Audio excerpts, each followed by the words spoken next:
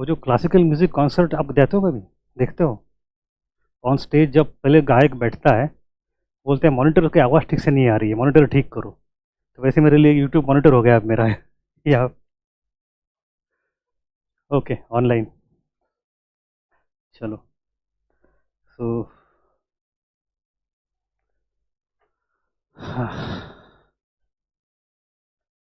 ऐसे में कैसे पढ़ा पाएंगे? सॉरी, क्लासरूम नहीं। देखो, I have request to all of you that this is the PMP 1.0 batch, and the offline seats are really limited. We'll have the second batch also coming in on 8th of January. If you go as per the schedule, in the third week आपकी 2.0 launch हो जाएगी। तो offline admission अगर लेने हैं तो you can take in that batch as well, ठीक है? ताकि यहाँ पे सीट्स थोड़े लिमिटेड है, नीचे की क्लासरूम अपने पास है नहीं, but in 8th of January batch will have नीचे वाली क्लासरूम जहाँ पे 200 लोग बैठ पाएंगे, ठीक है? So yeah, I will take the entire class in English with some jokes in Hindi. Hindi is a suitable language for jokes, ठीक है? So welcome. My name is Nikhil, and we'll start the Prelims Master program. And today is the first lecture. I will give. I think most of you have the outline of the lecture plan. Do you have it? Okay. So we have the schedule whereby we'll have 3 lectures going on simultaneously every week, and every lecture will be of around 6 hours, 2 to 8. But our teachers are notorious, they go up to 10 o'clock also sometimes. So because we have to finish everything in those 3 months only, maximum 3 months. तो अभी हमने plan किया है Feb and तक खत्म हो जाए, but I will take some play here. It may be extended by 1 or 2 weeks at max, not more than that. So we have all the, we'll start with art and culture, science and technology by Santosh sir, and modern India by Vishal sir, and we have all those lectures going on for 6 days a week for so many weeks. At the end of it, you have a test series also, which includes around 21 papers, 21 tests, which will go on in 3 rounds. First round 2 महीने चलेगी, second round 1 महीना, and then we have 4 full length comprehensive tests as well, along with 4 CSAT papers. So my request should be attentive in the class. Try to attend as many tests as possible on that very day, क्योंकि आपका एक Sunday चला गया तो अगली Sunday test दूसरी आनी ही वाली है. तो एक बार साइकिल डिले हो जाता है, इट गोज ऑन डिलेइंग, उसका कैस्केडिंग इफेक्ट आ जाता है. So try to be on schedule, ठीक है? Okay okay, new look, lots of comments on new look. Okay, let us begin with the first chapter.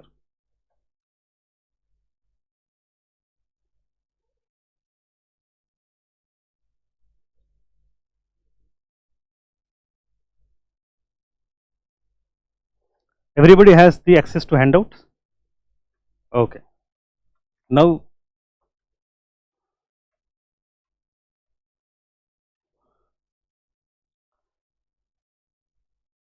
the basics first. The art and culture is actually not a subject in itself for a civil services examination. It is a deemed part of our ancient medieval history. आपने कभी सोचा कि modern में culture होता है कि नहीं होता है? होता है. We have classical music, we have painting, we have drama, you have literature, lots of things, urban culture emerging anew. But we don't study that very much because UPSC generally never ask questions on those things. So we focus on ancient and medieval culture only. If you'll go by the general trend, around 14 to 22 questions are asked in prelims as a history collective. History in entirety, ancient, medieval, culture and modern inclusive of that, around 14 to 22. It had been as high as 24 sometimes. In last 2 years it is 14, 15 around. तो उसके नीचे तो क्या ही आएगा? So we have that range, 14 to 22, of which if we go for the inner subdivision, again the normal subdivision is around 50-50. So for the first 50% you have ancient, medieval and culture, and for next 50% you have modern. This is the historic average. It may not be adhered to every year. Last year 14 पूछे थे, जिसमें से 11-12 culture and ancient middle के थे, modern के 2 या 3 थे, but it is not the rule, it can change also. So we have to prepare for history collectively. Now, because this module is about ancient medieval culture, let me try to go little bit inside it. The proportion of relative proportion of ancient to medieval to culture. तो उसमें हम देखेंगे थोड़ा. So you will come to know that whenever you study ancient medieval culture, what do you study?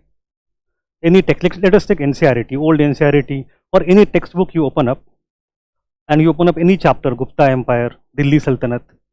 The first subsection of that chapter is the sources. How do you know what you know? And this is generally oft neglected part by students. However, this is actually the most interesting. Okay, most interesting and most romantic part of history, if I can be very honest with you. तो पहला part तो chapter का होता हमेशा है sources, because पूरा investigation उसी तरह चलता है. हिस्टोरियन का काम क्या होता है? Historians task is to perform 3 roles. जो कोर्ट रूम ड्रामा देखते हो आप, कोर्ट रूम ड्रामा, वहाँ पे एक जज होता है, जूरी होती है, एंड देन वकील भी होते हैं. ये सारा काम हिस्टोरियन अकेला करता है. फैक्ट यहाँ से लाओ, खुद को काउंटर क्वेश्चन करो, देन उसको देखो भाई क्या ओपिनियन फाइनल है. So this entire court room drama is nothing but the analogy of what historians does in his study room or in the field if he is archaeologist. So you have sources which are fundamental evidences which need to be interpreted, and UPSC also asks questions around that. हम पूछते हैं भाई कैसे पढ़े, तो you will see some people telling you भाई एक काम करो, try to learn all the terminologies. एक ग्लॉसरी बनाओ. ग्लॉसरी बना के ऐसे कितने रटोगे आप? There are tens of languages and thousands and millions of words and terms in history. You can't memorize all of them. And UPSC is also not very random. They pick up the terms which has some context, which have some logic, which have some fundamental story behind. If you know the story, you know the sources. Similarly, आजकल ये trend है कि UPSC ask lot of question on literature. So do we have to go and make the list of all Buddhist, Jaina, drama, भाषा का drama हो, literature? आप ऐसे नहीं कर सकते. Literate tradition of India is of 2.5 thousand. 2500 साल की किताबें अपने पास है लिखी हुई, आप कितने याद करोगे? You can do that, and that is not even expected. But for any era, if you know any book which is fundamentally putting some light on it, throwing some light on it, then that source becomes important. So sources का nature, sources का analysis will help us to solve those questions which are terminology based, which are literature based. But that is generally the first chapter, sources. Then we go for polity, or rather politics. कौन राजा, कौन महाराजा. We have those stories as well. And that used to be the fascinating history for long time, since the era of Herodotus. या फिर आप जितने भी इतिहासकार देखो, राजा महाराज की कहानी हमेशा रही है. Here also in our history we study कौन सा राजा था, the policies, the wars and battles and dynasties and their achievements and failures, their extent of empire. All these things are important to us, so we study that. Then the next part of every chapter generally is the structure of administration. And here primarily we focus on 3 major aspects. One is taxation, revenue collection, second is army, and third is judicial administration and law and order. ये 3 चीज़ें होती है जो कि state को define करती है in historical terms. So we have to look at how they were created, what were important functionaries, how they dispensed their functions, and what was their impact. So that is generally the next chapter or next subsection in every chapter. उसके बाद क्या आता है? आपने कभी किताब खोल के देखी जिंदगी में हिस्ट्री की कोई भी? आपको हिस्ट्री पसंद है? देखो लोग हंस रहे हैं सवाल पे. This is the point. Many people think history is very factual and boring. Well, I don't care. आपको आके यहाँ बैठना पड़ा, पढ़ना पड़ा, मैं खुश हूँ क्योंकि यूपीएससी ने पेपर रखे हुए हैं. And I will be very honest with you, history is not boring. As we go through the course, you will come to know it is a very interesting subject. होता क्या है ना, we get bogged down by lots of facts. इतना सारा data कैसे याद करेंगे? But when you listen to the music that come out of those facts, you start enjoying them. The facts don't remain facts, they become the artifacts of stories for you, and then it becomes very logical, and then attempt in questions is also very possible. जो मैंने बताया था कि आपके पास total हो सकता है 8 से 12 सवाल आए art and culture ancient medieval के जुड़ के, उसमें से solving 80% questions will not be difficult. will not be difficult at all. Just try to, आपके जो एंटीना है ना, try to attune that antenna to the historical thinking while reading a book, while attending lecture, while solving papers. That is the fundamental. एक बार वो सोच आपको पता चल जाए, बाकी का काम आसान है. So next part you have is generally economy. Economy, primary, secondary, tertiary. Agriculture, technology, extension, crops, pattern, etc. Irrigation वगैरह. You go to secondary, craft and art and trade, tertiary, and transportation technology. So we have that part. So we have one section on that. Then comes your society. ये तो बहुत basic चीज है. Society में आप क्या पढ़ते हो? 3 basic things: caste, class, gender. Right? Caste analysis, कौन सी कास्ट, क्या, क्यों, कैसे, कहा. Class, and then gender studies. Then afterwards, at the end of the chapter, you have 2 sections. One is religion and philosophy, and one is art and culture. It could be architecture, literature, it could be painting, dance, drama, music, performing, visual, whatever arts it is. Now, if this is the structure of any chapter, and then you go to next era, again the same structure follows. Vishnu sir, kaise ho? So let us say you have a chapter in ancient India. You have early medieval, you have medieval, you go in time. Every chapter will have these many subsections on an average. तो ये हो गया आपका पूरा syllabus of ancient, medieval and culture. Where is art and culture? Last 2 bits. The last 2 bits. Collectively, we tend to refer as art and culture.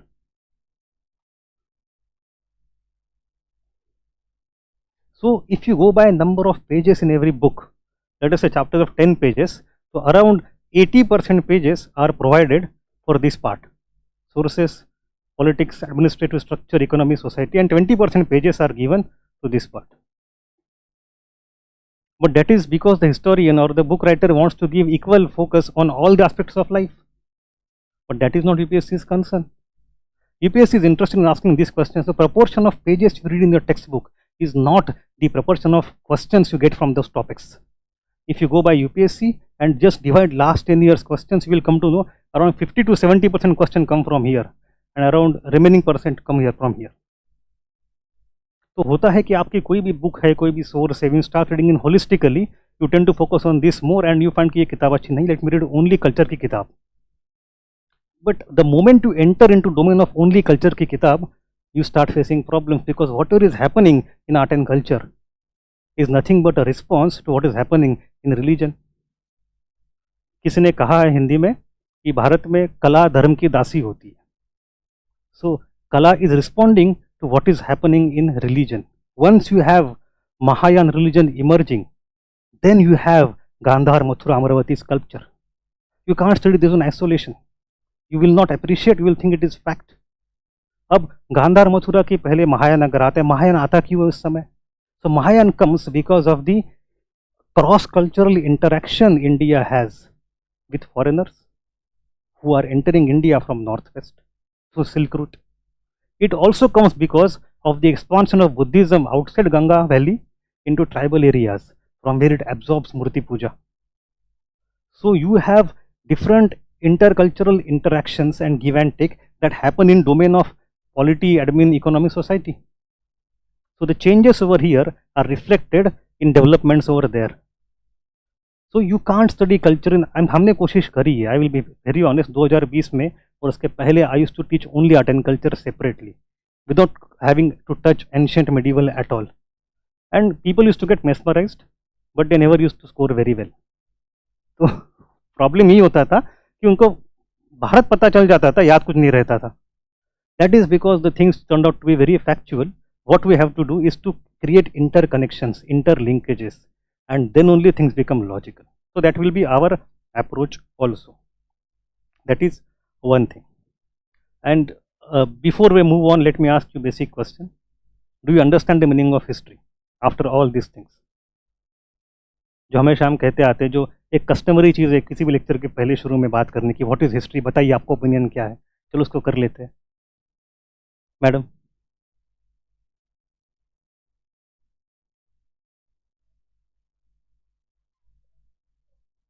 what is your sense of the house?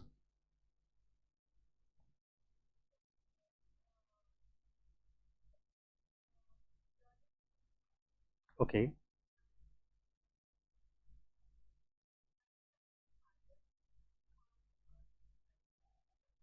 okay. So evolution of things. You are talking about continuity and changes.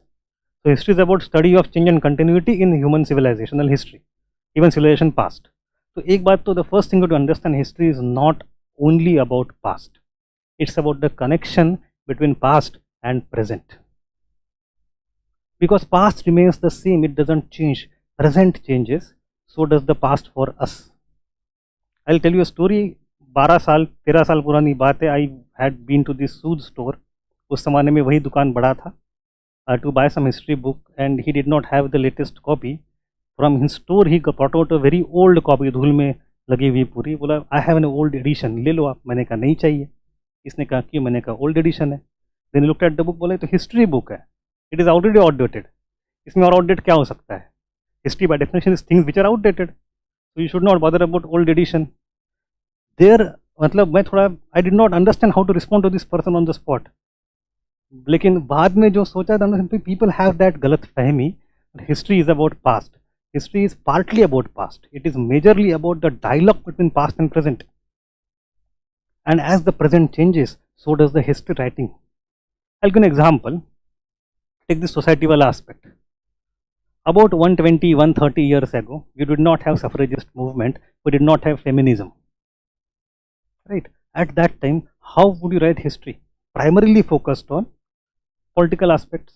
Society was very less important. It was just factual data. But once the feminism emerged, we have a professor from JNU, 𝐂𝐭 𝐖𝐢𝐭 asking a question, whatever happened to Vedic Dasi? भाई वेदों में इतना कुछ लिखा हुआ है, बताया हुआ है. Already in that, the female representation is very less. We have some Brahmavadinis who are learned women, but they are all coming from elite class. The subaltern female in Vedic era is not represented in literature at all. Recently, last year, a great historian passed away called Ranajit Guha. He was a subaltern historian. He was the father of subaltern school. He has written a book called The Small Voice of History. Small voice. जो peasant है, जो tribal है, जो subaltern है, उनके आवाज़ कहाँ पे आते? नहीं आते. So now that we have been able to attune ourselves to the need of the subaltern people, the people who are not literate perhaps, people who are not powerful, people who are not elite, and therefore not represented in history, our task becomes all the more difficult because we have to dig out all those facts. But अब history writing बदलेगा. It will change. So history is also evolving all the time for multiple reasons. एक तो the questions that we ask today are changing because of our changing present. History will change. It has been all the time. Rewriting of books कोई नई बात थोड़ी है. ये तो history का बेसिक काम ही है, बुक रीराइटिंग करना. बट पॉइंट है कि किस पर्पज के लिए कर रहे हो, that is something which is important. The second thing is you may have change in technology. For example Harappa में you have had lots of skeletons, but those skeletons gave us very little information earlier. Now with the evolution of genetic technology or genetic population etc., population genetics वगैरह, we have better tools to extract more data from the same source. तो आपका हड़प्पा का chapter बदल जाएगा. Take Harappa as an example. Harappa, the way the chapter was written in 1920s, 1940s, 1970s, 2000 और 2023, very different. Till 1970s we were occupied with urban civilization. Now we are not so much. We go to the more numerous village settlements. और वहाँ पे क्या हो रहा है? So lots of things have changed. The question that more data has come out. Initially the focus was entirely in Harappa and Mohenjo-daro because those two were thought to be the biggest cities. Today we know they were not. We have Rakhigadi, we have Ganaveriwala, we have some more cities who are known to be bigger than all the cities, but they are not yet excavated. On Pakistan side है, ज़मीन के अंदर है, पता है सबसे बड़ी city ये है, अभी तो निकाली नहीं है बाहर हमने. जब निकलेगी, निकालेंगे, history will change. So new data, new technology, new questions, new theories, new perspectives, everything leads to change in history writing. So what matters more is, firstly, what are the sources that you have and how do you analyze them? How do you extract data out of them or those, and how do you interpret those? आपने, I think most of you are born after 2000 उसके आसपास, तो आपके बचपन में new NCERT होती होंगी, right? And you would be questioning कि ये लोग उसको न्यू क्यों बोलते हैं, क्योंकि हम ओल्ड वाले हैं तो हम उसको न्यू बोलते हैं। अब नेक्स्ट ईयर और भी नए आएंगे, इसी साल बच्चे क्लियर कर लो यार एग्जाम, क्योंकि we have old NCERTs, we have new NCERTs and new ones coming next year also, सारा चेंज हो जाएगा। तो आपको फिर पूछो कितना पढ़ना पड़ेगा। तो anyway, my point is that sources are to be analyzed. In your NCERT, we had these topics called our pasts, छठी सातवीं आठवीं कक्षा. Have you noticed its title is our pasts and not our past?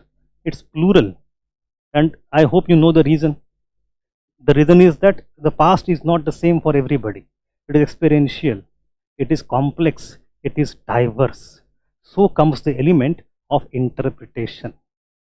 वो भी diverse होगा, वो भी complex होगा। दूसरी बात इसलिए आ जाती है, वो है what is your interpretation. And the third thing which is also an interesting thing is that who is the one who is creating that source, the author's of the sources.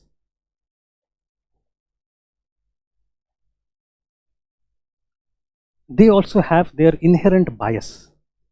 If a person comes from South India or North India, a Dalit or a Brahmin, a Hindu or a Muslim, male or a female, Hindi or Bengali, these people will bring their own perspective, own bias not in negative sense, but their focus, their perspective, and those things also matter a lot. आपने कभी ये सोचा है कि we have Kautilya, Chanakya, everybody knows.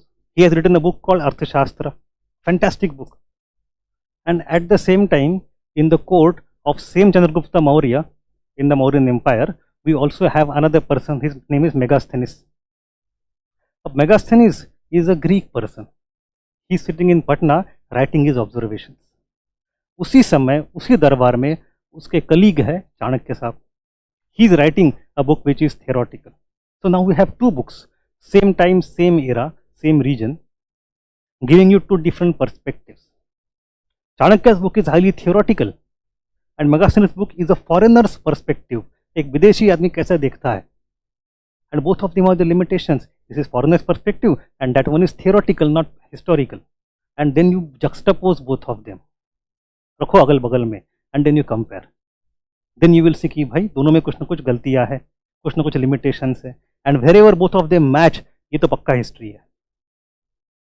So you have, that is the task of historian.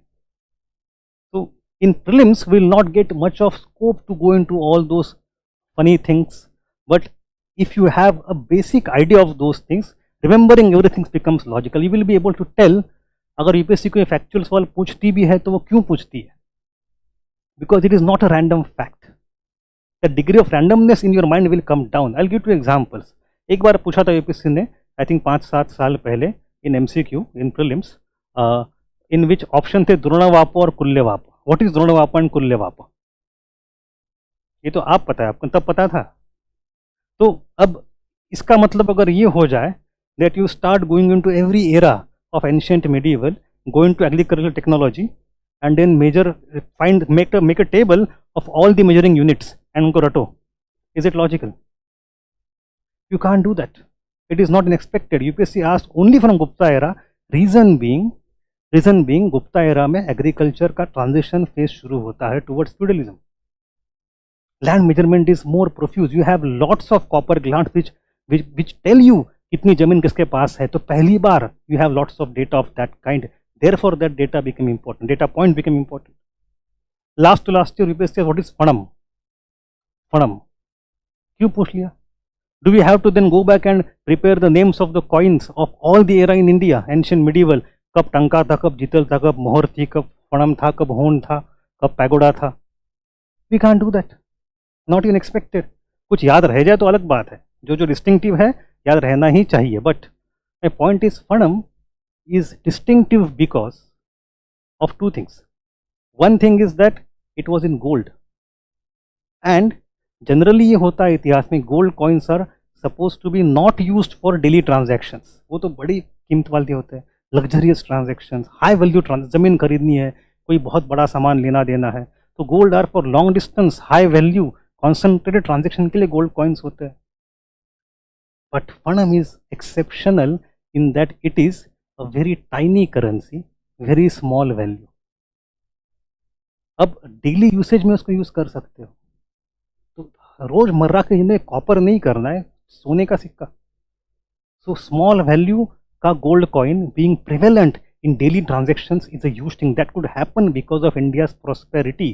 So that is the second point. Why prosperity? It was the point where we had a huge trade with the West. South America was colonized by Europeans and silver and gold came there in huge amount in 14th, 15th, 16th century that got poured into India in Mughal Empire and Vijayanagar Empire era. It was the point of our high achievement. So Phanam is to be looked at in that context. I'll give one more question. UPSC asked a question on Buddhism. What is the meaning of Bhumisparsha Mudra? Right? It's a very old, I think 8-10 साल पहले आया था Bhumisparsha Mudra. अब everybody knows what is the meaning. That Mara का attack हो रहा है and Buddha is saying to her कि भाई नहीं, I am not perturbed, I am very calm. And the next moment he achieves enlightenment. So it's a mudra. Now what people started doing, you look at the notes, मैं भी करता हूँ वैसे, that we give one table of different mudras कि रटो. It is not expected.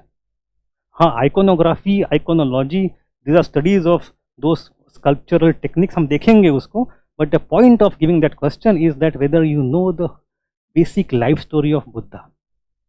If you read Buddha's life story itself, the narrative of Buddha's life, you will automatically know Bhumisparsha Mudra because Mara's attack is very important narrative in that. कहानी यहाँ समझनी है. Then you come to know history very well. Then the thing becomes logical. So the message I derived from Bhumisparsha Mudra is that I have to ensure that in every batch I definitely tell Buddha की life story in detail. But if you draw the message कि to memorize 10-15 मुद्राएं, वितर्क मुद्रा, व्याकरण मुद्रा, नहीं चाहिए. हो सकता है कभी पूछ भी ले, 10 साल में एक बार पूछ लेगा.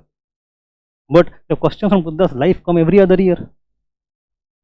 Right? So you have to decode the question, why that question is asked, and that you will know because you have some idea of these things. Books will still remain the same. आपका चश्मा बदल जाएगा देखने का. Am I clear? Let me see online. Acha. Please also tell which relevant NCERT we need to study. Mangalam Rastogi, I will request not to study any NCERT. We have, if you want to study, old NCERT is very good. No doubt it's very good. But we have crafted all the notes properly. Those will be enough for you. In addition to that, if you want to read old NCERT. Okay. Now let us start with our chapter of the day. History. Again the same question that comes. Initially we will discuss between history, prehistory and proto-history. Hope everybody knows about these things. आप में से कितने लोगों ने कभी history पढ़ा ही नहीं है? Have you read art and culture, ancient medieval कभी पढ़ा है? I need to take the temperature of the class थोड़ा सा.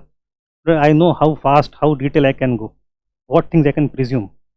How many of you have read at least fleetingly क्यों ना हो एक बार complete ancient India book, कोई भी text book? Half of you. Rest of half, you have not read anything of ancient India.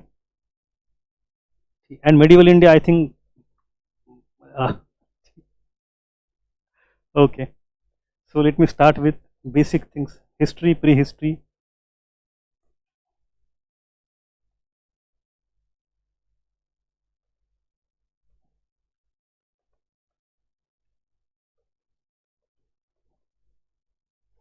What is the difference between these three things?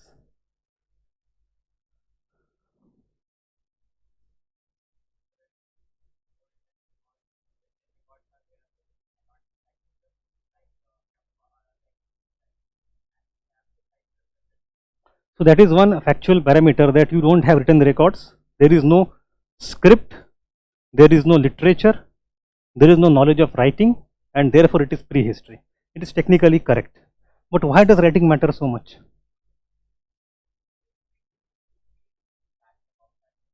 So it's for us, not for them. So people who are living that era, for them it is not prehistory, it is for us because we don't have source to decode. Is it what you want to say? So I will make it little more complicated. If today you go to Australian Aboriginals or you go to Andaman, you have some tribes which don't write. उनका कौन सा era चला, history या pre-history? Let me make it little bit more complicated. If think of your Roman Empire, आप Julius Caesar हो और Augustus, Nero, Tiberius, कुछ तो एक महान Roman Raja, and then your Roman Empire is getting attacked from Germanic tribes from north, and these people are illiterate, they don't write anything down, and they are savage tribal people coming down south and destroying your cities, and you're writing about them, but they don't know how to write. So अब ये pre history है, proto history है कि history है? Take Vedic Empire, Vedic era. Vedic people did not know how to write. Do you know that? They had a very developed oral culture. Oral memory preserve was fantastic. But the Vedas were written down centuries afterwards. If I ask you, what is the oldest datable written evidence in India's history? No?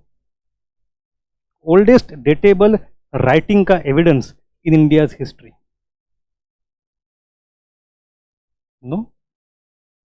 अरे अच्छा, let me go into थोड़ा sources. अब my mother recites entire Gita, तो अभी recently वो गीता पठन में कहीं गई थी, तो मैं कभी देखता हूँ उसको, तो उसके इसमें लिखा होता है धर्मक्षेत्रे कुरुक्षेत्रे. You start with that. Krishna is saying धर्मक्षेत्र और कुरुक्षेत्र में खड़ा हूँ. How do I know? What I can do is I look at the copy. अच्छा, printed by गोरखपुर प्रेस, तो जिसने छापी है उसके पहले तो नहीं था ये. Then I will go to him and ask him, भाई तुझे एक पता कथा, तुझे कहाँ छापी तूने? तो gradually he will point me towards the oldest manuscripts.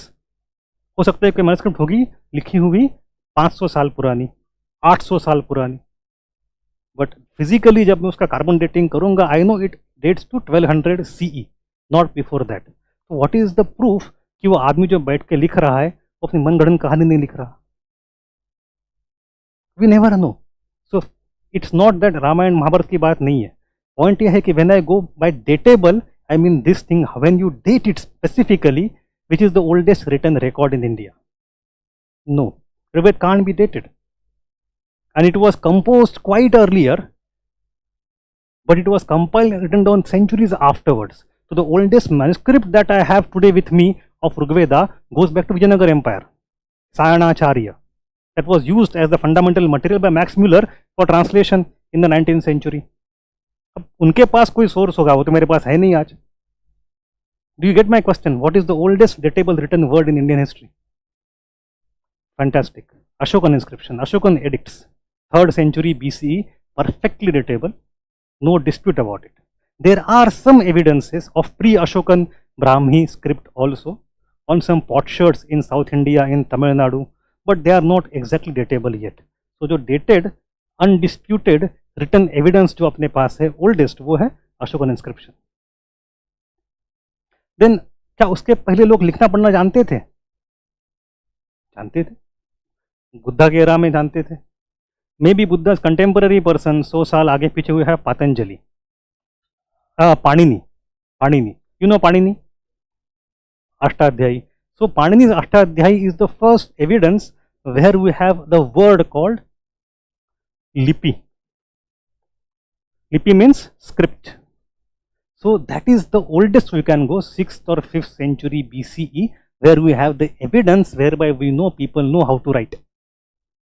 Lipi as a word comes from Panini's Ashtadhyayi for the first time, maybe 5th century BCE, pre-Mauryan era, Mahajanpad era. अब हो सकता है उसके पहले 100-200 साल पहले स्क्रिप्ट तैयार हो गई हो. तो मतलब जो कंटिन्यूस लगातार चलते आ रही है उसकी बात कर रहा हूँ मैं. So that is the point where you can say perhaps the history is beginning. So what about Vedas then? Vedas are prehistory or history? They don't know how to write, and even if they knew, they would not like to write. There are in many cultures injunctions against writing down the sacred things. नहीं लिखना है इसको, corrupt होता है, but लिखा हुआ memorisation. You know Hafiz. In Islam, the people who memorize entire Quran are the one who keep it protected. मुहाफिज रखते हैं, उनको बोलते हैं हाफिज. पूरा कुरान लफ्ज ब लफ्ज याद है उनको. Because in traditions, oral preservation of memory is given more important than written word. In religious traditions mostly. But anyway, हम थोड़ा बातें करते जाएंगे. My point is that prehistory is the longest span of the evolution of human life, in which the role of historians is very less, but the role of archaeologists, anthropologists, etc. is very high. और वहाँ पे people don't know how to write, they know how to speak, right? Vocal cords were developed, they know how to speak, but they can't write it down. Then you have बीच में आता है era proto history, where you have multiple cases. जैसे इन साहब ने कहा there is writing which is not yet deciphered, therefore it is proto history. कल जाके अगर decipher हो जाएगा, it will become history. And then after Harappa, you have Vedic era also, of which we have oral evidence and no written evidence, that also many times classified as proto history. अब देखो मजाक कैसे होता है इसमें. अगर कल Harappa script decipher हो गई तो सीक्वेंस क्या होगा? Pre history, history, proto history and history, क्योंकि उसके बाद वेदिक आएगा दोबारा प्रोटो हिस्ट्री में. तो this kind of evolution is थोड़ा सा आर्बिट्ररी, थोड़ा सा यूरोसेंट्रिक, थोड़ा सा problematic. So we don't need to go into those details, but you have got the basics very right now. You have got complexities होती है, समझो उनको थोड़ा सा. Let us have a very brief overview of the syllabus of ancient India first.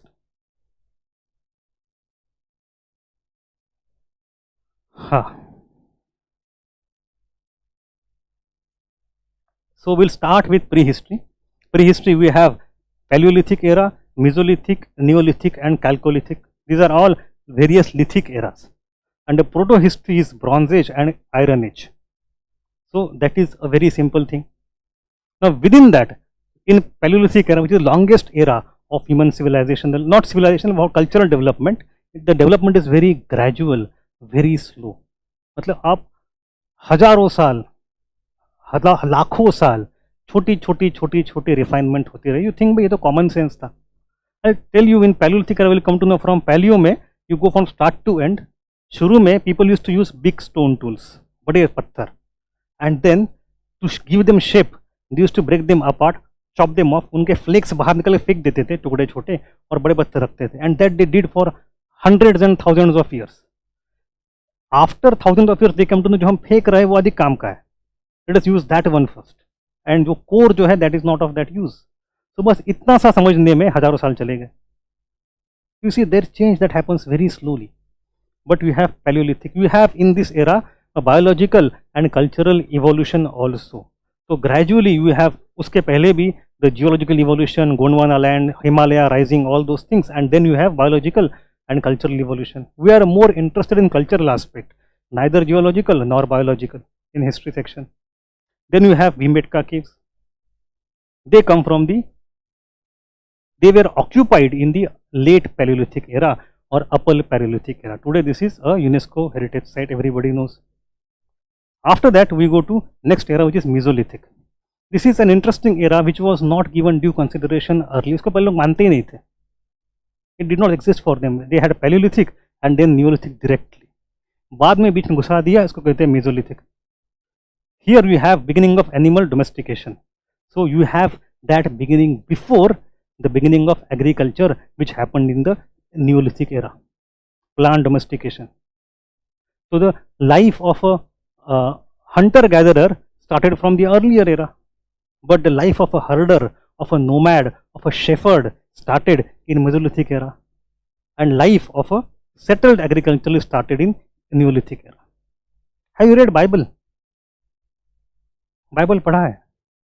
We have in the Old Testament the first chapter of Genesis, in which was a story of the sons of this Adam and Eve, Cain and Abel. Do you know Cain and Abel? Do you at least read Jeffrey Archer? ठीक है. तो cane and Abel की कहानी यही है कि Cain kills Abel, treacherously he murders his brother Abel, and that is, I recently was able to appreciate that is a kind of allegorical story. Cain क्या था? केन था farmer, a peasant, and Abel कौन था? He was a hunting, he was a herder or shepherd. तो यहाँ पे you have two different lifestyles emerging, a herder's life and agricultural's life, and in that tussle ultimately the agriculturalists overcome and they become more prominent in the growth of story of human life. So that's allegorical story. Anyway, you go to next era, वो होता है Chalcolithic era. It's the copper age. Copper age, and in that copper age you have the villages which first start to come in Neolithic era spread across India. So the first village in India comes in Mehergarh in Balochistan in Pakistan today, Bharat ka pehla gaon, and then that culture spreads everywhere. By Chalcolithic era you have that spreading everywhere. पूरे भारत में जगह जगह you have farming, local farming cultures emerging. So that transition has happened. So these are the prehistoric stone ages. Then you come to next era, that is proto-history, both Harappa and Vedic era, Bronze Age and Iron Age. It is very interesting because if you go by source analysis, for Harappa we have all the more important archaeological sources, lots of them, and for Vedic people we have only literary sources, lots of them. अब उनका era similar है, region similar है, sources दोनों के अलग अलग है और दोनों में चित्र पूरा अलग दिखाई दे. The kind of picture you get out of these two different types of sources is different. How do you corroborate? It is the biggest riddle in the history of India, still unsolved for last exactly 100 years. 1923 में हड़प्पा के बारे में लिखा था John Marshall ने कि we have discovered a new civilization. This is 2023. 100 साल हो गए इस चीज को, एग्जैक्टली 100 ईयर्स. ठीक है. And then we have Vedic era, arrival of Aryans, composition of Vedic literature, and then compilation and foundation of Indian cultural life, all the philosophical ideas, the social systems that emerge today. We have Varna, caste, Gotra, we have Dharma, Karma, Moksha, all these philosophical social ideas somehow find their root back towards Vedic era.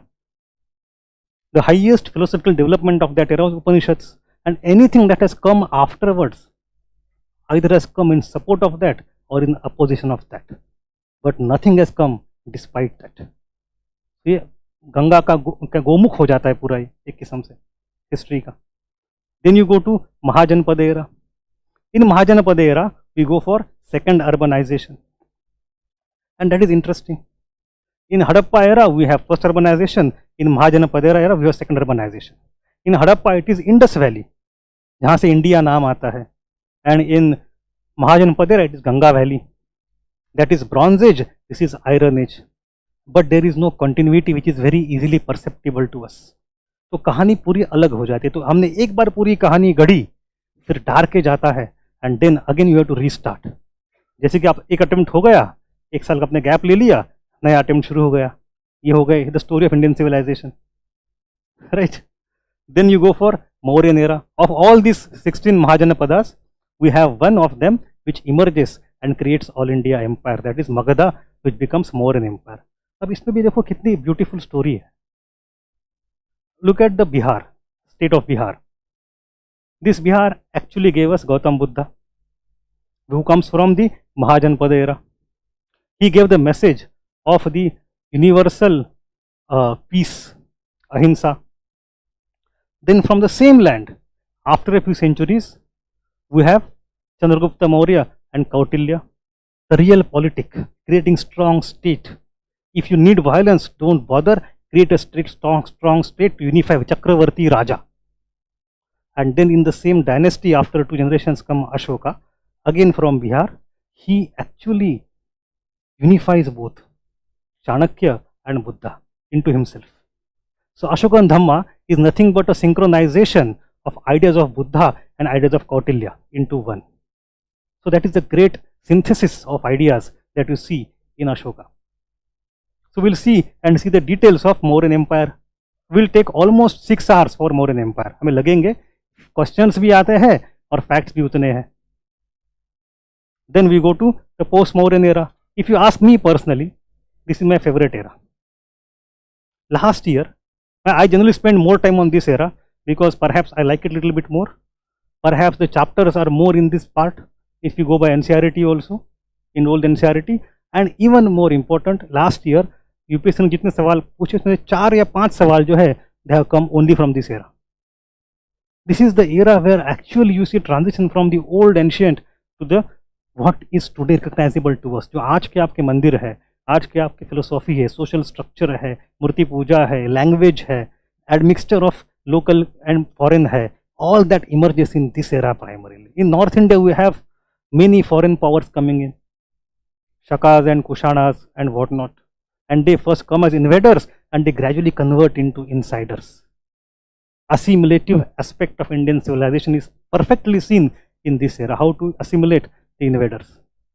Then in South India, the state that emerged in Ganga Valley in Mahajanpada era in this time has now spread across India and Deccan, in south, everywhere, in east, in Odisha, you have the states.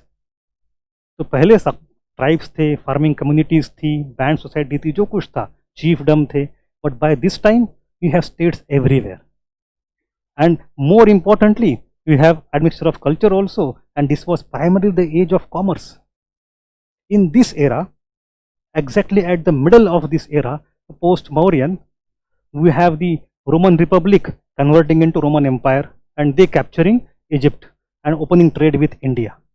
It is also the era in which we have Han Chinese Empire emerging. They have finished building China Wall and now they are ready to trade. It leads to the creation of Silk Route. और India beach में बैठा है, बोले यहाँ से वहाँ जाना है, वहाँ से जाना है, बीच में हमें कुछ चंदा दो.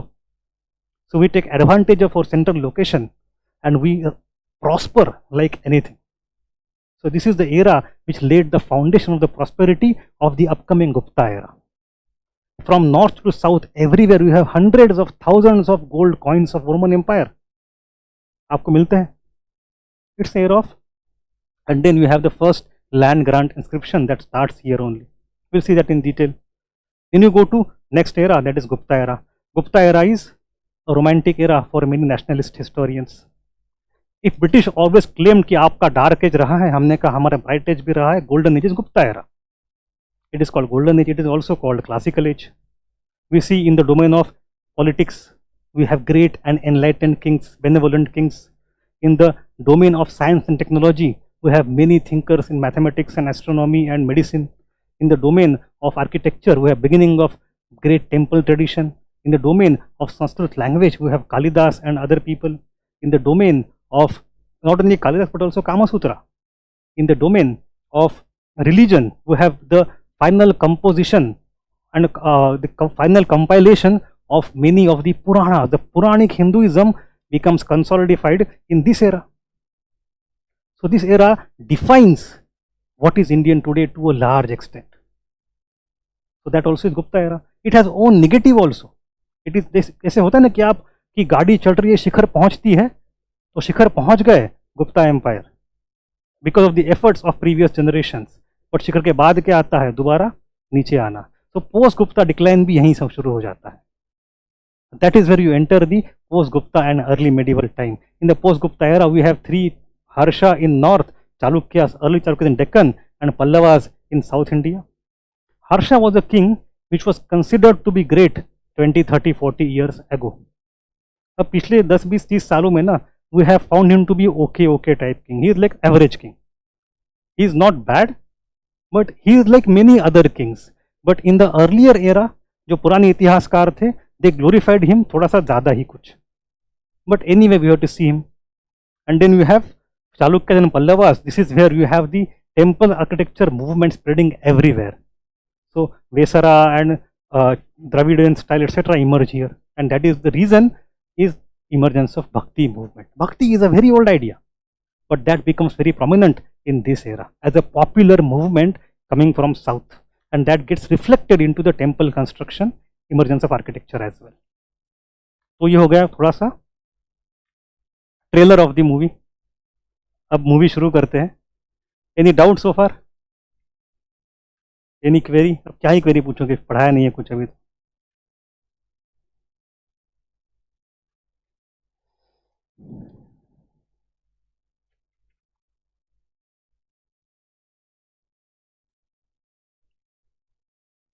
Lots of queries about the course. You can call them later on and ask about the course details.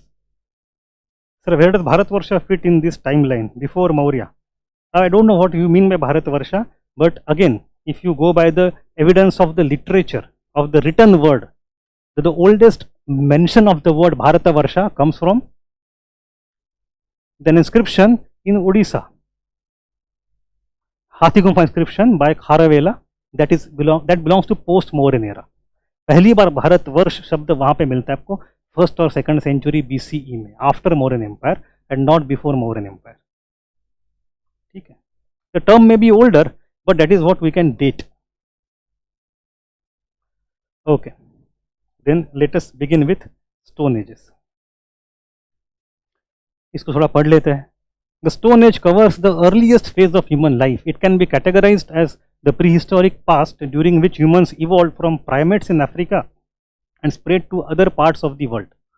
This process began only roughly 2 million years ago and is categorized by man in primitive form before the concept of civilization emerged. So let me ask you this word, what is civilization? There is no, it's not a translatable word. Hindi में उसको कहते सभ्यता, right? But this is retrofitting. The original word did not exist. Even the other word Sanskriti word also is a newly coined word by Tagore. Tagore ने बनाया शब्द संस्कृति, उसके बाद शब्द था ही नहीं. If somebody is cultured, we used to call him Arya. So संस्कृति and सभ्यता ये retrofitted words हैं, created और recreated और थोड़ा सा structure change करके बनाया है, and they are used as the translatory words for civilization. But my question is, what is the meaning of the word civilization technically? Settled life is a prerequisite, yes. Anything else? Creative thinking, तो do you mean to say जिन लोगों ने हड़प्पा के पहले जो painting वगैरह किया हो, for example Bhimbetka, they have some creative urges, they have painted. So don't you think that is creative?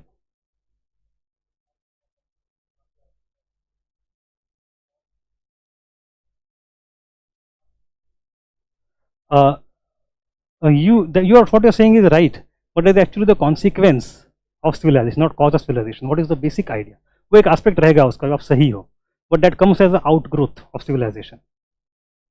Yes? Sorry? What is advanced? अच्छा, हर एरा अपने अपने एरा में मॉडर्न ही था. I was reading an article by Harbans Mukhia. उन्होंने कहा कि जो 400-500 साल पहले जब पहली बार टॉयलेट का जो कमोड होता है उसका इन्वेंशन हो गया था, तो usage of commode was modern at that time. अब हमें लगता है उसमें क्या मॉडर्न चीज़ है, right? So modern is a very relative term, it keeps changing every era. Yes,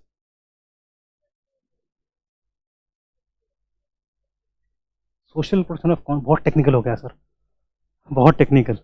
it may I don't know what does it mean, but and you will go to some thinkers and now इतना complicate मत करो. let me rephrase the question so that you will understand what I want to ask. Think of you as an Indiana Jones and you want to go to some part of world जहाँ पे पहले कोई नहीं गया है, and then you start digging and you find many artifacts of a lost culture, lost era. वहाँ पे पहले लोग रहा करते थे. You found their homes, you found their tools and everything. Now how will you tell me whether it is civilization or not?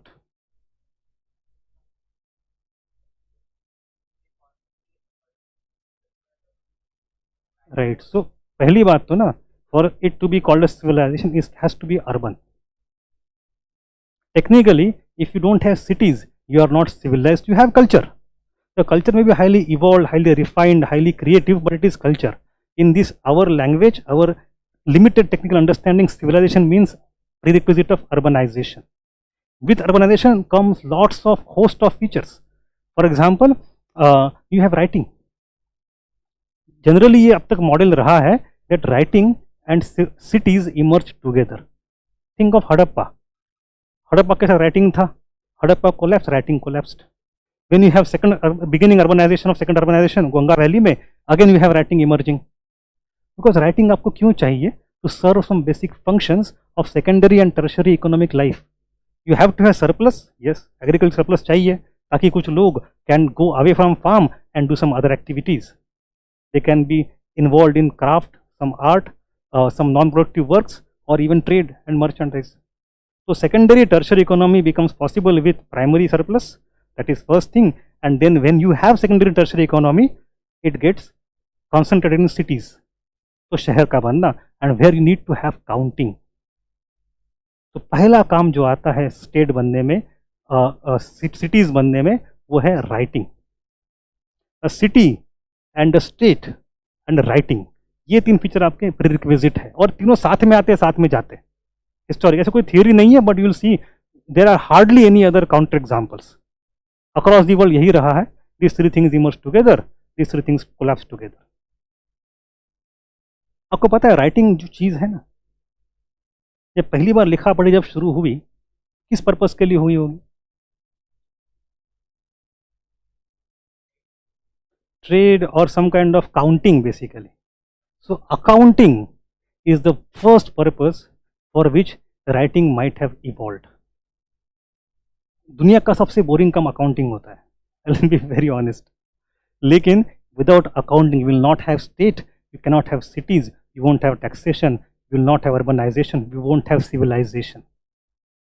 Accountants have ruled from behind the state always. अब कहानियां लिखने वाले लोग बाद में आए.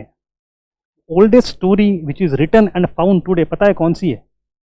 On clay tablets, the oldest written story that is found is called the Epic of Gilgamesh. Right? सबसे पुरानी कहानी, उसके पहले कहानी अपने सही नहीं. But that also seems to have come after the beginning of cities and accounting. So anyway, my point is that when you talk of civilization, we mean some basic features which include cities, which include writing, which include state. अब state and city अगर है, तो if you look at the social aspect of it, you have to have some stratification, some hierarchy, some inequality. If everybody is equal, you don't have state. If everybody is equal, you can't have city. So थोड़ा inequality is a necessary prerequisite of development. Right? So civilization का वो भी एक angle है. You cannot be a tribal society. In tribe, or even before, if you go to band, everybody is almost equal. There is not much power distance between the top and the bottom. तो आपके पास शहर बन ही नहीं सकता.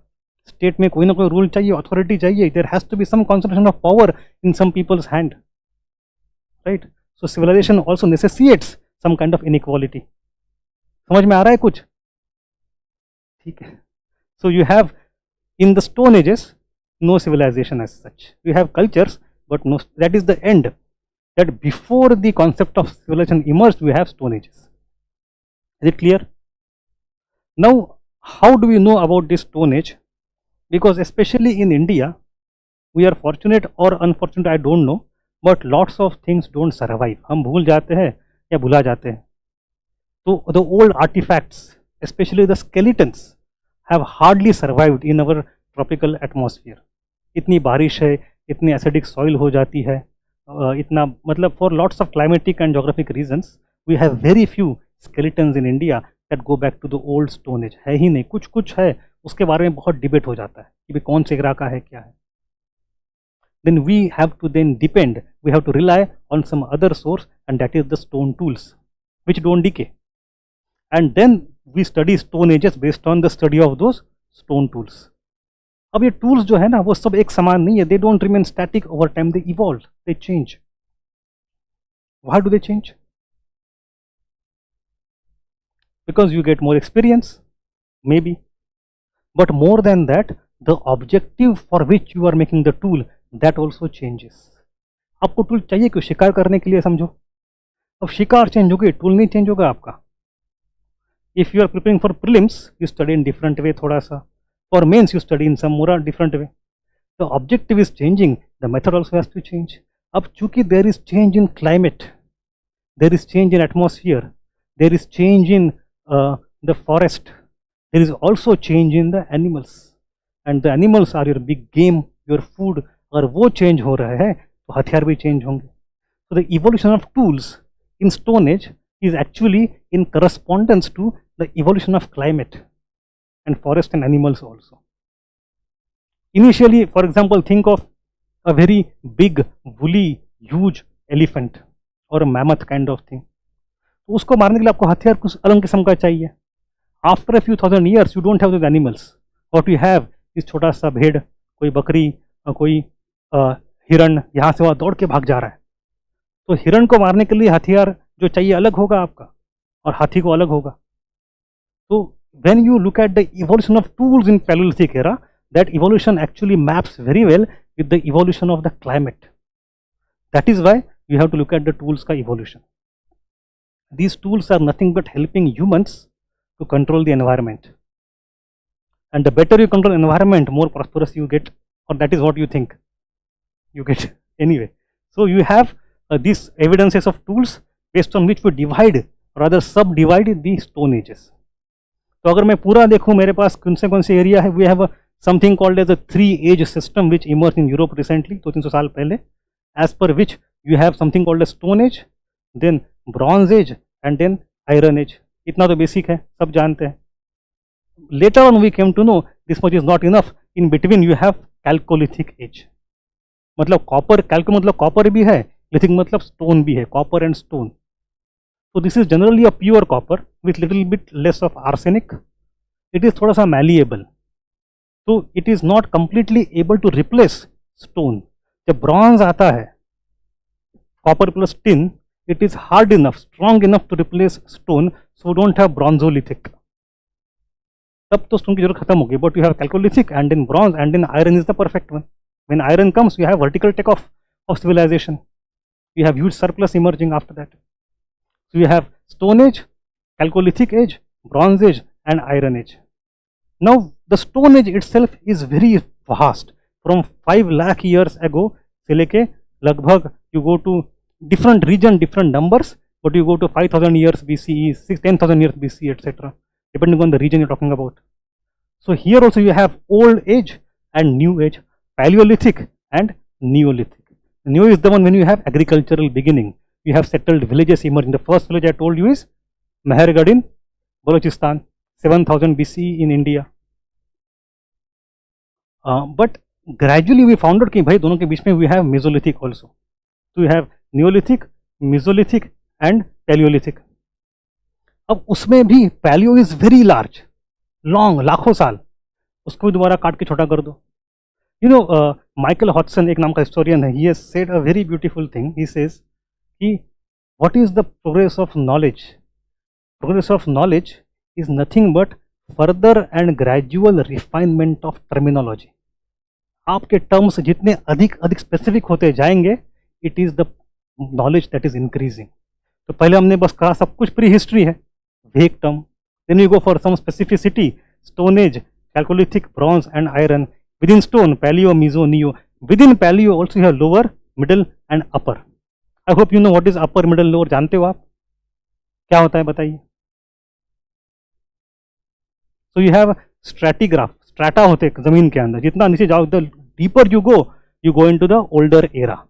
The upper layer is the relatively recent layer and the deepest layer is the oldest layer. So the upper Paleolithic is the पहले आएगा, उसके पहले middle, उसके पहले lower Paleolithic. So this is how you go backward in time. इतना तो graph clear है, सब कुछ टेबल क्लियर है. तो इसमें एक पता है funny story. If you look at the tools of the paleolithic man that we have found in India, वो कहाँ मिलते हैं आप? They are generally surface finds. कहीं कोई नदी के किनारे, कहीं कोई पहाड़ों में ऐसे पड़े हुए मिल जाते हैं आपको. And they are accidental finds and they are not found deep. They are found deep also, but वो बाद में हमने ढूंढना शुरू किया. जो शुरू में जितने सारे मिले हैं सब रैंडमली आपको मिले यहाँ वहाँ गिरे हुए on the present surface only. But how do we know फिर कितने पुराने हैं? If for example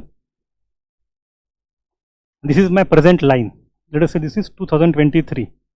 I go deeper by 1 metre, I go to let us say 1023. I go by 10 meters more, I go to let us say 5000 BCE. I go 15 more meters. Let me go to let us say 1 lakh years BC. So whatever I find in surface of the earth over here, I know logically it may belong to 1 lakh BC. ये तो मेरा dating का तरीका हो गया strata देख के. But if I find somewhere here only and I still claim कि भाई 1 लाख साल पुराना है, हमने किया है. Lots of the old tools of paleolithic era we have found are surface finds, यहीं पे मिले हुए हैं. Then how do we know वो कितने पुराने हैं? ना, कार्बन डेटिंग तो कैसे करो? यू कैनॉट, स्टोन का कार्बन डेटिंग होता नहीं है, उसमें कार्बन चाहिए आपको उसके लिए। Perfect. Tool type, in different era different types of tools were used, and therefore you know कि भाई old era में किस तरह के tools थे, that has also evolved over time. The type of tool can also tell you कि भाई ये कौन से era का है, ठीक है? So let us go to 3 main tables one by one.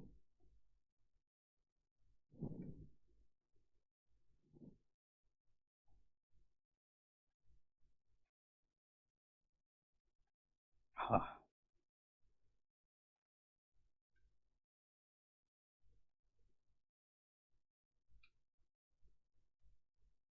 Standardisation, structure, society, ठीक है।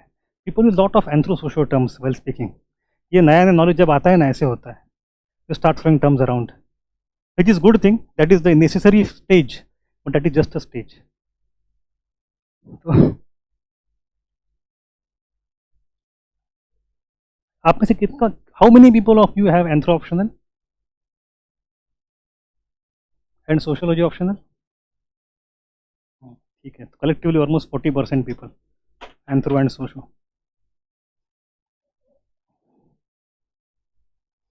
ओके, हिस्ट्री ऑप्शनल 5-6 लोग हैं, ठीक है। So let us go to the east era one by one, palaeo, meso and socio and neo. So Paleolithic era, I have tried to put all the things into 3 tables ताकि summarise करना आसान हो and correlation becomes easier. In the Paleolithic era the atmosphere जो है वो आपका Pleistocene era के बारे में है। That is, what is that? We don't need to go into geology and all those things, but it is the ice age, simply ice age, और great ice age. We have glacialisation everywhere, extremely cold temperature on the surface of the earth. So what does it mean? You have the lower, middle and upper paleo in the Pleistocene era. उसमें the evolution of human being is taking place. अब that part you study in anthropology in detail. In GS we don't need to do much. एक बार सवाल पूछा था UPSC ने Denisovan के बारे में, but that was asked primarily because it was in current affairs and not in history. But anyway, so you have human evolution, biological evolution. You start with Homo habilis, then into Homo erectus. And then Homo erectus evolve into many sub branches, Denisovan हो या फिर और भी 2-4 उसके branches हैं, हाइडेलबर्जेसिस हो, Neanderthal हो, we have all these branches emerging, we don't need to worry about those things, and then most of them vanish. So what has happened is that this evolution has taken place somewhere in Africa originally, and they start branching out of Africa 1.0, and they go everywhere in the world, including in India. They come to India, so we have some proof of that. What proof do we have? Perhaps possibly the fossil we found in Hathnora, but it is debatable. It is not easy to tell कि वो सच में erectus का है कि नहीं है. Some people say yes, some people say no, but we know for sure based on the tools. The tools that were made by Homo erectus, they are called as core tools. तो हम देखेंगे उसको, how we have found those in huge numbers in parts of India. From those tools we know कि यहाँ पे एक जमाने में ये इंसान रहता था. But skeletons or skeletal evidence is extremely rare, if at all. उसके बाद you come to the middle and upper Paleolithic era. From lower, so human evolution happens, you go to Homo sapien archaic, and for that too you go to Homo sapien sapien. But understand well, this evolution from erectus to sapien sapien has not happened in India. It has not. This is the first out of Africa 1.0. लोग यहाँ पे आए, India में आए, बाद में दुनिया भर से वो गायब हो गए for some reason or the other reason. Then you have second wave of migration coming to India around 75,000 years ago or 60,000 years ago, and now the more evolved man again enters Indian subcontinent, that is Homo sapien. तो पहली बार तो 2 बार migration हुआ है, कई बार हुआ है, but 2 major streams or waves of migration. So this evolution, so lower में एक आदमी था, गायब हो गया, we don't know what happened. Then upper में दोबारा आदमी इंडिया में आया.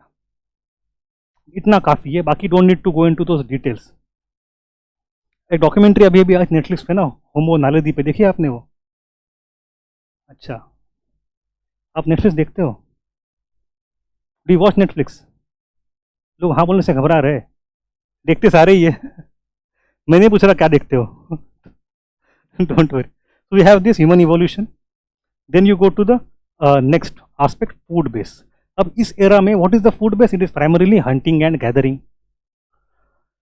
Big woolly animals confined to narrow tropical subtropical zone because that is where they have access to their own food. But because the animals are confined to that zone, humans also get confined to that zone only. So the habitational area is not everywhere. जहाँ जहाँ वो animals है restricted area में, वहीं पे हम रहेंगे. So natural habitat also of human beings is restricted in this era. अब जो टिपिकल सवाल आते हैं वो आते हैं कि भाई, एक संतोष sir likes to engage in that debate, हम वेज है कि नॉन वेज ओरिजिनली, राइट? तो if you go and ask Yuval नोआ हरारी कि वेज और नॉन वेज में अधिक हम कौन है originally, if you go biologically, are we vegetarian और non veg people? What do you think? हम दोनों हैं. क्योंकि टीथ स्ट्रक्चर आपके पास कैनाइन टीथ भी है, नॉर्मल वाले भी है, तो you have those 4 teeth for eating non veg, बाकी टीथ फॉर ईटिंग वेज. तो at least as per nature we are design to eat both kind of food. बाकी अपनी एथिक्स एंड मोरालिटी अलग बात है, our wish. So we are hunters and gatherers both. That is my point if you go by evolution. The next question that is generally occurring is that, अच्छा if that is so, ठीक है मानता हूँ, जैसे personally late us say कि I don't like to eat non veg, तो I want to somehow have, I have that ethical urge to say कि नहीं देखो नॉनवेज ना पहले होता था, ठीक है, आई कैन रिफ्यूट दैट, कम होता था. How do I prove that? Hunting gathering में what do you think is the major source of food? Which is the source that gives more calories compare to other? On which source humans were more dependent, hunting और gathering? Hunting लगता है क्योंकि नाम पहले आता है, but वो गलत है. It is many ethnographic models tell us that possibly it was gathering. Hunting का एक big game, big, जैसे कोई बहुत बड़ा मैमथ है या एलिफेंट है या कोई पता नहीं कौन सा जानवर है, उसको जाकर हराना है, मारना है, it is not easy. You need to get a group of 10-15 लोग and then you have to fight and you have to end that animal. It takes time. Big game and it is very energy intensive. Veg खाना बड़ा आसान है, जाके फल को खाओ, क्या दिक्कत है? So there is a possibility that gathering was the more important or more primary source of calories than hunting. Hunting शायद हफ्ते में 10 दिन में एक बार करोगे, आप बैठ जाओगे, और एक बार आपने मार लिया, खाते रहो. That is the point I am going to next. That if you can't hunt and if you want to still eat non-veg, then you go for scavenging. Other people, other animals have hunted somebody and then you start, जो बचा कुचा है आप खाओगे बाद में जाके. If that is so, again हरद साहब वही बोलते हैं बाद में, if that is so, then which part of that flesh is the first part that humans would have relished? Bone marrow. क्योंकि वही बच्चों का बाकी जानवर सारा खा लेंगे, मांस बचेगा, बोन मैरो आप पहले वही खाओ. तो that perhaps was the beginning point of our non-veg eating. Bone marrow of other animals, उसको किसी तीसरे ने मार के रखा, छोड़ के चला गया वो. So that is a possibility. It is a possibility. But my point here is a comparison between hunting and gathering. There also you come to know that there are certain theories भी से कि भाई मर्द और औरत वाला फर्क आता है उसमें. The males used to do more of hunting and females possibly used to engage more in gathering, and that is again our speculation. There is no evidence to prove that. Rather recently, last year only a few research paper I have seen जो claim करते हैं females were also engaged in hunting. Possibility है. तो ये gender division of labour जो है ना, that perhaps did not emerge in Paleolithic era, it emerged little bit later. That is our guess. But idea is at that time our food base is primarily hunting and gathering. Then you go to tools and technology that is used. Paleo people generally used quartz, which is metamorphic rock, has hard and crystalline in structure and brittle in nature. So what does it mean? If you have a crystalline hard rock, it is hard to use, correct? But when you want to break it into parts, the crack that develops along the crystalline line of crystals. तो तोड़ना एक shape में बड़ा आसान हो जाता है. That's why this rock is used. And this rock, the quartz or quartzite, is used not directly, it is used on other softer stones to create tool out of them. So hard stone is used to create soft stones tool. So hard stone कौन सा था? Quartz वाला था. And then pebbles and coal tools like choppers, cleavers, hand axe, heavy tools used for brute force. तो अब यहाँ next बात आती है जो मैंने शुरू बताई थी. यू हैव अ स्टोन, इसको अपने तोड़ के शेप में कर दिया, फ्लेक्स निकल के जो बाहर आते हैं चपटे वाले,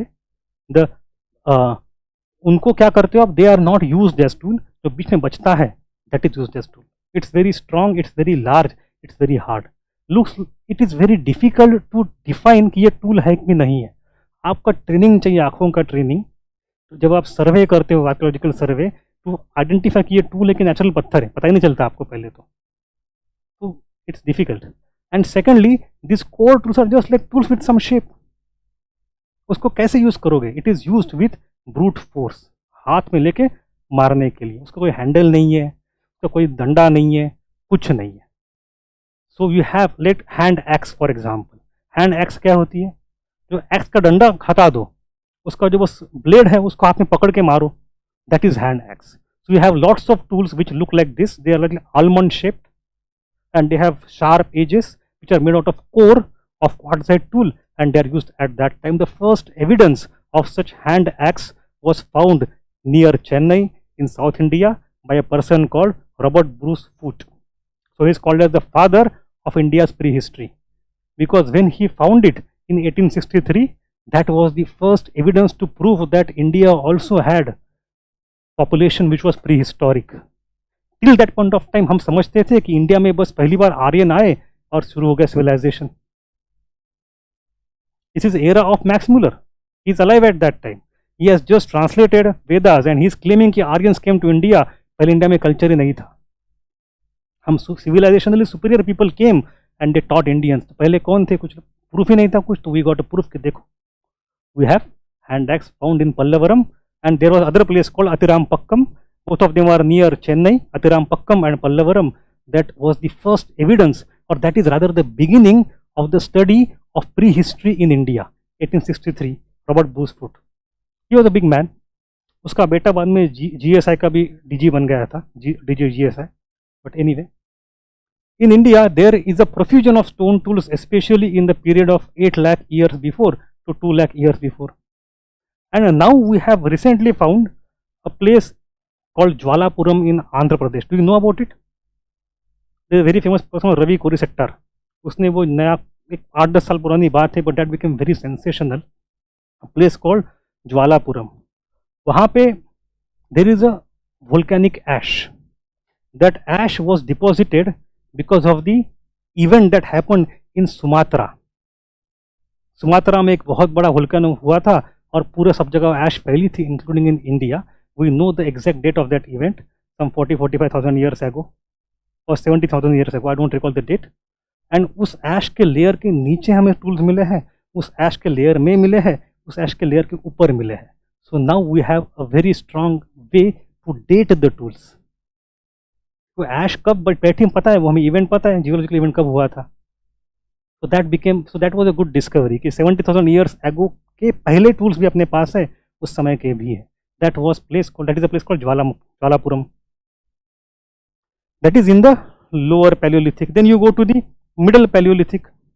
Middle Paleolithic में होता क्या है? You start using the aspect of the stones which you had discarded earlier. जैसे कि आप यहाँ देखो इस फोटो में, this is the core tool. जब इसको बनाओगे, इसको तोड़ोगे, you will get this part. Now this part is flake that has come out. The flake is used in the middle Paleolithic era as a tool. And then when you go to lower Paleolithic era, उसके टुकड़े बन के छोटे छोटे आते हैं, they are blades. The tools are getting sharper, shorter, tinier and refined over time, over 1 lakh, 2 lakh, 5 lakh years. So core, flake and blade, lower, middle and upper. ये typical question आते हैं, match the following type, आपको आना चाहिए. And you know the difference also with types of tools. So once you go for blade tools in the upper Paleolithic era, you have like blades and burins. You can use them for like debarking of trees, skinning the animals, etc. They become more sharper and pointed. This is how the tools have evolved over time. Then you come to the dwelling sites. people lived in natural dwellings, caves and rock shelters in the lower era, and there was no artificial houses. That's why you see कि क्यों नहीं थे? Why did people not live in the plains? जहाँ पे आपका गंगा नदी किनारे, एक अब दिल्ली में हम ये यमुना किनारे लेके चलते हैं. Do you have any idea कि यमुना किनारे आपको कभी मिला हो कभी evidence of paleolithic era? You'll never find it. Why? Because of many reasons. Firstly, it's an era where you need the tools which are stone tools. For that you need stone. यहाँ तो पत्थर ही नहीं है, बस alluvial soil है. Even in Delhi, if you want to go for constructions today, you have to import पत्थर from Rajasthan. पत्थर लाना पड़ता है. तो उस जमाने में कहाँ लेंगे पत्थर? वो यहाँ पे पत्थर बिना काम नहीं कर सकते. So generally in alluvial plains you will not find any Paleolithic site because of two reasons. One is that there is no stone to make tool out of, and secondly the rivers flood the region every year. आप रह नहीं पाओगे वहाँ पे, annual flooding होता है. So better way is to go into some plateau, some mountains, some other regions जहाँ पे थोड़ा जंगल है, natural shelters है, पत्थर के आप रह पाओगे, and some streams of water भी है, पानी मिलेगा और पत्थर बहुत मिलेगा. So these are the many sites which are located in Vindhya, in Kashmir foothills, other places in Kaimur, in Andhra, Telangana region. If you go to Sindh region, you'll find the fact there, not in Ganga plain. There is an exception, by the way. There is one exception. That exception is called Kalpi. Kalpi is in UP Jalaun district, जहाँ पे रानी झांसी की लड़ाई हुई थी 57-58 में. That is the place where we have found quite a bit of Paleolithic tools, and that is exception. I don't know why nobody knows कि यहाँ पर tools कैसे आ गए, but है. This is only exception. But by and large they are not there. ये क्या है भाई? हाँ.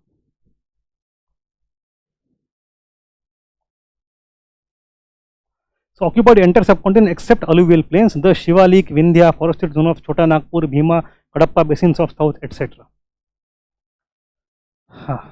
Then you go to next part, that is the society and region at that time. Society was generally migratory bands, the group of hardly 10, 20, 15 people, maximum up to 100. By and large humans lived a very solitary life. These groups or these bands used to fight amongst each other, used to compete with each other for the same resources. It was not a society that emerged at that time. And the absence of communities. Now fire increased chances of survival. Belan Valley, UP, first evidence of controlled fire 55,000 years before present in India in the middle Paleolithic era. Fire को control करना is a very big step in human cultural development. Why? What is the use of fire? Fire किसके लिए use होता है बताइए sir आप? Safety भी है. Yes.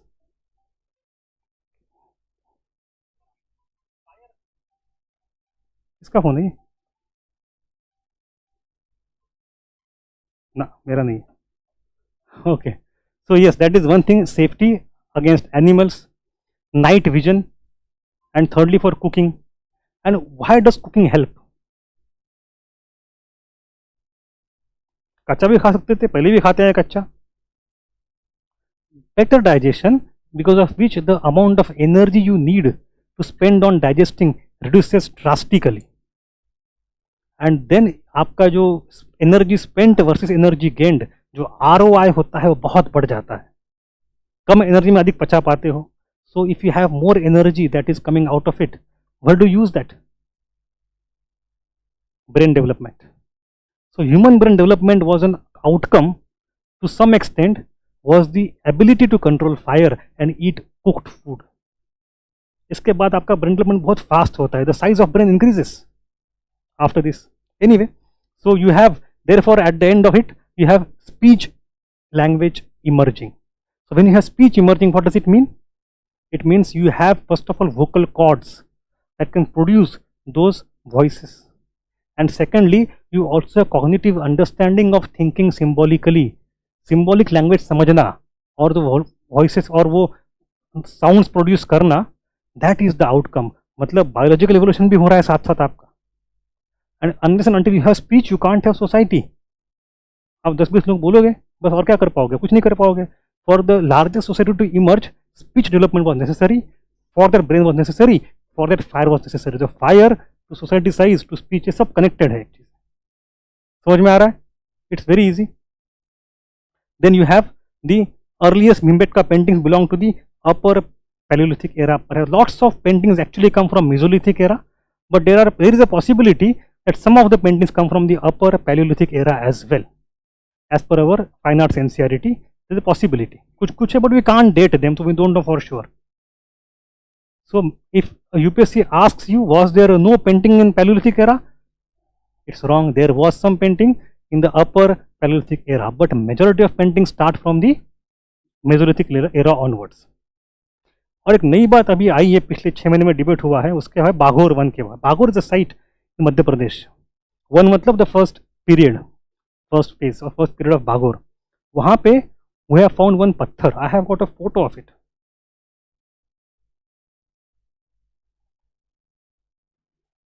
It's very interesting. This is the पत्थर. It is clearly human made shape with some triangle and something. It is said to be the oldest deity that is available. एक पहली भगवान की मूर्ति जो देश में बनी है, यह मूर्ति है.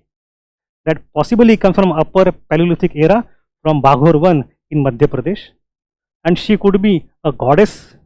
तो इसका लोगों ने नाम रखा है शक्ति. अब ये नहीं पता है ये क्यों रखा है, क्या रखा है. आई don't know. I wouldn't have an imagine कि ह्यूमन मेड है कि नेचुरल है, मुझे नहीं पता चलता. मे बी नेचुरल तो है नहीं, मैन मेड ही है.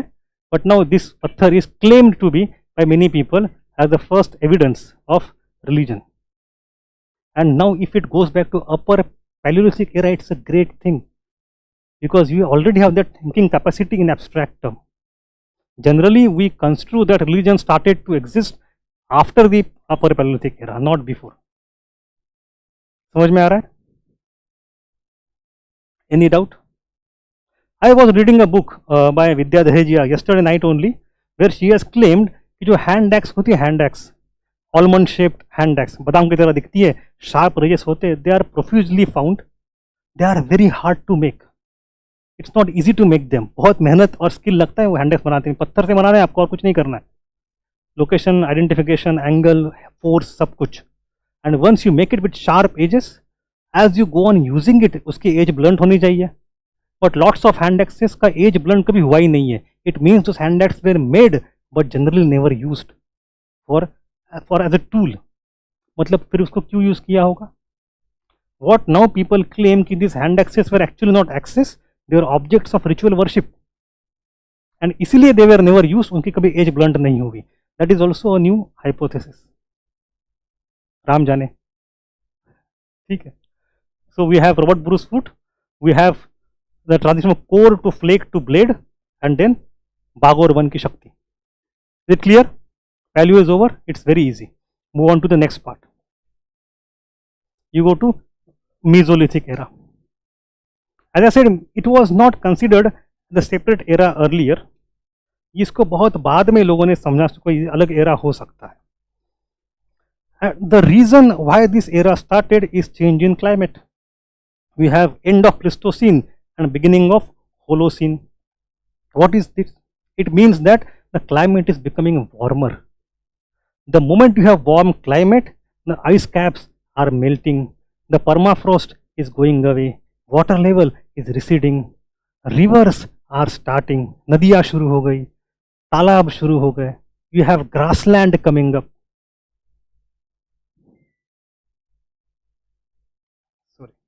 You have grassland coming up. So you have grassland, you have good water available, warm temperature, perhaps monsoon, and you also have more land. That led to lots of changes, and because of which we have the primary productivity of entire ecosystem going up in this warm climate, and that leads to cascading effect on everything. For example, look at the food base. The population of grazing animals will increase because we have more pasture land and grassland. मतलब आपके पास अब ज़्यादा कौन होंगे? आपके पास ऐसे animals होंगे जो कि ज़्यादा जल्दी भाग सकते हैं यहाँ से वहाँ. So you have cattle, you have deer, you have hare. All those animals become more prominent. With the increase in human population as well, hunting and gathering is no longer sufficient. Therefore, you start moving towards domestication of animals. The first ones were goat, sheep, and dog. पहले animals जो were, I am not talking of India. At global level, these are the first animals domesticated. India में भी यही थे. So I have a timeline over here. Dog was the first animal to be domesticated anywhere in the world in Eurasia. Then you go for goat and sheep and pig etc. and you move on. Cat भी बहुत पहले हुई है. लगभग 7-8 हज़ार साल BCE में we have domestication of cat as well. अभी this last month only we have the death of B.N. Goswami, a great art historian, and the last book that he wrote was History of Cats in Indian Paintings, right? तो क्या हुआ? बहुत cute smell होते हैं. So you have cats. Now my question is, I can understand that dogs were used as to safeguard some region, or you have sheep and goat for some usage. So there is some utility involved in domesticating those animals. But what is the reason for domesticating cat? Cat से क्या आपको utility है? Women, but वो तो बहुत बात वाली चीज़ होगी. The once you are domesticated, बाद में कहानी बात, we don't know, you can't date. वो कहानी है हमारे ancestor cat है कि नहीं है, या good woman, bad woman, बाद में आपको नहीं पता. You can't prove that. It can be just a speculation. But there are some better, more rational speculations also. Cat is a very good companion in loneliness. ठीक है? I am not joking. Cat was domesticated. There are two theories. The stronger theory is that cat was domesticated for friendliness. बहुत friendly, दोस्त बन जाती है तुरंत. So anyway, she was perhaps not that aggressive. I don't know. I am not a cat person. But you go to tools and technology. So you have domestication of animals beginning here. Now once you have this animal base shifting, the tools also have to evolve accordingly. So new kinds of tools known as microlith. This is the typical MCQ. Remember this, Mesolithic era में आते हैं microlith. Microlith belong to Mesolith. MM याद रखो उसको. अब what is lith मतलब stone, micro मतलब small. So small stone tools. मतलब you have sharp edges, the symmetric and geometric tools, and then composite tools. मतलब छोटे छोटे दांतों की तरह tools सब आपके पास. You can't use them individually. You can't. So what is actually emerging is something called as composite tool, where you have a bamboo, for example, उसके ऊपर आप सारे छोटे छोटे पत्थर लगा दो, hafting of those stones on the tool to create a composite tool. And why do you need to create such composite tools? For example, bow and arrow पहली बार बनता है इस जमाने में है. Spears you have for the first time. You have slingshots पहली बार. Why? Because these tools actually employ something called as projectile motion, and you need that command over projectile because the food base is changing. अब हिरण को मारना है, हाथी को नहीं. Because of the Holocene, grassland, hiran, tool has to change. Projectile was a daily development in science also. Right? Tool development is a very big thing. Brain plasticity has increased like anything. But anyway, so arrows, spears, slings, shots, etc. And there is also at the very same time beginning of pottery. Now this is interesting. Earlier it was thought, if you read old books, then there it is said generally that pottery emerges after beginning of agriculture, because you have the grain which you need to store for long duration. Store kaha karoge? So pottery. So pottery was taken as a marker of settled agricultural life. It is not true. Now we know pottery in some cases, not all, in some cases began before the agriculture began, in Mesolithic era. Agriculture began in Neolithic. यहाँ पे pottery already शुरू हो गई. भाई क्यों हो गई शुरू? आपके पास घर भी पक्का नहीं है, अभी डेकोरेट कहाँ करोगे? Perhaps for cooking purpose. You have fire already, no? Now you want to cook something, so pottery is good. That's a rational guess. We have one site in Gujarat called Langanaj. The print पे अभी recently पिछले महीने article आया था दिशा Ahluwalia ma'am का. She is an emerging archaeologist and she has even produced a video of 20 minutes or so on why this site is unique in history of India, Langanaj. उसमें बहुत सारी चीज़ें हैं. अपने काम की चीज़ बस इतनी है कि the pre-Neolithic, pre-agricultural example of a site where you have already a pottery from Mesolithic era, that is Langanaj in Gujarat. ठीक है. There are other examples like UP में if you go in Mirzapur district, Kaimur range, there also you have some pottery evidences, but this is a more famous site. Then you go to dwelling sites, they also change. With increasing population, we have humans spreading across India, and you find them Bagur in Rajasthan. Don't confuse with Baghur.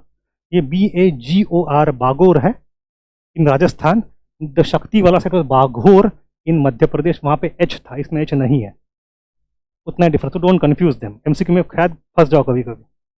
Then you go to Bhimbetka Madhya Pradesh, you have Chopani Mando, Birbhanpur West Bengal, Bellary in Karnataka, Tuticorin in Tamil Nadu. So you have lots of those places where you have, now you can find places in all across India, spread of the civilization or cultures. The interesting changes happen actually in the society and religious aspect. Now that you have started to domesticate animals, आप बन गए herder, बन गए shepherd, चरवाहे बन गए हो. So for चरवाहा what you need is grassland, and grassland is seasonal in this land. So wherever you have grassland, you go and migrate. So nomadic migratory life starts in this era. So you have temporary dwellings and not permanent, because anywhere you go for 3 months to 6 months. Grass khatam, season khatam, nayi jagah chalo. So you have that life beginning in this era. And wherever you go, now you can't remain confined only to the mountains जहाँ पे shelters होंगे, rock shelters जो आप पहले use करते थे. Now you have to go into plains. In the plains there are no natural caves, so you have to build homes. So this is the point where we begin building some artificial homes, पहली बार. But none of them has survived. Again Indian climate, जमीन क्या करेंगे, कुछ नहीं. We have, how do we know फिर घर कैसे थे? अगर सर्वाइव हुआ ही नहीं है तो हमें पता कैसे है कि घर थे और कैसे दिखते थे, हम कैसे गया, on what basis we create that logic? Painting is one possibility, correct? So the paintings which come from Mesolithic era in Bhimbetka show some kind of huts, perfect, one thing. Secondly is ethnographic survey. You go for other tribes in other parts of the world and do see what they are doing at their level of development. From that you try to extrapolate कि यहाँ पे क्या होता होगा. ठीक. And thirdly, in other parts of the world there are some things which have remained, survived. वहाँ से आप थोड़ा guess work करते हो कि how it would look in case of India. So you have paintings, ethnography and other regions जहाँ पे survival हो चुका है, evidences है. Based on that you say कि भाई देखो घर जो थे they were either of animal skin, उसके tents बनते थे. Now how can you have that skin? Because you already have tools that are there in the upper Paleolithic era. आप skinning कर सकते हो. Now you can just take a larger skin and tent बना दो उसका. The second possibility is that you have wattle and daub huts. ये क्या होता है wattle and daub huts? सुना है आपने इसके बारे में? Wattle and daub huts. Wattle and daub huts. You take for example a bamboo or bamboos rather. You build a matrix out of bamboo ऐसे बना दो आप दीवार type, and then you daub that with the mud or clay from both the sides. बन गई दीवार. So wattle and daub के huts, झोपड़ी, simple. So that is our guess that such temporary dwellings would have been there at that point of time. Here, because you have the beginning of possibly more easier control over food, the size of human group increases from band to tribe. Band मतलब क्या था, 20, 40, 50 लोग. Tribe can go up to several hundred, maybe 200, 500, even up to 1000. Now you have a larger society where you have some beginning of power differential. कोई ना कोई शायद एक आदमी थोड़ा सा बाहुबली होगा, who will provide some protection. There is emergence of inequality up to small extent. शुरू होता है पहली बार. So you have tribal society emerging. And उसमें एक बात सिर्फ है कि human life is no more in that kind of solitude and isolation as used to be in the earlier era of Palaeolithic. अब थोड़ा सा companionship बढ़ेगी, आप बड़े ग्रुप में आ जाओगे. That is one thing. But still there are inter-tribal warfares, वो चलते रहेंगे. Then you go to next point. You have belief in afterlife emerging. You have the north-south burial ritual. So you come to know that in Vindhya, in Mirzapur region वगैरह, you have proper burial sites.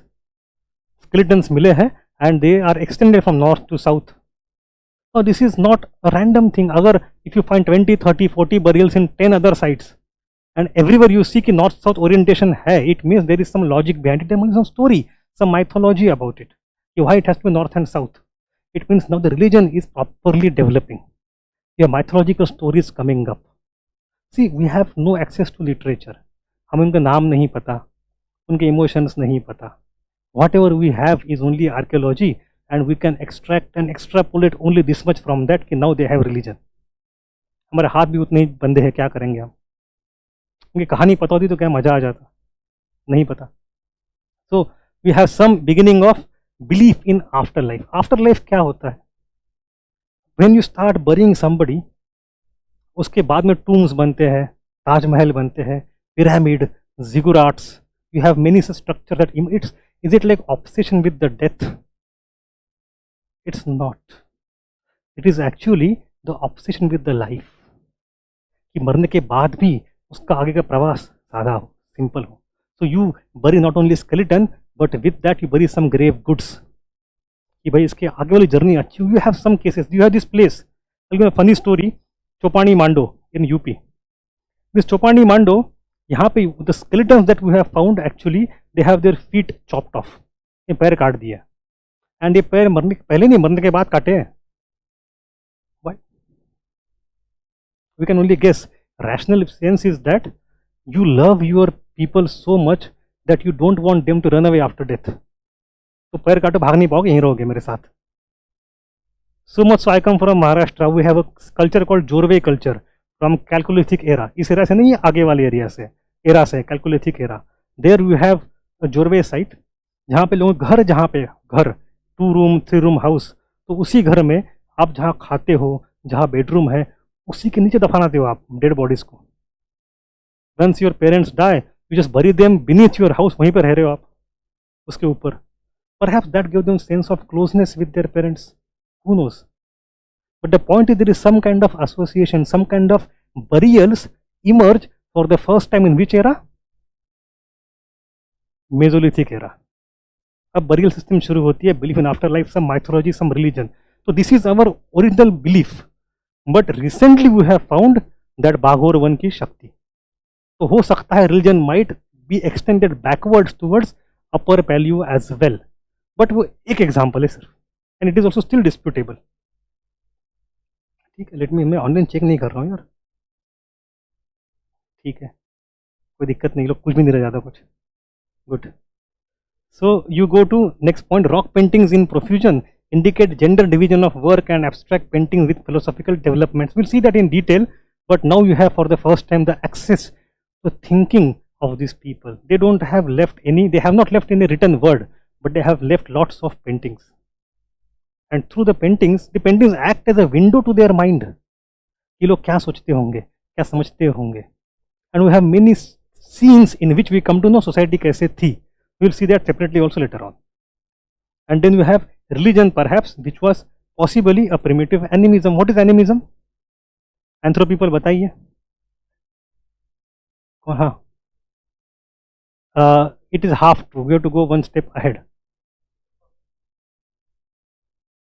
Totemism तो चलो connected उसके साथ है, but animism is something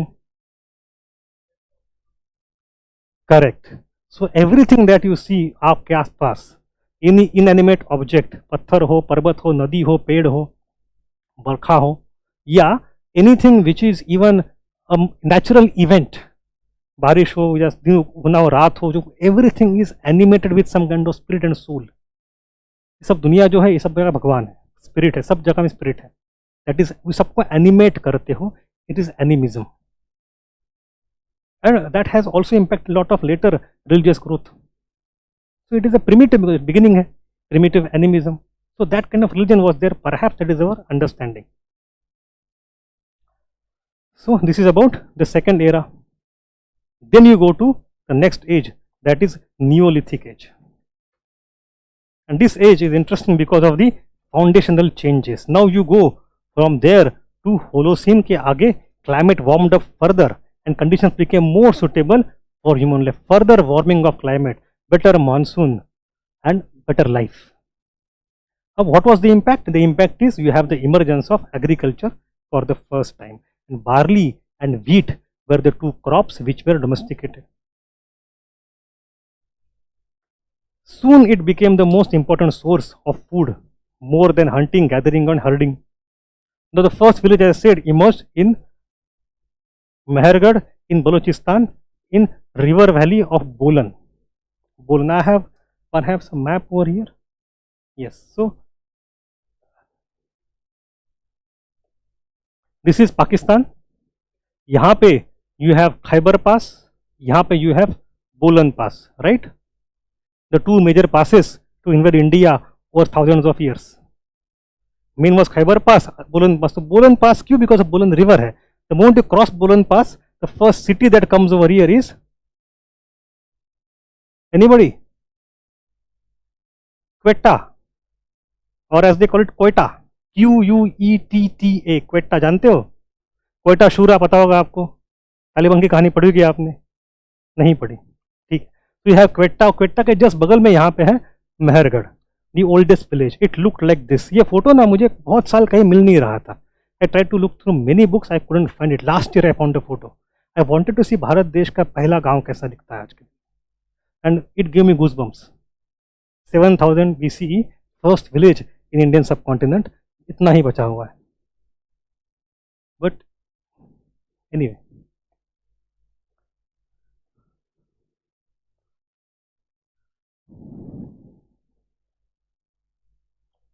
now that is again the old story.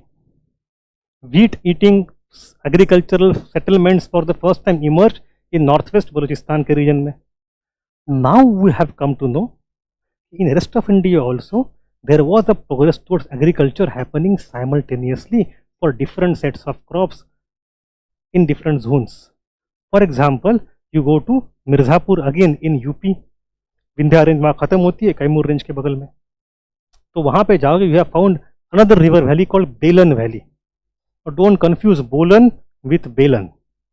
बोलन वहाँ पे है अफगानिस्तान पाकिस्तान बॉर्डर पे, बेलन यहाँ पे यूपी में है। इन बेलन valley you have a site called as 𝐂𝐭 𝐲𝐬.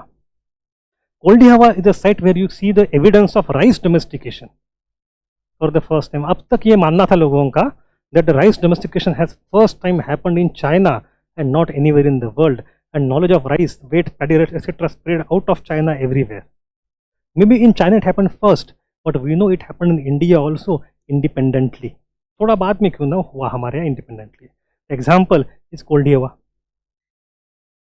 अब इसके आगे जाके और एक बात है, this year is around 5500 BCE, तो ये अभी भी ना 1500 साल पीछे है मेहरगढ़ के। But a few years ago we have found one more site on UP Nepal border, जो कि डिस्ट्रिक्ट बनाया है Sant Kabir Nagar district. The name of the site is लहुरदेवा।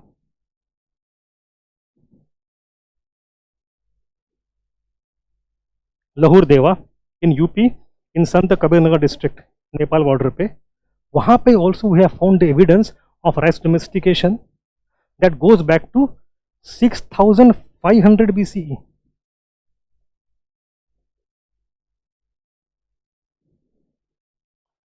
And this is also great. Not only that we domesticated rice independently of China, now we know that possibly आप अगर पहले क्या सोचते थे मेहरगढ़ पहला गांव है और वहाँ से धीरे धीरे कल्चर पूरे देश में फैला, and then everybody understood that there is agriculture, we should do it, and they followed. The local diffusionist model था ये एक किस्म से. There is monogenesis of idea and diffusion in the rest of the region. Now that model also gone, independent of Mehergarh and as old as Mehergarh. 500 साल कोई बड़ी बात होती नहीं है. We have agriculture beginning in लहुरदेवा also. लहुरदेवा में ना भारत देश की बात कर रहा हूँ मैं, इंडियन सब कॉन्टिनेंट की बात कर रहा हूँ, नॉट वर्ल्ड. ठीक है. राइस के लिए China. People say somewhere in Middle East, in Mesopotamia, etc., near Tigris Euphrates region. Not very old, इससे भी 1000 साल पहले मैक्सिमम. ठीक है. तो ये बात जो होती है ना, पहले कहाँ हुआ था. I'll tell you why people get interested in that subject, because that was the very much understanding of the British और Europeans कि पहले हमने किया है, बाद में आपने किया है, आपको अकल थी नहीं, हमने आपको सिखाया. That is the fundamental idea. Diffusionist paradigm यही होता है, that you go for the oldest place of origin and then you presume everything that has happened afterwards is imitation. Either वहाँ का जो ओरिजिनल बंदा था खुद वहाँ चला गया सिखाने के लिए, या फिर बाद में आइडिया कॉपी किए होंगे, doesn't matter. either human transition or idea transition, doesn't matter, but everything is, nobody else can independently arrive at that thing. This is a very colonial understanding. Now we are past that, so we don't adhere to the diffusionist paradigm anymore. That is why I focused कि China ने भले चावल पहले किया, हमने भी किया, अपने आप से खुद के बलबूते पे किया.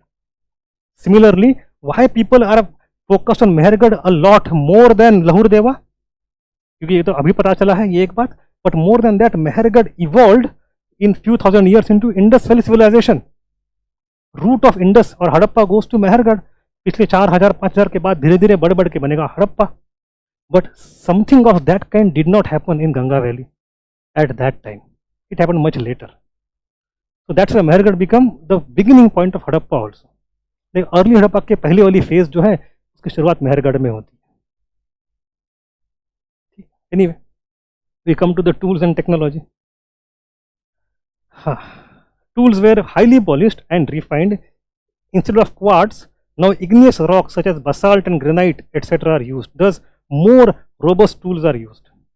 So you have from metamorphic, you go to igneous rocks which are more robust like basalt and granite.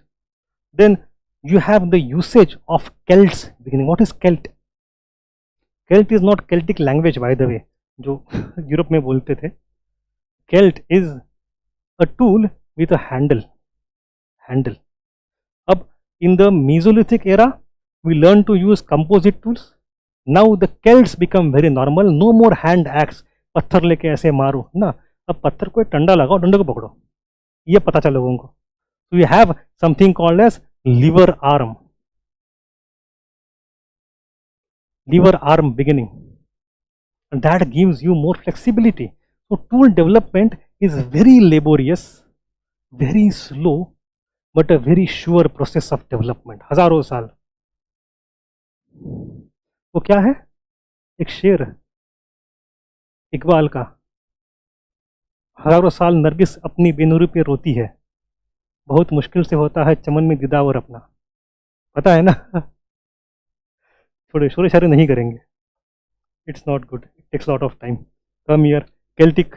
You have Celts tools emerging. So you have ground, sharp and polished axe. तो हथौड़ा जो है पहली बार बनता है Neolithic era में. It is very much useful for agriculture. Then a more interesting thing, wheels emerge in this era. Wheels. अब देखो, in Mesolithic क्या हुआ है? In Mesolithic you have many farming cultures emerging in small parts. But no, sorry, in Neolithic you have farming cultures emerging in small parts.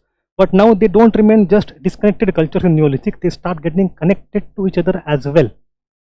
That is my point. So once you have wheel, you have transportation revolution, you have beginning of these local cultures talking to each other. And that is a prerequisite for emergence of some kind of uniformity, some kind of communication over long distance. It's an important development, not only agriculture, but wheels.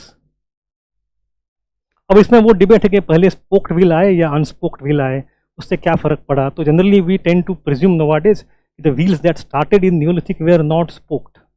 Spoked wheel बहुत बाद में आते हैं, ठीक है, but anyway. And then you have wheeled and fired pottery which is a better pottery. जो wheel में मतलब गोल शेप अच्छे से होता है, फायरिंग मतलब you have to bake it afterwards.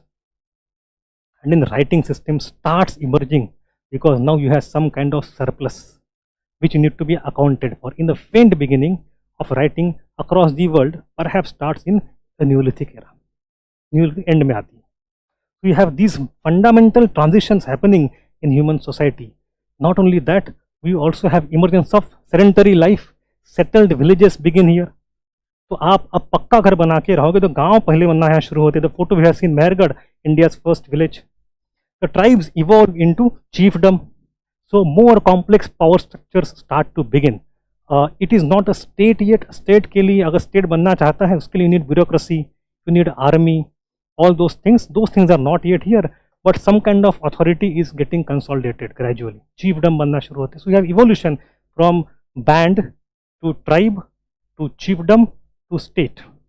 So this is third stage, chiefdom state. State से थोड़ा कम, tribe से थोड़ा ऊपर. But there is no permanent bureaucracy and no standing army. If you get into time machine, if you want to go into past, don't go to this era, job नहीं मिलेगा आपको. वहाँ पे ब्यूरोक्रेसी नहीं है अभी तक. Anyway, then you go to emergence of exchange networks connecting several communities. This could become possible because of wheel. And then you have remarkable technological progress prepared the ground for the civilization characterized by intensive agriculture, large cities and extensive trade. So basic foundation for the emergence of civilization are laid in this Neolithic era. We have one Australian Marxist archaeologist. His name was 𝐂𝐿 𝐂𝐿. Child साहब ने कहा था 70 साल पहले, this is a Neolithic revolution. He called actually, he was talking about modern era. He had the idea of twin revolution in mind, twin revolutions, industrial revolution and Neolithic revolution. Why this is a revolution? Because it changed everything fundamentally. You have agriculture, you have agricultural surplus, settled villages, you have wheels, you have writing system, you have everything that you know that you need for creating state and city and prosperity and urbanization. So because of Neolithic change, you could go towards urbanization. तो ये बन गया Neolithic revolution for him, for 𝐂𝐿 𝐂𝐿. अब हम उसके बारे में we have gone lot ahead and it is disputed. Revolution है कि evolution है, evolution है कि devolution है, अच्छा हुआ कि बुरा हुआ. Lots of debates are there. We don't need to go there. But my point is that this is a very fundamental phase in the development of human life. ठीक, any doubts so far? Let me show you some photos, very interesting photos.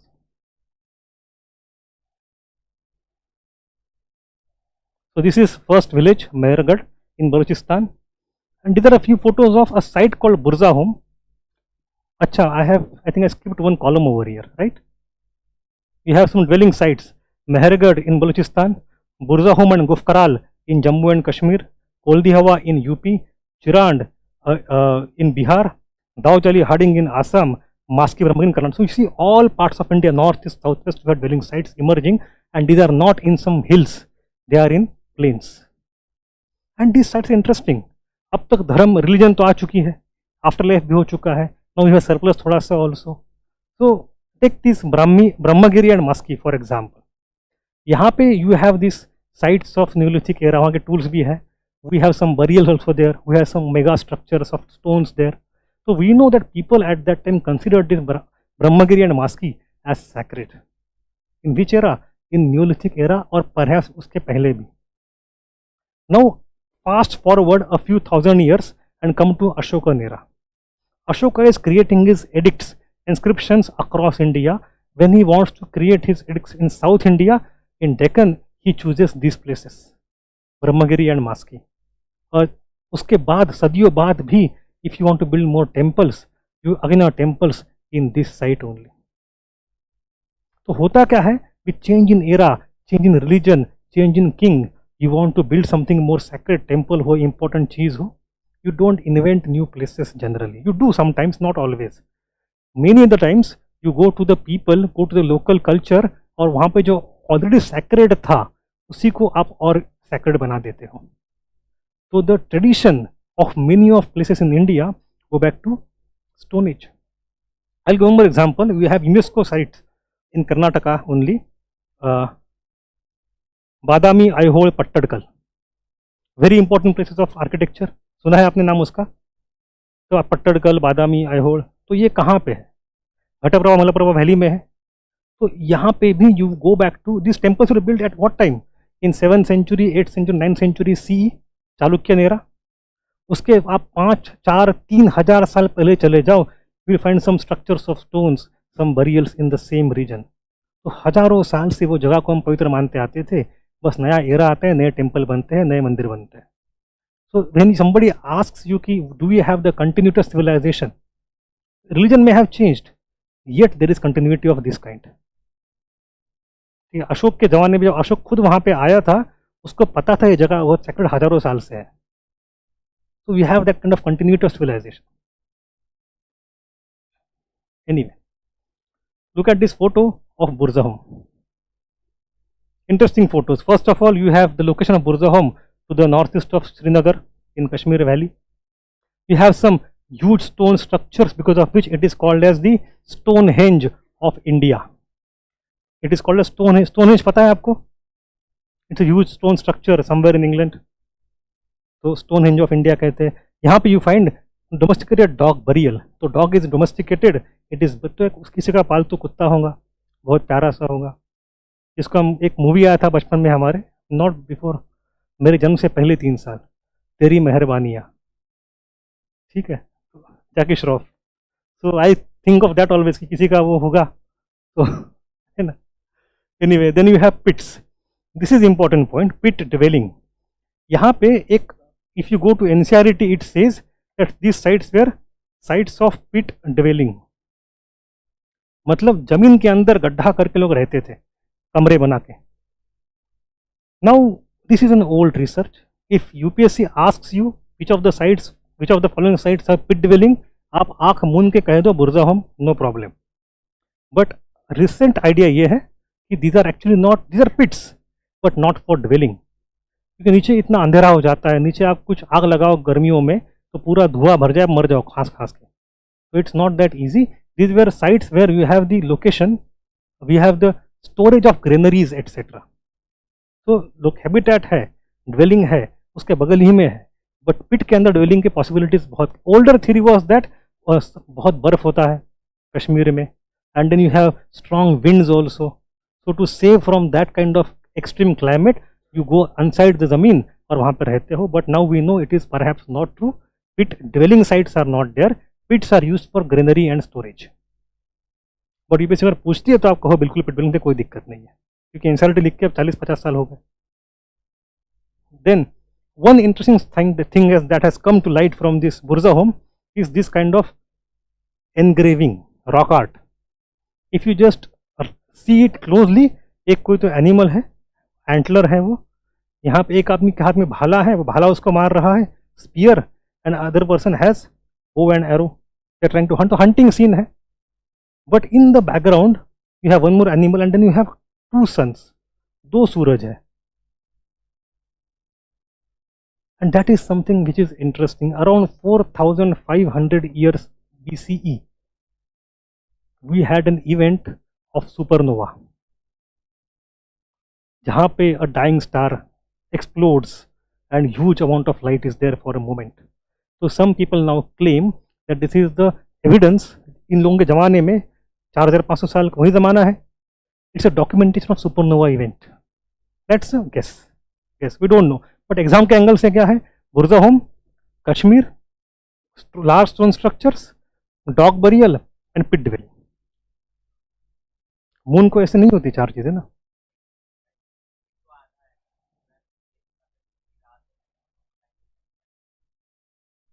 आपकी theory, I am telling theories in the papers. I, ठीक, okay, any doubt?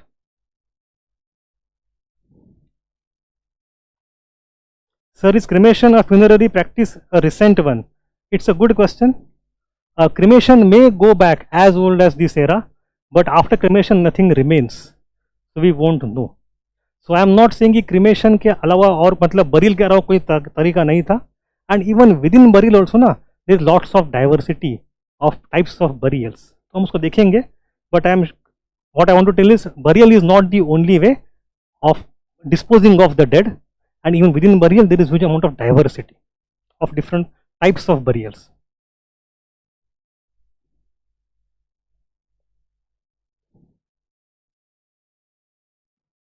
See, lots of things are speculative, I agree, but होता यह है ना कि people who speculate come from some context, some background, some studies of other civilizations. इतना ही है. So now we have one more part, and that is the rock art, a prehistoric art. It is a very interesting thing. So far, whatever artifacts we have seen are generally tools or maybe some kind of dwelling sites possibly, which don't tell us much about the life of these people.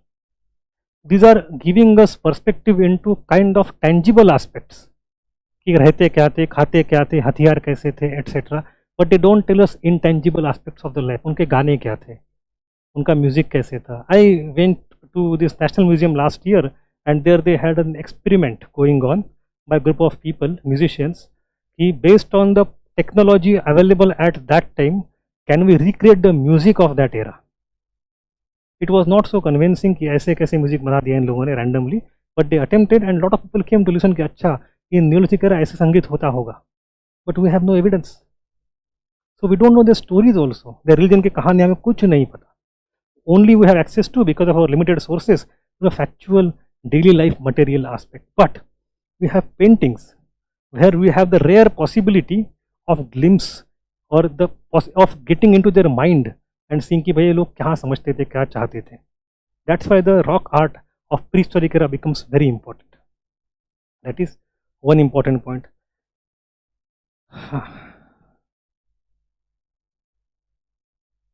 अब यहाँ पे ना एक fundamental question आता है, art किसको कहे?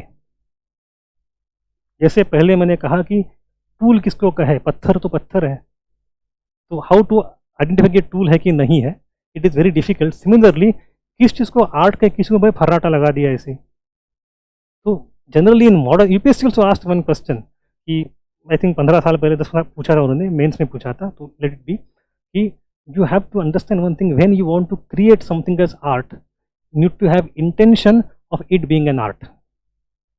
ये कला की क्रिएशन आप कर रहे हो, क्रिएटिविटी की अर्ज हो, and for that purpose that intention you creating art. But today आज यहाँ बैठ के हम बता नहीं पाएंगे इंटेंशन क्या था. You can just guess what was the intention, maybe some event, some rituals, some shaman, it could be anything. So we take all such things which look apparently as non-utilitarian, which look apparently as something which is creative, we call it art. एकदम broad brush सबको art बोल देते हैं, कोई दिक्कत नहीं. So much so if you go to Spain, Spain में दुनिया की सबसे पुरानी केव पाई जाती है, अल्तामिरा केव. अल्तामिरा केव जहाँ पे रॉक पेंटिंग्स है. You see and visit that Altamira, आप देखेगा वहाँ पे कि वहाँ के लोगों ने क्या किया, अपना पंजा रखा है ऐसे दीवार पे, उसको पेंट कर दिया है. और आज के लोग अरे क्या पेंटिंग है, तो मेरा बच्चा कर दे 2 साल का, right. My point is that why do we call that as an art? एक तो I can understand the immensity of that feeling that that hand is a hand of a person who lived 10,000 साल पहले, and I can connect that person directly through that time window. So that is an very profound feeling, no doubt about it. But should it be called as art? तो yes, reason being, छोटा बच्चा कुछ भी बना देता है उसको हम कला बोलते ही है. तो this stage is the childhood stage of the human civilisation also. उस समय जो बनी वो यही आर्ट थी, ठीक है. So that art we have to study in थोड़ा सा detail. No this art it is coming in different formats. It is not only painting, there are 4 basic types of arts. So when you talk of prehistoric art, it does not mean prehistoric painting only. There are 4 parts of which one is prehistoric painting. There are 3 other parts भी है उसमें आते हैं. पहला जो है वो है पोर्टेबल आर्ट. पोर्टेबल आर्ट मतलब क्या है कि something which is very tiny in size, which is movable. जैसे कि एग्जाम्पल देखो, एनग्रेव्ड चर्ट कोर इन चंद्रावती राजस्थान. तो एक पत्थर है, कुछ एनग्रेविंग किया हुआ है, बन गई art. And that is mobile, you can put it anywhere.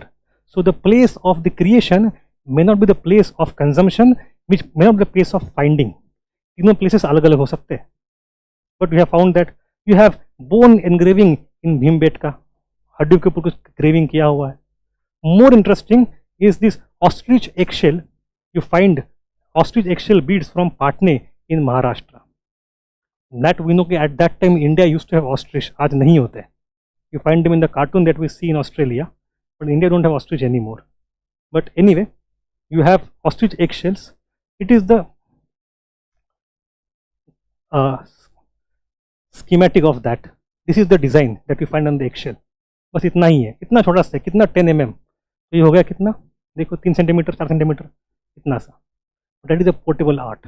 So that it may be a part of a bigger piece, it has not survived. That is one part, portable art. Most of it has gone. It would be on stones, it would be on teeth, bones, even wood, egg shells. कहाँ कहाँ बनाए पता नहीं हमें. On skin of animals. Most of it is perishable. It is gone. It has not survived in India, so we can't know much. The second aspect is cupules. Cup impressions on rock surface through hammering like this. अब मुझे इसको art क्यों बोलते मुझे पता ही नहीं, ऐसे पत्थर से मारते रहो, ठाक ठाक ठाक, अरे कला बन गई।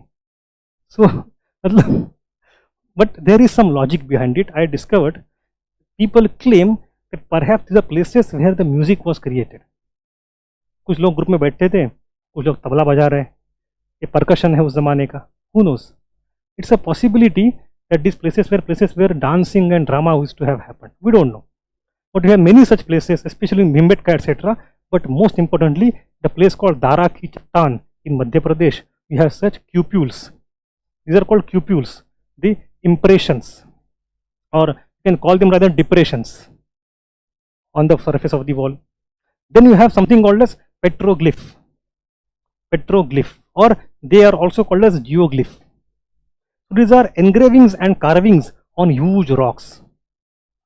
Recently, last few years ago, we have found innumerable number of them in Konkan called Konkan geoglyph or Konkan petroglyph. लगभग 1500 मिले, 1500 of them. And we don't know when they were created, how long ago, who were the people, culture, language, we have no idea. But because Konkan has huge basalt rock surface, these things have survived for thousands of years. इसको आज उन्होंने white रंग आज भर दिया है, था नहीं ओरिजिनल उसमें. दिस इज एनिमल दिया, 4 लोग खड़े यहाँ, 5 लोग यहाँ पे, and hundreds of such engravings on surface have survived over thousands of years. So they were petroglyph or geoglyph. It was added into UNESCO tentative list last year also. There was a documentary on BBC on this. You should watch it sometime, BBC documentary, अगर इच्छा हो आपकी तो. So we have those also. This is also a prehistoric art form. But what we are interested is in the fourth category, that is petrography. That is the rock painting or wall painting. The subject of their drawings were human figures, human activities, geometric designs and symbols. They are found across India. Lakhudiyar in Uttarakhand, Mangarbani in Aravali, ये दिल्ली के नज़दीक एकदम है अरावली में. You have Raigad in Chhattisgarh, you have Anegundi in Ballari, Karnataka, Chinnar Sanctuary in Munnar in Kerala, Bhimbetka in Madhya Pradesh, UNESCO site, in Chaturbhuj Nala near Bhanpur in Madhya Pradesh, longest miniature rock art gallery. You have many of them. So these are among one of the earliest art forms that humans adopted to express themselves. The first place that was found in India in 19th century was a place called 𝐂𝐭𝐿𝐴 Ghat, where we have rock paintings by A.C.L. Carlyle. Spelling थोड़ा मुश्किल है, आई don't no क्या spelling है, Carlisle ऐसे कोई spelling उसका होगा, देख लेना है स्पेलिंग क्या है. A.C.A. कार्लाइल, स्पेलिंग शायद कुछ और हो सकता है, बीच में शायद ए या ई कुछ है इसमें. Anyway, we have A.C.L. Carlyle, Archibald Carlyle. He found the first rock painting and that was found a few years before the discovery of Altamira in Spain. Spain का Altamira UNESCO site, world's most well known and most fascinating site of rock painting. उसके 2-4 साल पहले हमें मिला है India में 𝐂𝐭 घाट में rock painting site in British era. It's a fantastic discovery, but even more fantastic than that the discovery of Bhimbetka. We have a great rock art painting artist, rock painting historian at that time. His name was Sridhar something, Vishnu Sridhar Vakankar, V.S. Vakankar.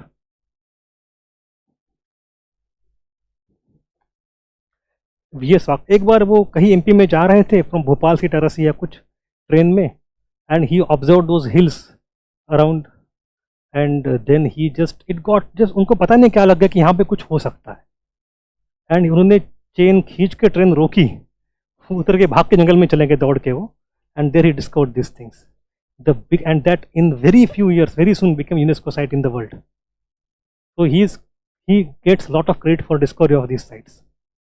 Before the agriculture reach there, before वहाँ का mining शुरू हो, ये site बच पाई.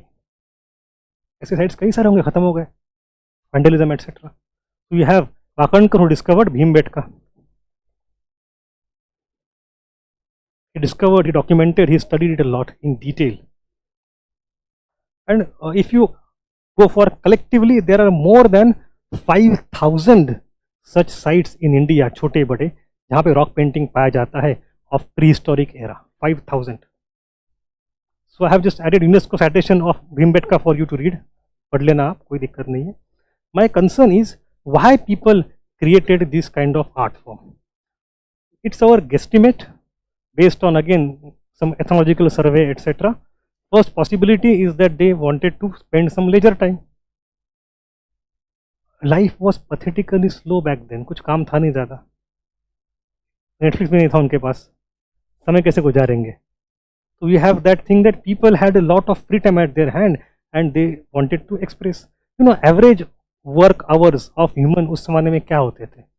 If it is of Mesolithic era, that is pre-agricultural time, pre-Neolithic era, how many hours per week man used to work? अभी debate चल रहा था, कितने घंटे काम करते हैं हफ्ते में? I think all of you have followed the debate. 30 hour versus 70 hour debate. Average 50 निकलता है. शशि थरूर ने कहा था 50 ही निकला, वो फिर हम उतना 50 घंटे काम तो करते ही हफ्ते में हम. तो what was the weekly clock? कोई गेस? हंटिंग गैदरिंग सब जोड़ के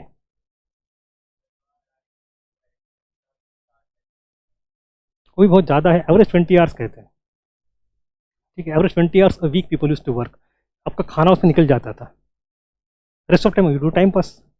it is after agriculture increase to 40-45 hours a week, वो अलग बात है. But you had lot of free time at hand. So I am imagining that lots of time used to go in lot of creative things which have not survived. Then creative urges decorative and beautify homes, because the rock shelters, जो गुफाएं हैं वो आपका घर ही है, decorate करो. To keep the visual record of day-to-day life, you have lots of images of hunting etc. which gives an idea कि perhaps they wanted to record the events which they think are important or usual, जो कुछ है, to tell a story. It is also possible that I am standing here, you are sitting there, I am painting something and telling you a story. So narration, storytelling was ancient craft, a prehistoric craft maybe. And then you have rituals. Now how do we know rituals? उसके लिए अपना guess अलग है. So I have a different column here. What was the reason because of which, based on which we guess that perhaps at least some of the paintings seem to come from not creativity and leisure time but come from ritual aspect. कैसे हम कह रहे हैं, on what basis? First basis is that some paintings from the shelters where people don't seem to have lived. तो वहाँ पे वो लोग रहे नहीं कभी, तो वहाँ जाके पेंटिंग क्यों? कोई why to take additional efforts? Perhaps वहाँ पे कोई पूजा वूजा करते हो आप.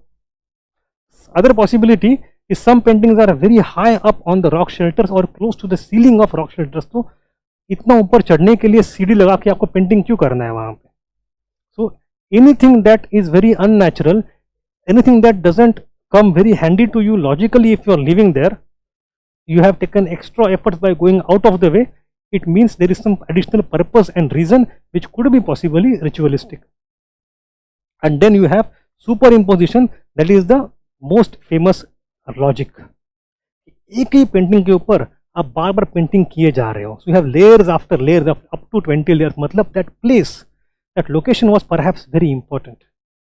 तो जहाँ पे आप बार बार पेंटिंग किए जा रहे हो. So that could also be the reason. So we have some ritual reason, we have some other reasons because of which we have lots of paintings, 5000 locations only in India where you have paintings of that era. The color pigments, it's very easy. Most common is red and white. Red comes from 𝐔𝐬 or hematite iron oxide. You have limestone giving you white color and black from soot giving you black color. We have those colors, but the colors which are less used is green. Green came from Chalcedony.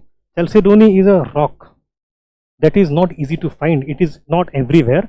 उसको ढूंढ के long distance travel करके लेके आना पड़ता है, which presumes some trading networks. You have to procure that and उसको आपको गलना पड़ता है. It takes time. So you have green color very less. Yellow also came from it when you go for hydration. So green and yellow are relatively less colors, less number of usages of them. And then blue, largely absent. Blue is not found naturally in India. It is used. How is blue color derived? Indigo तो बाद में आता है. See, most of these, not most, all of these colors are not plant based. Not plant based. Spinach लेके आए और Indigo लेके आए, वो बात बाद में शुरू होती है. These are the colors which are mineral based. And blue is hardly found in minerals in India naturally. It comes from lapis lazuli. Lapis lazuli is not found in India. India used to import it from Central Asia and north of Afghanistan. इसलिए lapis lazuli is found very well in Central Asia on Silk Route. तो Chinese art में blue बहुत अच्छा use होता है.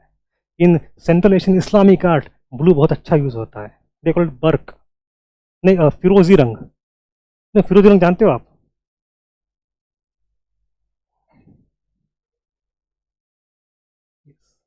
एक सब्ज बुर्ज में यहाँ भी है. सब्ज मतलब ग्रीन और बुर्ज मतलब बुर्ज, उसमें ब्लू कलर यूज हुआ है. कविता है उनकी, फैज साहब की, फिर बर्क फिरोजा है सरे वादी सीना. सुनिए, आप पढ़ते हो कुछ जिंदगी में द हिंदू के अलावा? अच्छा, चलो ठीक है. So you have different colors. Now we go to different themes which are painted, and very interesting themes. You have wild animals and hunting scenes. We have variety of animals: deer, boar, bison, elephant, tiger, rhino, nilgai, lots of them. You have a bhimbetka, a rock. That rock के ऊपर इतने सारे अलग अलग animals हैं. We call it zoo rock.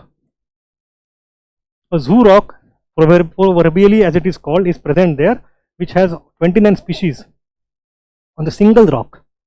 That talks about the diversity of fauna at that time. You have activities: standalone animals, hunting in group or singly, animals chasing men, animals fighting amongst themselves, riding of elephant and horse, bath ke era mein, not at that era, fishing, honey collection, lots of activities where animals are involved in one or another way. And those activities are full of emotions.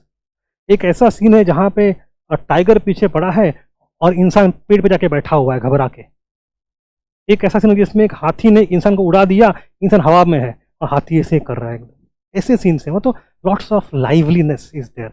Animals are always shown with possible attempt to depict some kind of emotion. They are all full of flesh. Humans on the other hand are skeletons like X and like matchstick, but animals are not like matchstick. ठीक है. या weapons use, you get to know how the weapons were used and what kind of weapons: bow and arrow, painted stick, javelin, archery, barbed spear, and traps and snares to capture some. एक जानवर है which was never shown, which is profusely present in every part of India. घोड़ा तो बाद में आता है. Snake, सांप तो जगह जगह इंडिया में पाया जाता है, गांव गांव सांप होते हैं. तो जहाँ जहाँ पेंटिंग होगा सांप तो होगा, पक्का होगा, बट इंटेंशनली और otherwise we don't know. Interestingly across India you don't find a snake painted in that time. है ही नहीं पेंटिंग, पता नहीं क्यों. We know snake worship is very old in local culture, but somehow in paintings of prehistoric era snake is not painted. We have no idea why. But why I am telling you this, because in options eliminate it अगर आ जाता है.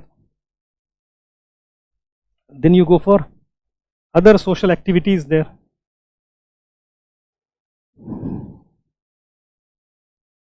Family and other activities. So young and old, male and female, are shown in different kind of actions. The style is naturalistic. Animals are naturalistic, but humans are stylistic. Matchsticks like sometimes X-ray.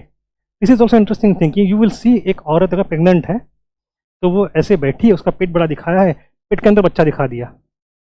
या फिर somebody is coming from fishing, fishing दिखा दिया, तालाब दिखा दिया, and after fishing you are eating fish, पेट में fish की हड्डी दिखा दिया आपने. So such kind of attempts for X-ray paintings are also shown there. Then decoration on the bodies, we come to know what is fashion at that time. We don't see them wearing lot of clothes, but we do see them having lots of body painting. Tattoos उस समय में नहीं थे पता नहीं हमें, but body painting बहुत होता था. And also they used to have horns and masks, etc. That was also very common. So we have sometimes child burial and even mourning that gives us the idea कि भाई family system emerge हो चुकी है, and the pathos and ethos very poignant and very full of emotions. Mourning and child burial. We have man, woman and child eating together. Perhaps family system emerged. And we have group dancing scenes, community emerging.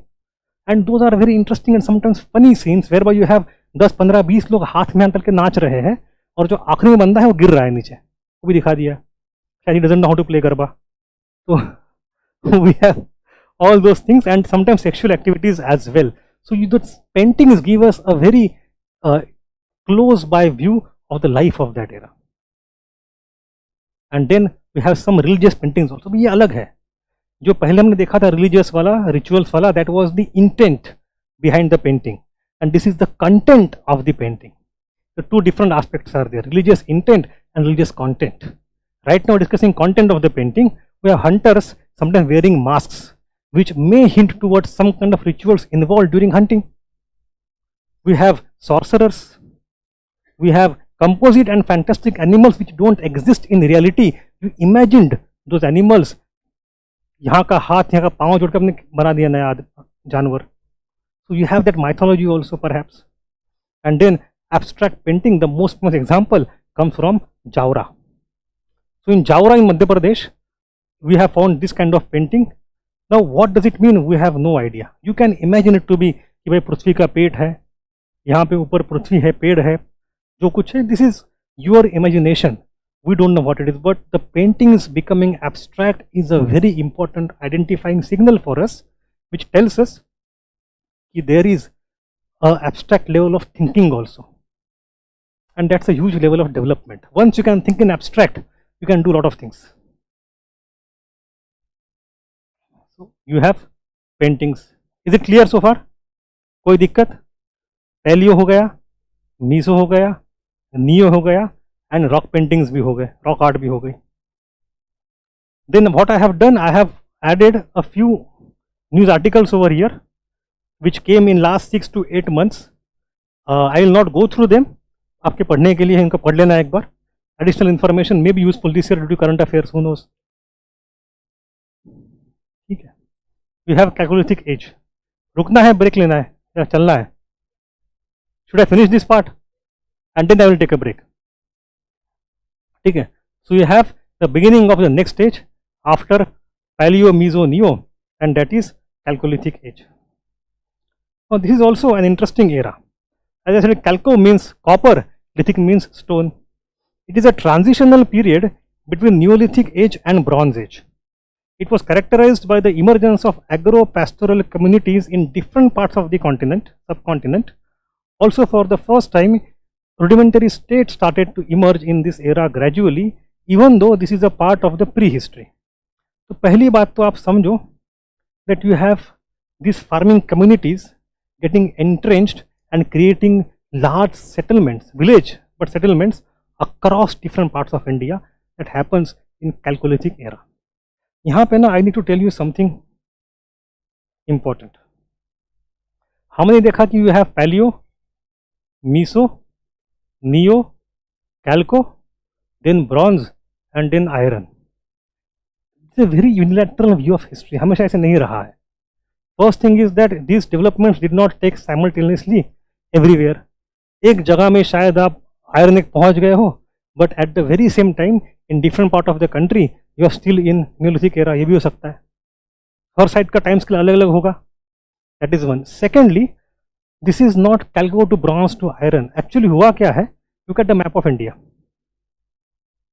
Chalco emerges in large parts of India, Central India, North India, West India, सब जगह. Chalco में क्या है? आपके पास copper है plus आपके पास arsenic है. Arsenic, which is a kind of alloying, which is very cheap alloying. It is kind of copper only, pure copper समझो, लगभग pure copper है. अब pure copper is not that hard, therefore it comes with lithic also. तो stone continue होता है, तो यहाँ से यहाँ तक आपका stone age ही continue होता है. Only when you develop your metallurgy further, you learn how to alloy the tin with copper to create bronze, which is harder, which is better, which can substitute stone completely. Then you go for Bronze Age. So bronze is a development of metallurgy over Chalcolithic. So obviously it will come after Chalco. सही बात है. But जब हड़प्पा खत्म हो जाती है, उसके बाद these people merge into Indian mainstream, दोबारा बन जाते हैं Chalco. तो actually situation ये है कि it is Chalcolithic over here, over here, over here, and only in this part of India Chalco becomes bronze, which goes back to Chalco. इस पूरे समय यहाँ पे Chalco ही है, यहाँ पे Chalco, यहाँ पे Chalco ही है. If I want to redraw this timeline, I would redraw it in a different shape. I'll draw it like this. Here I have Paleo, Meso, Neo, chalco, chalco, chalco, iron, और यहाँ पे bronze. You get me? So only in northwest part of India, Chalco becomes bronze, and there Hadappa urbanization starts. It all comes from Chalco. लेकिन जब हड़प्पा है उसी समय rest of India खाली थोड़ी है. We are obsessed with Hadappa so much because of its great urbanization that we overlook rest of India completely. वहाँ तो कुछ ना कुछ चल रहा है. We have big towns, if not as big as Hadappa, but bigger settlements emerging in other parts of India also.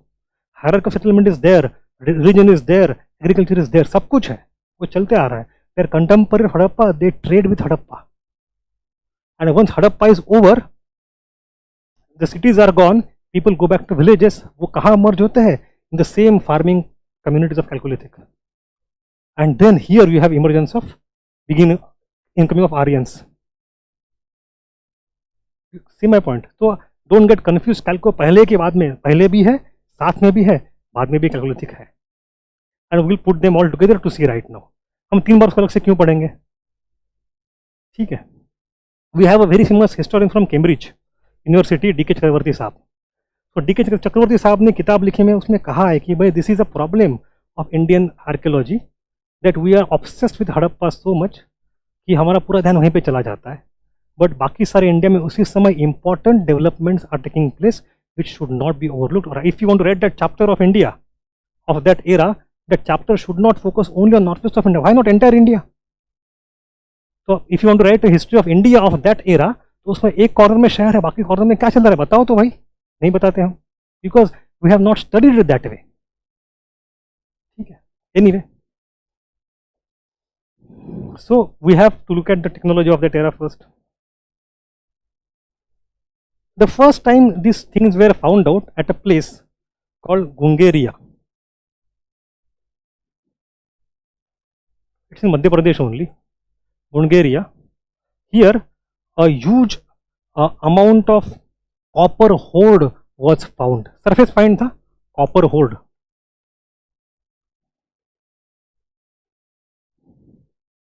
It was काफी पहले 1850s में 1860s में मिला था वो copper hoard. What is that copper hoard? एक ऐसा stashe of things जिसमें lots of copper objects are there which look like this. This thing looks like an anthropomorph human की तरह, सर है, 2 पैर 2 हाथ, शायद हो सकता है anthropomorph, पता नहीं. We don't know what it is. Some people guessed कि ये एक तरह का boomerang है, फेंक के मारो पक्षी को मार के आप खाते हो उसको. But again, if that is boomerang, it is not that good boomerang. It could be an object of worship. We also have something like this. लगता है कि ये भाले का कोई ऊपर का स्पीयर का टॉप होगा, but it may be that, it may not be that, we don't know. It is called a harpoon. So we have anthropomorphic structure, harpoon structure, we have swords, we have blades, lots of things all made in copper. This Gungeria site became very important, huge amount of copper stash found. 2-4 साल में सब गायब, सब भारत के बाहर. आज के दिन में इंडिया में है ही नहीं वो कुछ. 18 से हम तो गुलाम थे उस समय, right? So things were looted out. Now they are in museum, in London Museum, in New York, in Paris. You have to go to see them. But even at that time, government of India, British government were concerned. So in 1860s, they brought a law called the Indian Treasure Trove Act of some 1860s, whereby whatever is found as a treasure trove is government property. You can't take it away. पहली बार तब से लेकर आज तक वो कानून है. तो आपकी खेती बाड़ी है, कुछ मिले कल गहना सोना चांदी, आपका नहीं है, वो भारत सरकार का है. So that act first came as a consequence of the loot of treasure found in Gungeria. That was the copper hoard treasure. Now what is this technology? They use stone tools with copper tools. Chalcolithic, ये copper है, stone भी use करते थे, like hand axe etcetera. तो हाँ, point देखिए, that copper was used with arsenic and not bronze. Now you go to the next point. Occupational diversity increased in this era. These people continued to hunt, gather, domesticate animals and also cultivate their food. Domesticated animals include sheep, buffalo, goat, pig, dog, etc. And crops were barley, wheat, rice, lentil, millet, grams, peas, cotton, lots of crops, lots of animals. रटने की बात तो है नहीं. Then we have other important occupations include pottery, metallurgy, weaving, bead making, shell work, and that indicates that we have now enough surplus to diversify occupation to go into many secondary and tertiary activity. And tertiary इतने level तक कि जहाँ पे आगे जाके you can now trade with Harappa also, जो कि आपके समानांतर है, which is your contemporary. Lots of industry actually was a cottage industry by the way. What is cottage industry? Family labour, घर के अंदर, right. So there is no enough stratification to go for wage labour. Labor is not purchased and sold in market very easily. Family labor is involved to produce goods. So it is small scale production at household level. It's kind of work from home, right? But interestingly, it is work from home, but home is in the work. Matlab, if you go to Rajasthan, you have copper mines. So villages will prop up around those copper mines. And then you will work as copper smelters perhaps, as a family labor. आपका घर भी आपने वही बनाया जहाँ पे आपको काम मिलेगा आपको. दोनों चीजें हैं. Anyway, you go for living pattern. They lived in settled villages with well established socio-economic hierarchies. Now you have hierarchies emerging. For example, houses of different sizes made of mud bricks have been discovered. घर बड़ा है, घर छोटा है. That indicates there is some kind of inequality in society. Some people are richer. You have few circular houses and majority houses were rectangular. We don't know what it means. It may have some meaning. There is a possibility circular houses may generally, there are a lot of theories there, we don't need to go, but we have some diversity which indicates towards some amount of inequality. And we have distinct settlement hierarchy emerging. Matlab, if you go to Jorwe in Deccan, a big town is there, a large village, and then surrounding the village you have some other small villages, and surrounding them you have even smaller villages further. So you have a 20-30 sites ka cluster, and in that cluster some sites are more important than the other. There is interdependence, some trade, some network emerging. It is settlement hierarchy. Cluster of sites with different functions and importance. The concept of private property also seems to have emerged by this time. Inamgaon is the perfect example in Maharashtra. Western houses smaller with no enclosure wall, while on the eastern side houses are larger and less in number and have enclosure wall surrounding them. This land is your land, this land is my land. लोग compound डाल रहे, they are claiming the territory as their own. It means you have private property. Almost all houses had animal enclosures. Now, initially animals used to be put together for the entire tribe. When tribe was the hunting, gathering tribe, उसके बाद बनी जब क्या बोलते हैं उसको, herding tribe. So you have this community of animals was owned by the entire tribe. अब हर एक के अलग अलग तबेले हैं, हर एक का अलग अलग गौशाला है. What does it mean? You own your animals individually at family level and not at community level. Again, private property has emerged. And then burial of dead with their personal belongings, grave goods. So you have belief in afterlife, and then the personal belonging of that person who has died, उसको अच्छा खुश रखने के लिए मौत के बाद उसके साथ वो चीज़ें रहे. It also indicates towards personal property. And grave goods are actually much more useful to tell you lots of more details. For example, think of a situation, एक छोटा बच्चा है, 7 साल का, 5 साल का, he is dead for some reason. He is buried and is buried with 4 kilo का सोने के गहने. What does it mean? उसने अपने हाथ से तो बनाए नहीं है वो, ना उसने कमाए हैं. It has come from his ancestry, from his parents perhaps. So you have the ancestral property emerging. Private property is transferred from generation to generation. Intergenerational property आ जाती है आपको. कहाँ से आती है? You have the evidence from that grave good that indicates inequality in society. Some sites have protective walls around them. मैंने बताया था Nagda etc. You have some. So trade with Hadappans. Some sites and cultures had contact with other contemporary cultures as well as such as Hadappa. Hadappans obtained copper from Khetri mines in Rajasthan. Khetri mines comes near the sites which are all Chalcolithic. Hadappa के cultural zone के बाहर था Khetri mines.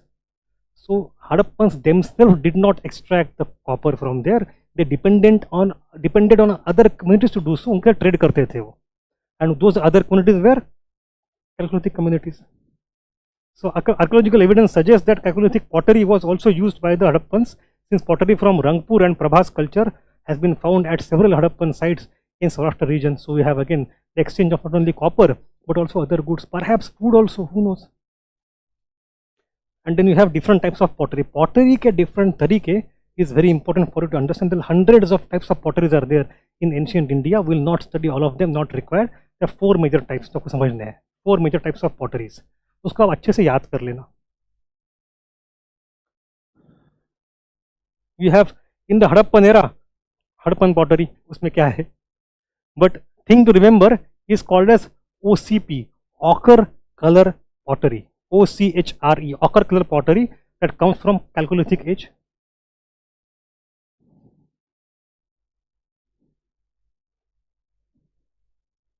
OCP. Then you have in the Iron Age PGW, क्या होता है बताइए, PGW pentagram, and then you have NBBW, that is okay. Which one is more superior? Why?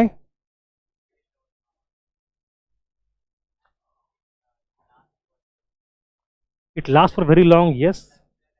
It luster. The technology of making it is very difficult, very costly, very high skilled labor is required. How do we know that? How do we know? चलो मुश्किल तो है, but how do we know कि people at that time thought of it as very luxury ware?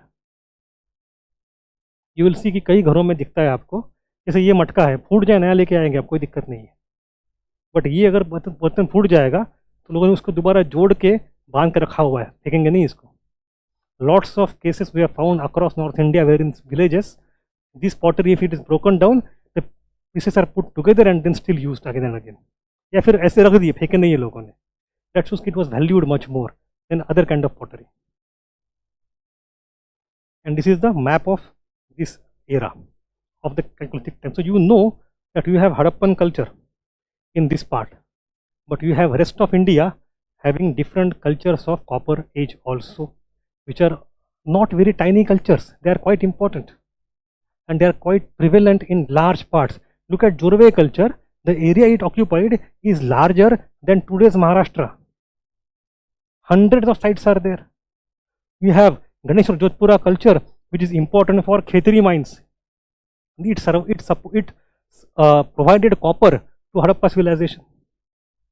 We have Ahar Banas culture, Kaitha Malwa culture. I have given a list of the sites and their names, etc. एक बार पढ़ लो. There is no need to ratify these things. आपने जरूरत कुछ है नहीं, एक बार पढ़ लो, हो जाएगा, समझ लो बस एक बार. Because you don't have to memorize to reproduce, but memorize to just match the following if at all. And then the last site that is important is Sinauli. It perhaps comes from this era, OCP. This site was excavated quite earlier also in 2007-2008, but उसको दोबारा 2017-18 में excavate किया, and we found 4 very important things which have changed our understanding. I think you know this site very well, right? It's in Baghpat district in UP. You have a shield, huge shield, dhal. We have a talwar that comes with a mid-rib. If your mid-rib मतलब वो offensive तलवार है लड़ने की, aggression के लिए. We have a chariot. पहली बार chariot मिला है हमें कॉपर एज में. अब तक एक हमने इतने रामायण महाभारत सब कुछ पढ़ लिया, वेद पढ़ लिए, सब जगह लिखा हुआ है, मिलता कहाँ पे है? First evidence, the oldest evidence chariot comes from this era. And then we have coffin burials also. So now this site comes from post Harappan era, but it seems that when Harappa declined, people came in contact with these people also. So could this be the site of Aryan people? We don't know. The jury is still out. We'll have to see. Then we have certain practice questions. कर ले छोड़, ज़्यादा है नहीं. So the word Denisovan is sometimes mentioned in media in reference to. तो UPSC ने खुद से कहा किताब में है नहीं, मीडिया में है. तो anyway, the answer is an early human species. It was the news at that time. पूरे साल भर चलता रहा, तो आसान सवाल था, मुश्किल नहीं था. Then you have matched the following pairs. 2021 UPSC has not asked many questions from this part of history. इसके ऊपर ज़्यादा क्वेश्चन नहीं आते हैं, तो ही पूछे 10 साल में. So you have Burzahom, Chandraketugarh and Ganeshwar, of which Chandraketugarh we have not seen yet. We will see it in much later era, in the post-Mauryan era. Important terracotta site, उसको पढ़ेंगे अंदर में जाके. But at this point of time, Burzahom, you know, it is pit dwelling हो, Kashmir Neolithic site हो, but it is not rock cut shrine, right? तो ये गलत है. Then Chandraketu terracotta correct hai. Ganeshwar Jodhpura which supplied copper to Hadappa, so it is also correct. So 1, 2 and 3, answer is simple. Let's have some practice questions. Consider the following statements in the context of ancient Indian history. The Palaeolithic age was spread in all parts of Indian subcontinent.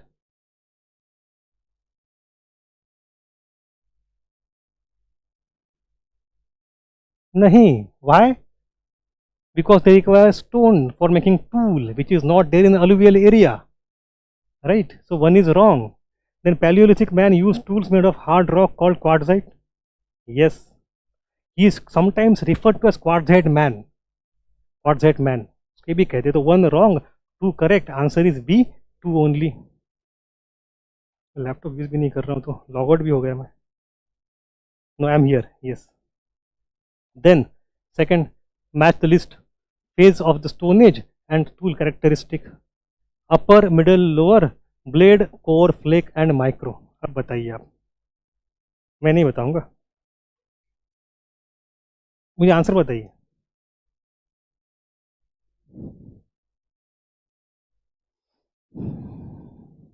Upper is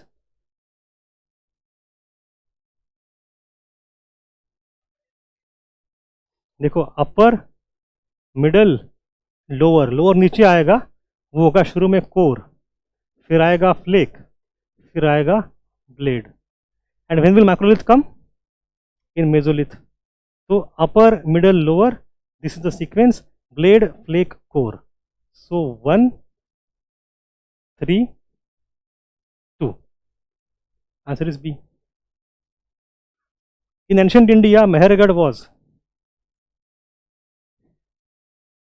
A. Very simple. Neolithic site in Bolan Valley. Consider the following places: Bhimbetka, Badami, Khajuraho. Which one of the following places prehistoric cave paintings are found? Bhimbetka. Simple. With reference to the life of Neolithic age, consider the following statements. Domestication of sheep, goat and cattle was widely prevalent. Till this age, manufacturing of pottery did not start. Wrong. Growth of religion and beliefs can be deduced by the finding of terracotta figurines of the mother goddess. Yes. अब हाँ, अब mother goddess क्या है हमने पढ़ा नहीं है, तो इसलिए क्वेश्चन में ऐसे कोई is what is mother goddess? Any feminine form which is connected to fertility cult is mother goddess. And दुनिया में wherever you go, the initial female worship happens around mother goddess generally. In India, even in the cultures across India, Neolithic and Chalcolithic, we have found many small figurines perhaps जो mother goddess के होते हैं. हम उसने लिखा नहीं है mother goddess, हम कहते हैं mother goddess है. And archaeologists in India have used the word for that. They called it Lajja Gauri. Lajja Gauri. Because in later era also we have those things continuing. In Nepal, if you go, you have the figurines of female, जहाँ पे they have spread the legs and from vagina a tree comes out. So Lajja Gauri. So Lajja Gauri is a very typical way of worshipping of goddess. Because when you are connected with agriculture, you are concerned with the fertility of the crops, of the land. And that connects you to fertility and mother goddess. ये बहुत natural चीज़, स्वाभाविक चीज़ है. पूरे दुनिया में है, not only in India, पूरी दुनिया में है. Terracotta figure the oldest example I don't know. I will find out and tell you कहाँ सबसे पुराना मिला है. Dating is not for terracotta things have started, क्योंकि जब moment you have pottery, pottery is terracotta. Terracotta का मतलब क्या है? It is not a figure and I agree, it's not a sculpture, but we have in the beginning terracotta शुरू हो जाता है. I will give the example, I will tell the exact site of the name of the site, बताता हूँ आपको. ठीक है. Third is true.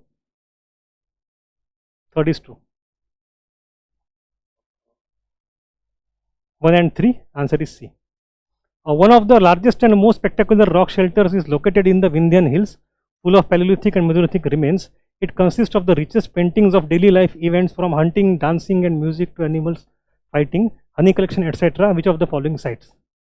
Bhimbetka, very simple. Match the following list. ये थोड़ा मुश्किल सवाल because the things that I have not covered in the examples. I have put this question purposefully because I wanted to introduce one site to you. That site is Isampur. and this is the most important site I want to talk about. Isampur, a site that comes in Karnataka, in Hungsin River Valley, in Karnataka. This site is near the huge collection of limestone, and that site was used by the Paleolithic man. It is a industrial site जहाँ पे उसके आसपास लगभग 200 sites है, not only one site, 200 sites का cluster है Isampur of the tool making that belongs to the palaeolithic era. It's a very important site that come from Karnataka, Isampur. You should know that. ठीक है, what happened? So if you know only that one, then to Karnataka. Didwana जानते हो कहाँ से है? Very famous that. So this answer is very easy. Nevasa will come from Maharashtra, also known for tool sites, and Gudiyam cave come from Tamil Nadu. ठीक है. So this PDF is done. Let us take a break for some time. Any doubt? You can ask online.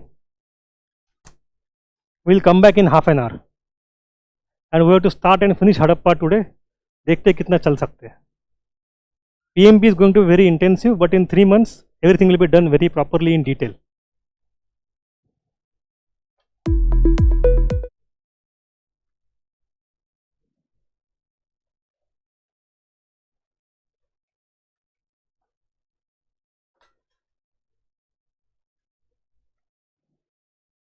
Could Mother Goddess be the symbol of fertility on earth? Yes, that is the point.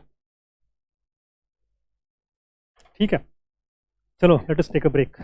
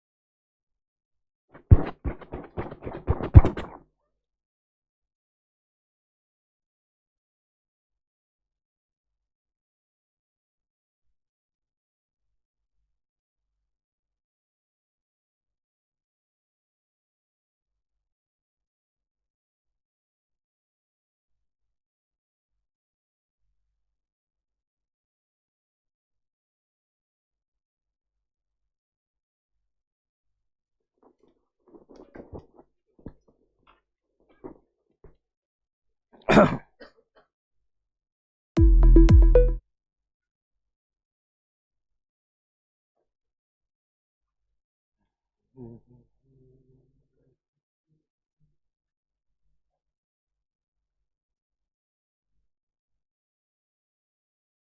गया शुरू? Okay. हाँ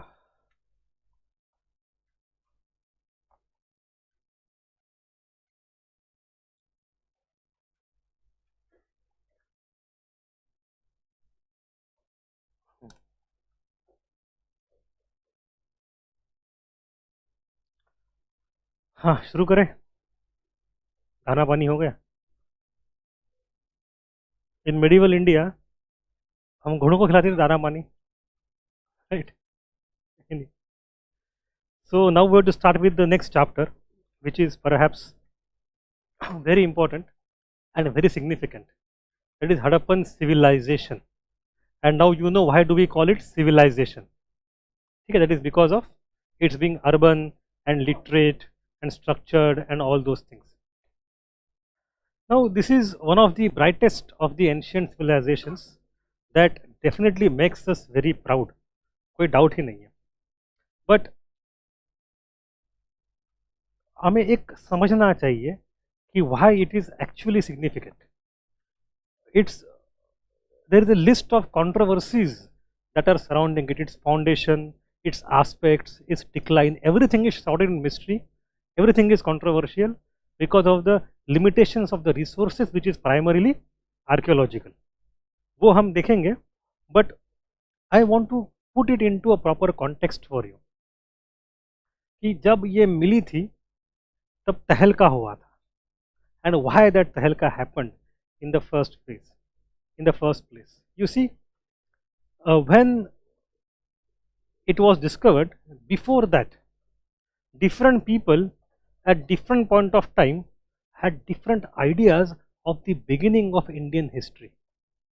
If you are a typical European person, you would say कि India में कौन थे लोग? अनपढ़ गवार. We are the ones, the great Romans and Greeks who went there. हमारा representative गया था Alexander the Great. He went there along with his art and his Hellenistic influences and his notions of science and culture and development and his history writing also. The oldest available recorded datable evidence of history about India starts from Alexander. So the books that are written at that time, take James Mill, he wrote in 1815, 1816, History of India, in which he starts with Alexander. 1/3 of entire ancient India is given to only Alexander. So that was the entry point for them into India's history. If you're British, if you go to a typical Indian Pandit who understand, not only Pandit, many Indian people who have raised on the knowledge of Puranas, for them Puranic concept of time is very important. शुरू कहाँ इतिहास होता है? मनु से. फिर मनवंतरास को, great ark of Noah's type story जो इंडिया में भी है, फ्लड्स आते हैं, विष्णु और मनु वगैरह. सो that is the time of beginning of proper history for people who were looking at the world through Puranic perspective. Somewhere at the mid of 19th century we came to know कि नहीं भाई, सबसे पुराने पुराण नहीं है, सबसे पुराने तो वेद है, एंड वेद पुराण से पहले आते हैं. तो that is the point of entry into India's history.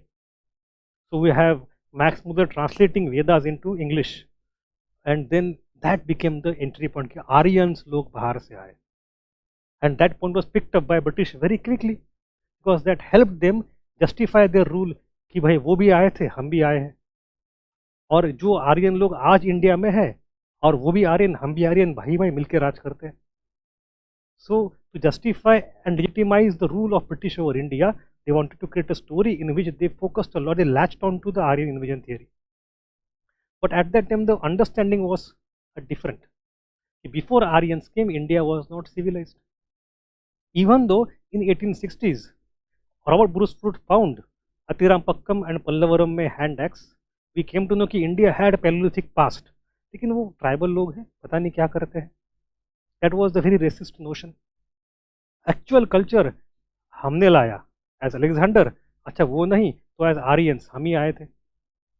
So that becomes starting point. But when Harappa was discovered, neither Puranic nor Vedic nor Alexander, all these timelines collapsed.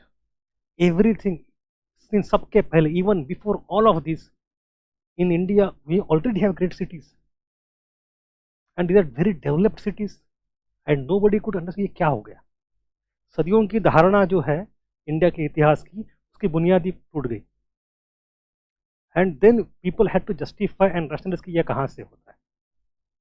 सो उसके इंटरेस्टिंग ट्विस्ट ऑफ टर्न देखो कि रस्सी जल गई बल नहीं गया वाली. पहले ये कहते थे कि आर्यंस जब आए, they were superior civilised people, they conquered the backward India and gave culture.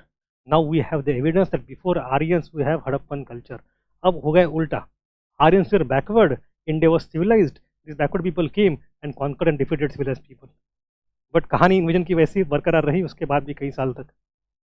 But my point is that Harappan discovery actually try to, मतलब जोर का धक्का धीरे से लगे टाइप हुआ अंग्रेजों का, and they were not able to digest how to put it into the overall framework, and they came with many new justifications to talk about कहाँ से आए ये शहर बड़े बड़े इतने सुंदर.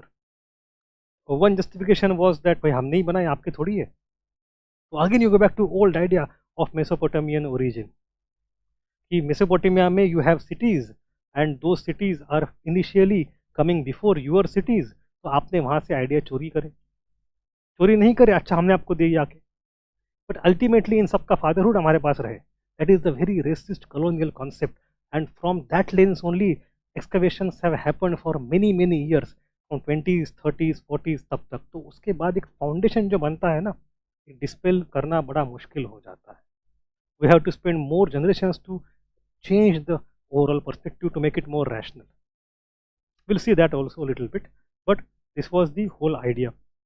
Now in Harappa we'll start with some interesting events. It is not that people did not know Harappa. When you say Harappa was discovered, I want to focus on certain events that come before Harappan discovery. Still Harappa was known to people. Look at, like, nothing in the long recorded history of India gives an even faint hint of having a beginning of like Harappan civilization. Aristobulus was a historian of Alexander, and when he came to India, after that Aristobulus wrote history of Alexander's invasion of India, contemporary history. When did he come to India? 3rd century BCE, उसकी बात है.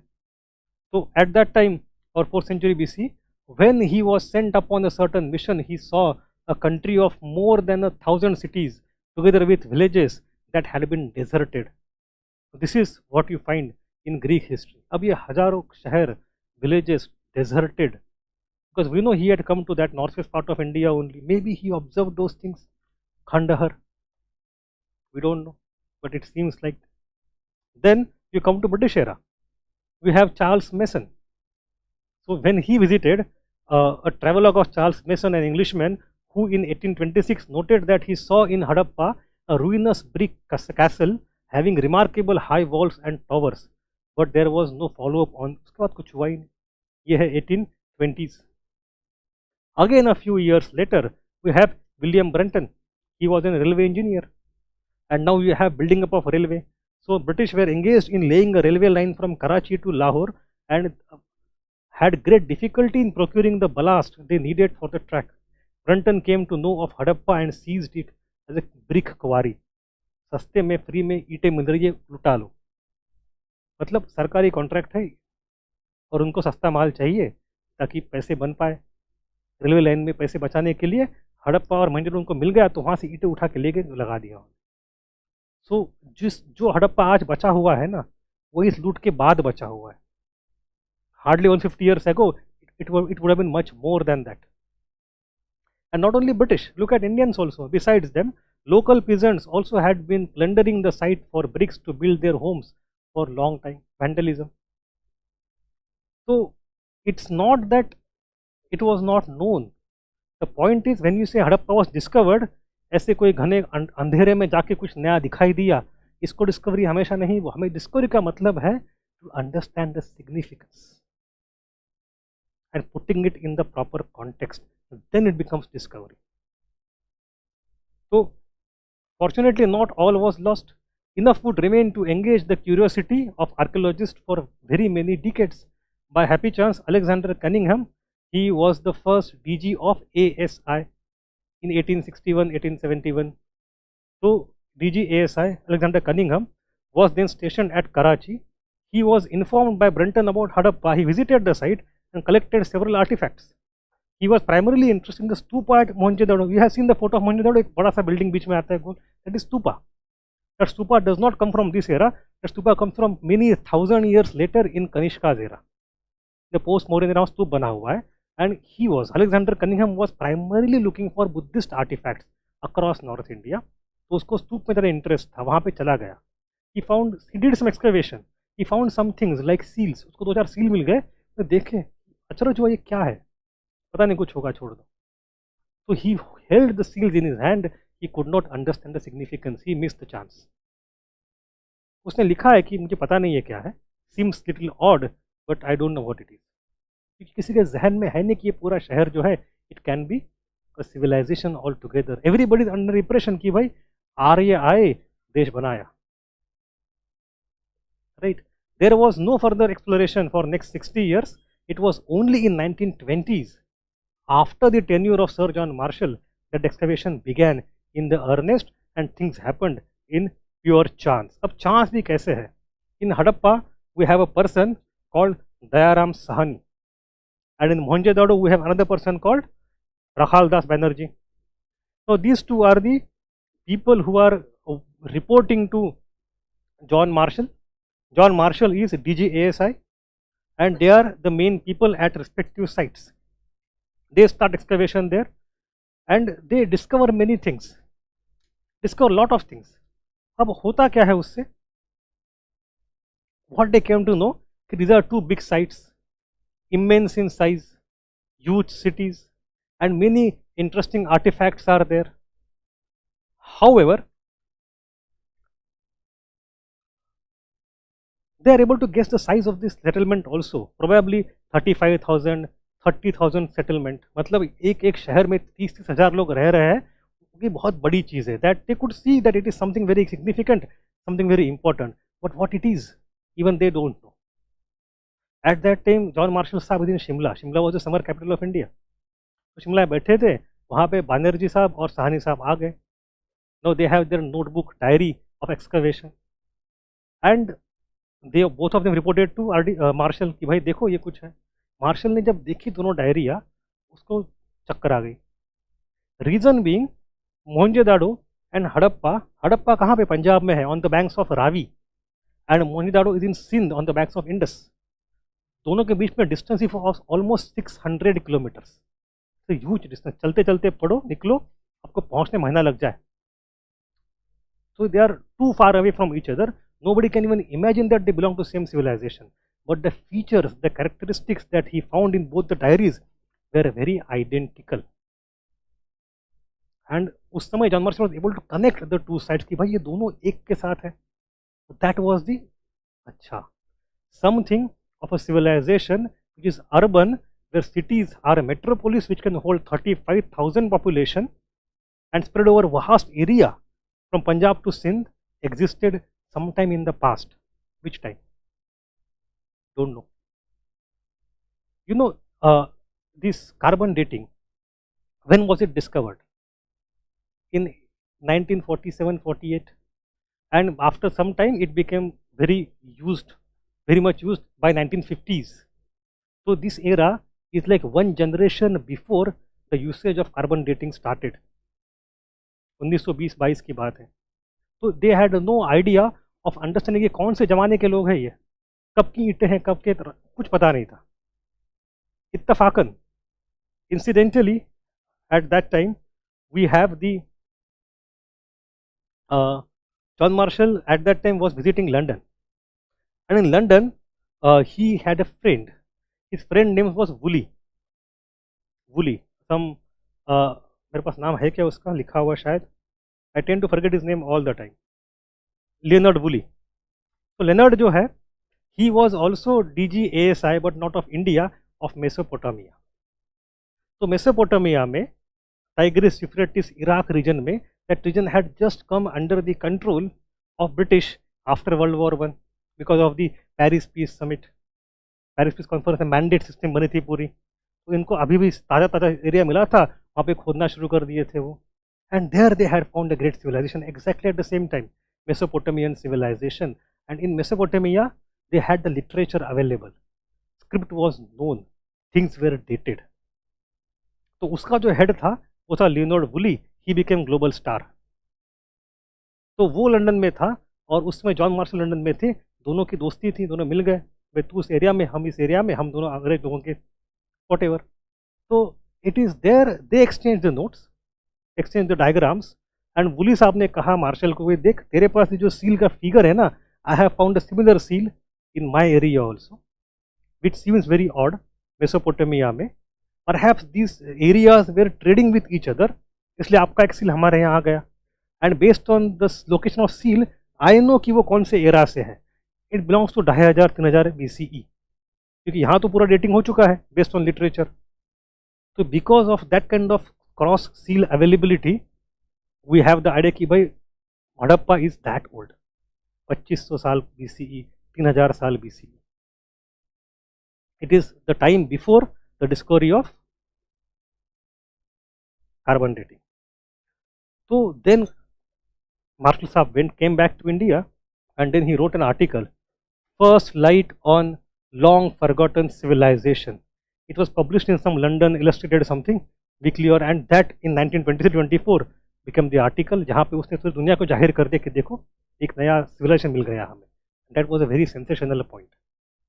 That is how it was discovered. So you have John Marshall DGASI called it Indus Valley Civilization and announced its discovery to the world in 24 in Illustrated London News.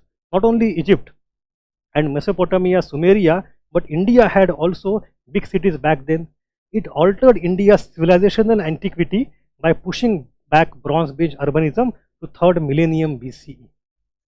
As a side story, वो जो 2-4 साल थे, they are very fundamental for prehistory, rather Bronze Age, because simultaneously you have Tutankhamen का tomb मिला Egypt में, you have Sumerian city of Ur in Mesopotamia by Leonard Woolley, and Harappa Mohenjo-daro in India.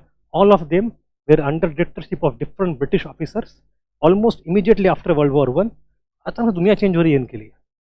It is like happening, is called happening era, जो 2-4 साल में थे, Egypt में कुछ नया मिल गया, तो it was a great thing. Harappa was found in the same era, in the same league, and now we know today it was better than all of them as far as, and for many reasons. I am not joking. We don't have the grand structures of pyramid, we don't have ziggurat, we don't have such royal structures and all, but what we have, which is very unique, is that egalitarianism. Hadappans focused on creating architecture, creating public utilities, creating civic structures that would be used for all people, जनता के लिए, which is very much unlike any other bronze civilization. यहाँ पे जो राजा होगा, जो king होगा, priest होगा, उसकी पावर दिखाई देती है आपको, और यहाँ पे इंडिया में सबके सुविधा के लिए आर्किटेक्चर बनाया जाता है. दैट इज द खासियत of Harappan urbanism, and not only city, but city which is inclusive and accessible. Anyway, so we have that story. Now अब उसको कहाँ क्या जाए, what is the name of this place, of this civilisation. John Marshall was under impression of Tigris, Euphrates, of Nile River, of Wang He and all those, so he thought it is a riverine civilization. Harappa comes on Ravi, Ravi goes to Indus, Indus Mohenjo-daro, so it is Indus Valley civilization. He was rational at bottom. उसने अपने हिसाब से at based on that era का knowledge नाम रख दिया Indus Valley civilization. However, today this name is actually not appropriate. अब हुआ क्या, हो गया partition in 47. In partition we lost both this cities to our neighbour, and this is very ironic. The roots of Indian civilisation are not in India any more. At the same time the claimed roots of Pakistan, which are like Urdu language of Kanpur, Lucknow, of Delhi and Agra as Mughal capitals, and Taj Mahal, they are not in Pakistan. तो उनका root हमारे, हमारा root उनके यहाँ, तो ये हो गए Siamese twins. But anyway, the point, Indian historical establishment was little sad that after 47 these places were lost to Pakistan. We should find something on our side of the boundary.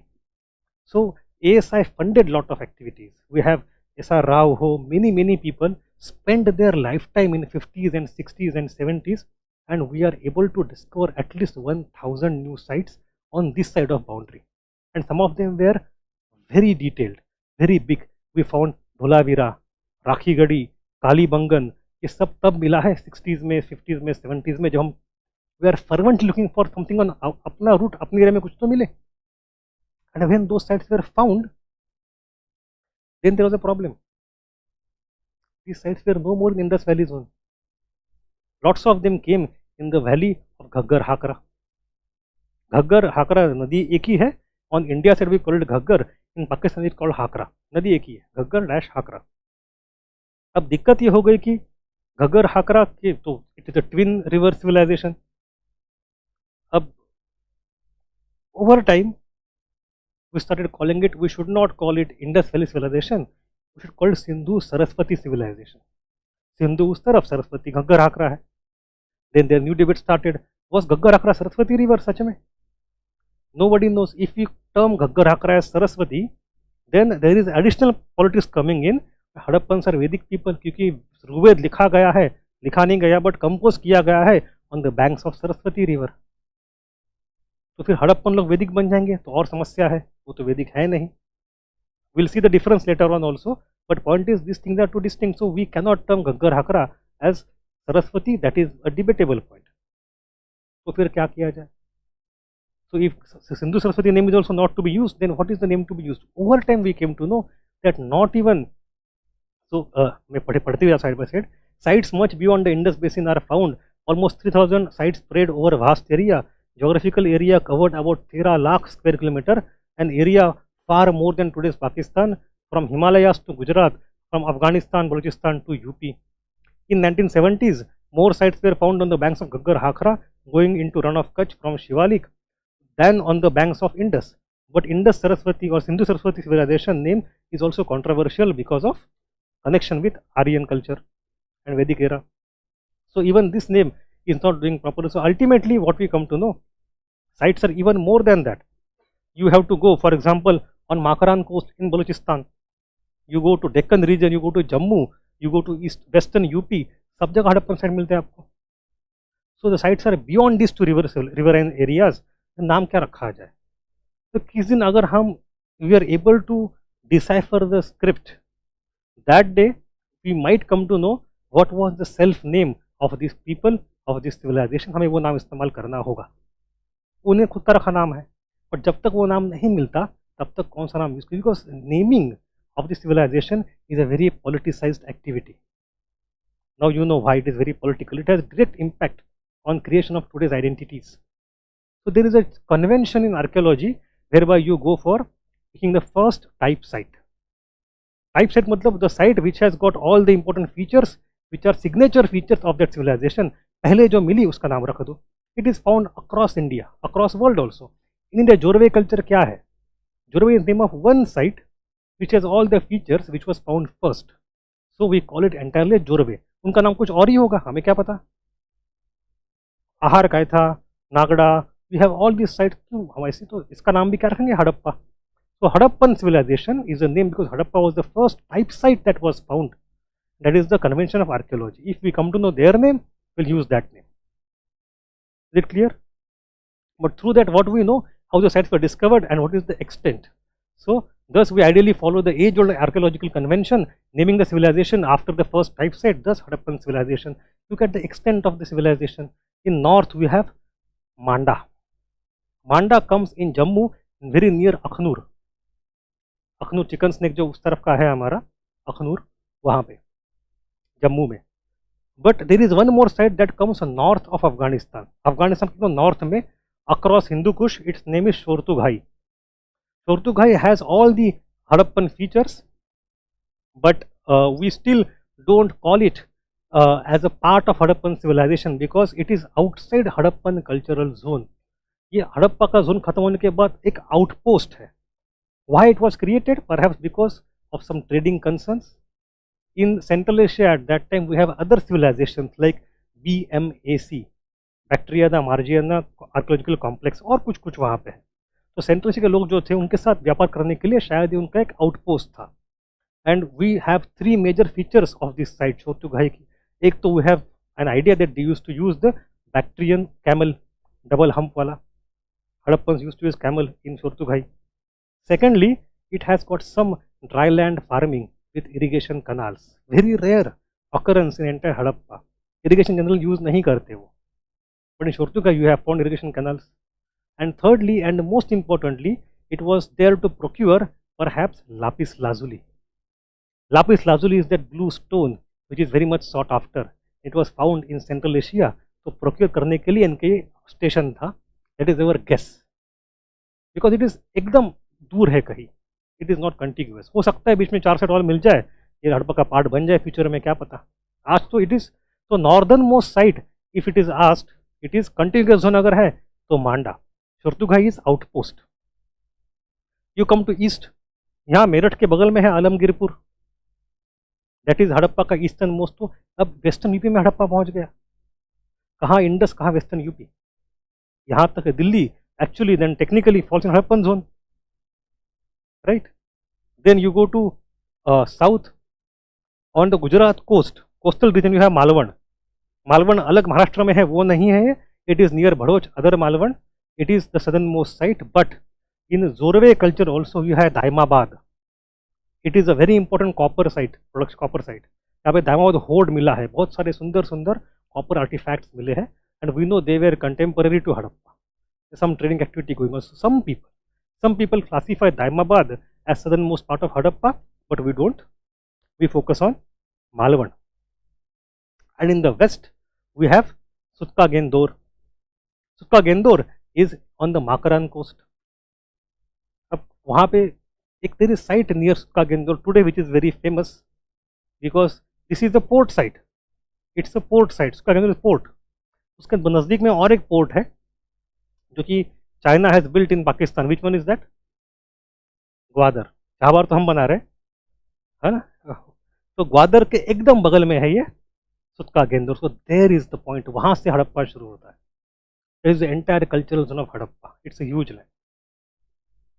ठीक है, so you have this 4 extreme sites, you know the zone of Harappa. So you have got the story of the discovery, extent and naming. These 3 things are done, right? अब let us move on to the important features one by one.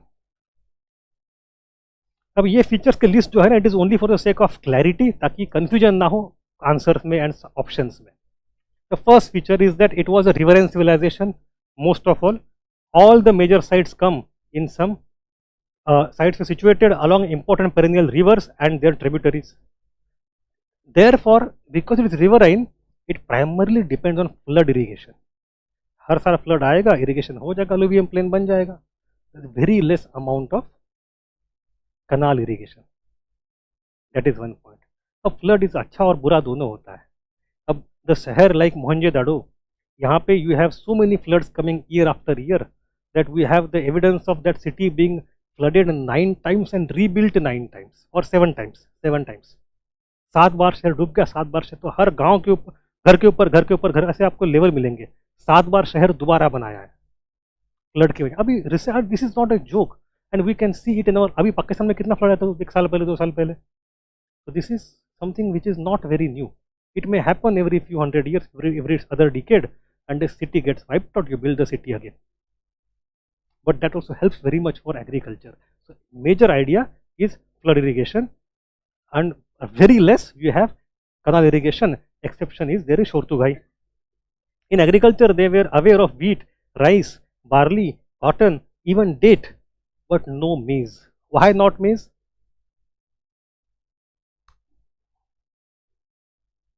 Correct. Now you are able to connect the things. Maize has come after Columbian exchange. When Columbus will go to Latin America, and then he will bring lot of things from there, like potato, वहीं से आया है.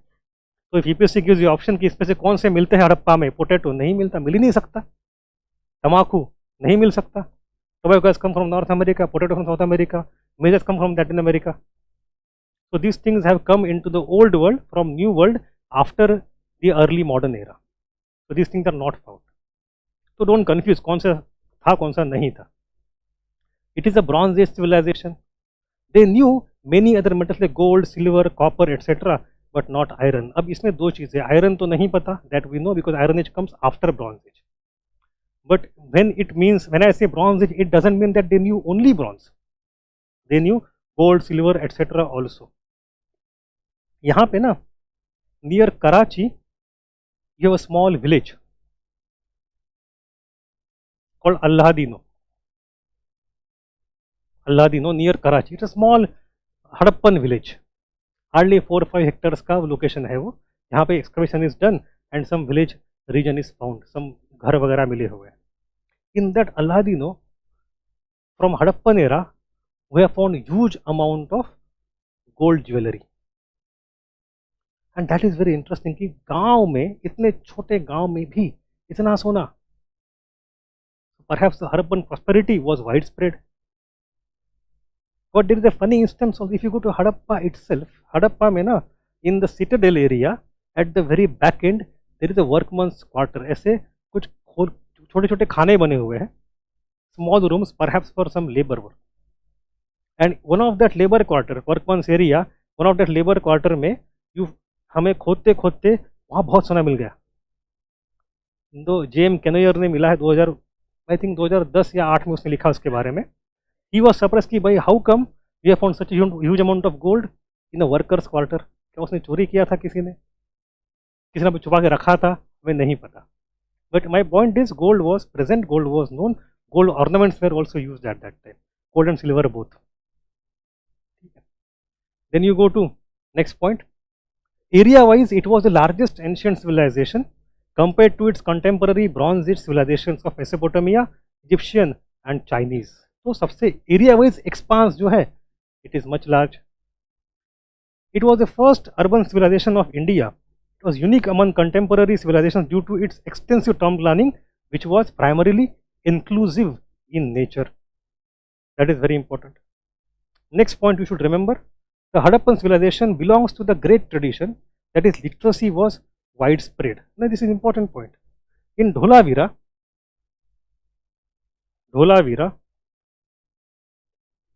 we have found a site, we have found an artifact. बताओ क्या है? Not advert, signboard. So we have found a script on a long board which was used in the wall in public place. मतलब कुछ लिखा पढ़ी दीवार में लिखा ही है पब्लिक प्लेस में, मतलब वो तभी लगाएंगे जब कोई पढ़ने वाला हो. So if you are using written language in public place, it means commonly people know how to read. It means there is public literacy present. We don't know how many % of people used to read, but mass literacy थी, लोग पढ़ पाते थे, तभी तो आप sign board use करोगे public में. That is a great advancement of civilization. Public literacy means great civilization. You have great tradition of that kind. However, only information available today is from archaeology. No Harappan literary records can be read as a script not deciphered yet. Thus, we categorize proto-history. वो तो ठीक है, simple बात है. Then go to trade. Trade and commerce well developed. ये क्या है? Well developed. Highly organized art and crafts, but no coins found so far. Seals usage was important for trade, but not as coins. अब इसके बारे में एक बहुत बड़ा समस्या है. Even today we don't know what kind of exchanges used to happen at that time. We know trade was developed. Great cities can happen only when you have huge amount of exchanges and trade going on. That is true. But कैसे trade होता था? Do we have any coins? We have not found a coin. Initially people thought the seals and sealings जो है वही coin है. But it seems illogical because of couple of things. वो तुम देखेंगे बाद में. But एक चीज़ ये है, they are very brittle. ऐसे करो टूट जाते हैं. The breakable brittle material can never act as a currency. That is a very basic thing. दुनिया भर में कभी नहीं होता ऐसे. So we know that seals were not coins. So some people speculate, even we have to possibly think in that way, that it was a barter civilization. Barter exchange होता था. Barter exchange में आपने इतने शहर बना दिए. It's a difficult thing. They may have something else, we don't know. Perhaps something perishable. Who knows? Then followed by many different religious traditions, yet no specific temples. So there are no temples there. देखो ये area जो है ना, this area is larger than today's Pakistan Even today in Pakistan, you have religious diversity and sectarian diversity and linguistic diversity. जब आज 2023 में, if you go back 5,000 years when communication is less and you have development, it is bound to be more diverse, more localized, and therefore you have religious diversity. तो हड़प्पा में कोई एक religion दिखाई नहीं देती हमें. You go to different corners of Harappa, different traditions are apparent. So you have religious diversity in Harappa. You have cultural diversity and who knows, perhaps linguistic diversity also. हम सोचते हैं हड़प्पा की स्क्रिप्ट एक है, भाषा एक है, क्या पता 10 भाषा अलग अलग हो. आज भी भाषा अलग अलग होती है 10 कोस पे, right. So followed many different religious traditions, yet no specific temples. Temples are not found. We'll see that in detail later. And there is a controversy whether they knew horses or not, and we go by insincerity, they did not know horses. Full stop. हम उसको debate में नहीं जाएंगे, not required. UPSC ने एक बार पूछा था, next year answer की आई थी, UPSC accepted there are no horses, for us there are no horses. ठीक है. In late Harappa you see there is faint beginning of horse. Even if you find one odd horse ka bone, that doesn't mean horses were very important or very significant aspect of their civilization. तो ठीक है, एक घोड़ा आया था कहीं से, ठीक है.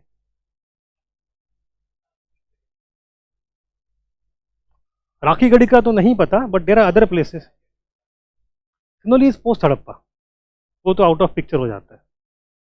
आखीगढ़ी में हड़प्पा का हॉर्स का डीएनए नहीं मिला है, but there are some sites where we have got some bones like Surkotada हो, एंड पीराक में मिला है. 3-4 more sites. Debate is about the exact species of the horse. या घोड़ा है गधा है ये पता नहीं चलता हमें, और अगर घोड़ा है तो वाइल्ड है डोमेस्टिकेटेड है ये नहीं पता, because the bones are so degraded, it is very difficult to surmise. कौन बोल रहा है? हाँ, we don't know. See, India is not a natural habitat of horses. It is not natural. Horses यहाँ पे हमेशा बाहर से ही आए हैं, स्टेपेस से आए हो. You have Tibetan horses also. So we don't know, but whenever horses came, they came from outside. See, they might have known in late Harappan era, but when we say Harappans, we are actually talking about mature Harappan. तो सुरकोतड़ा पिराक के जो significant events मिले हैं वो late Harappan के हैं, और वो भी बहुत रेयर है. But when you say Harappan, it by default means only mature Harappan, उसमें तो पक्का नहीं है. ठीक है. Now come to this script. Before we move ahead, we have to understand we are primarily dependent on lot of speculation for Harappa, reason being the script is not deciphered. तो पहले उसको थोड़ा देख लेते हैं उसके बारे में. Writing developed for the first time in around 6000 BCE in Sumeria in Mesopotamia region, and Indus people started using it much before 2600 BCE because that is the starting point of mature phase. So it is the mature phase of Harappa begins here. तो उसके पहले शुरू किया है, exactly कब पता नहीं. What do we know about Harappan script so far?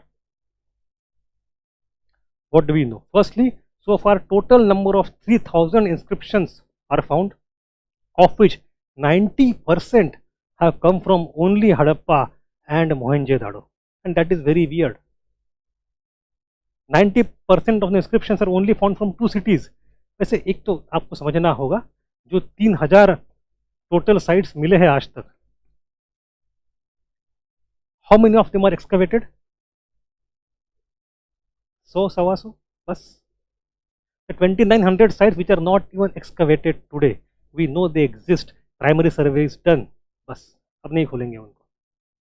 Some of them are in India, some in Pakistan. पैसे नहीं है, मैन पावर नहीं है, it takes lot. एक छोटा ब्रश लेके आप फू फू फू करके 4-4 साल करते रहते हो, तब जाके आपको एक डेटा मिलता है.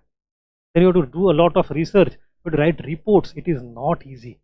It is highly intellectually and physically intensive work, and we don't have that capacity. पहले ये होता था that you want to just know things, open up sites.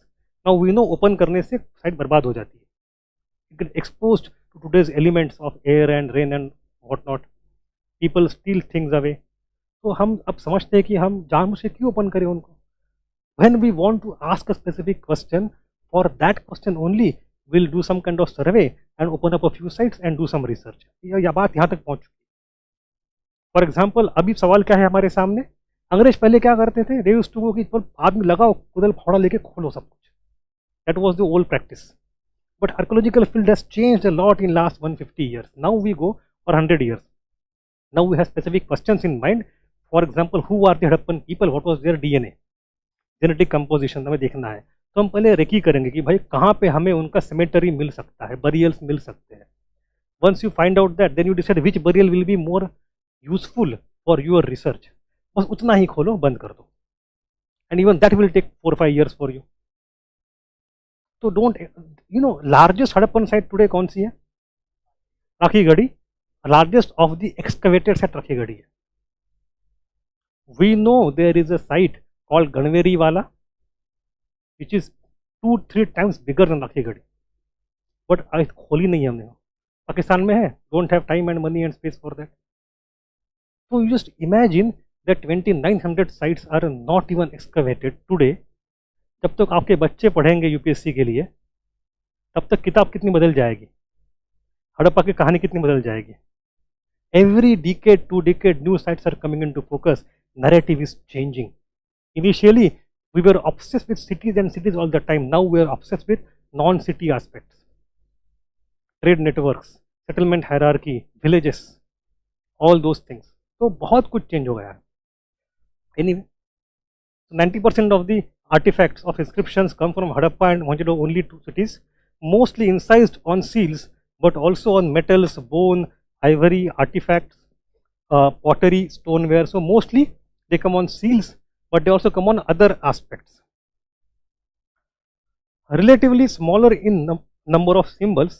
कितने लगभग 400 साइंस पाए जाते हैं, consisting of 250 symbols and their variants, compared to 900 in Sumeria. अब डिबेट यहाँ पे होता था कि स्क्रिप्ट है भी या नहीं. We don't know. Lots of people debated कि स्क्रिप्ट अगर है तो कौन सी है, बिकॉज स्क्रिप्ट के टाइप होते हैं, फोटोग्राफिक है, पिक्टोग्राफिक है, सिलेबिक है, लोगो सिलेबिक है, अल्फाबेटिक है, क्या है ये. तो we have lots of 400 signs and 250 symbols is like too much to be alphabetic. In English we have 26 alphabets, 400 को याद रखेगा नहीं. And in Chinese you have 2000 signs which is pictographic, उतना भी नहीं है. तो too less to be pictographic and too much to be alphabetic. बीच में कहीं फंसी हुई है लैंग्वेज है. And we call it logosyllabic, mixture of words and phonetic signs also. So technically, the type of the Harappan script is logosyllabic. However, if UPSC gives you a question and gives you 4 options of which there is no logosyllabic option, अगर नहीं है, then you will end up picking pictographic. अगर logosyllabic नहीं दिया है, तो you have to pick up pictographic. ठीक है. Written in Bostrofedon method, you know what that is? जानते हो Bostrofedon का मतलब? बताइए. दोनों alternate, right to left, left to right. So you start like this and come like this and like this. That is Bostrofedon. Now इतना data अपने पास है तो why are we not able to decode? Firstly, it does not resemble any other script in the world that we know. Somehow after me, the deluge. They say after Harappa there was dark age. So there is no successor script that has emerged out of it and evolved later. कुछ है ही नहीं बचा हुआ. Script अगर evolve होते होते पहुंचती तो हम पता चलते पहले कैसे दिखती थी. It is cut, line is cut. So we have nothing that comes close to it. Secondly, there is no bilingual inscription. For example, you go to Egypt. When Napoleon Saab had invaded Egypt in 1797, at that time he brought along with him lots of scientists, historians, linguists and cultural curious people. So he was able to locate a stone called Rosetta Stone, and Rosetta Stone had 2 scripts for the same content, and one was a known script, other was lost script of Egypt, hieroglyph. तो bilingual stone की वजह से bye scriptural tone की वजह से we are able to decipher कि ये script क्या है, पता चल गया. So in case of Harappa we have not found such Rosetta stone. There is no such bi scriptural inscription that is available so far. नहीं पता. Then how do you come? Then you have we also don't know the language. No long inscription found.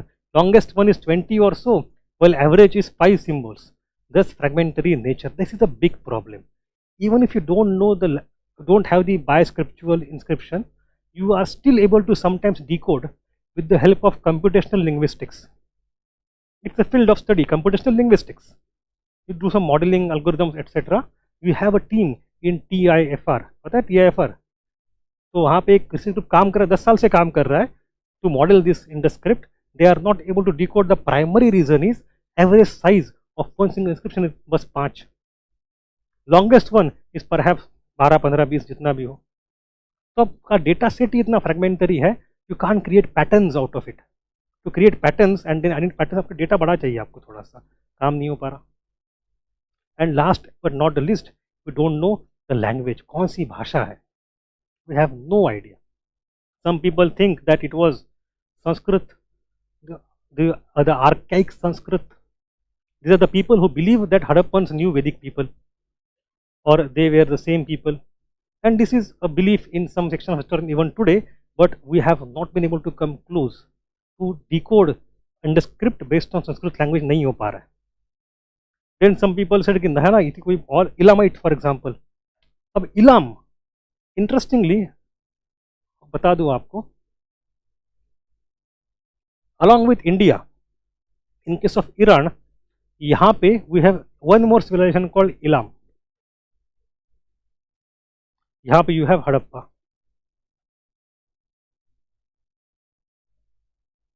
Both of them are contemporary, both of them are urban, both of them are bronze as.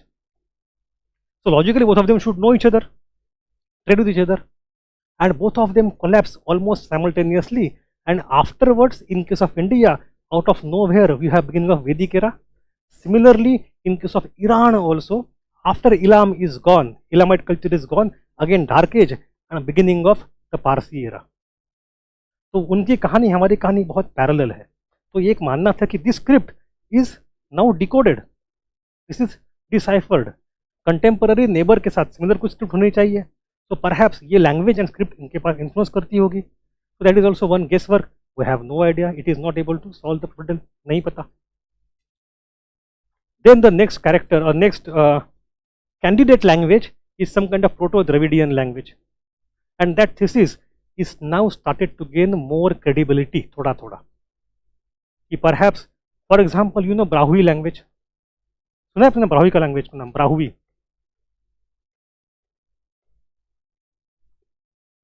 It's spoken in some parts of Pakistan, and it is a Dravidian language. It is spoken even today.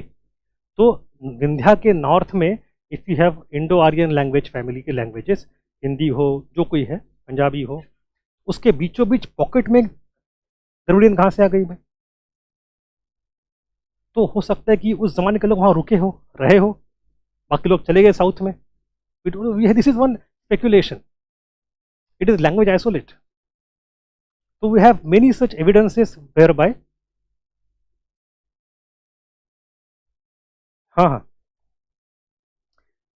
try to stick to English language only. Okay, ठीक है. So no, I will. For me, English and Hindi both are equally foreign, right? So, and I learned both. I learned English first, Hindi much later. ये भी बात है. But anyway, my point is that there is a candidate language like old Tamil or Dravidian language which could also be possible, but we don't know. So we are not able to decode language, which language it is. So all these things come in the way of decoding or deciphering. But I will tell you one thing for sure. We have a very celebrated epigraphist. Epigraphist is the one who studied inscriptions, right? His name was Iravatam Mahadevan. So Mahadevan Sahab has actually created a frequency table of all these symbols that are found in Indus Valley civilization is inscriptions, and that kind of table is called as concordance.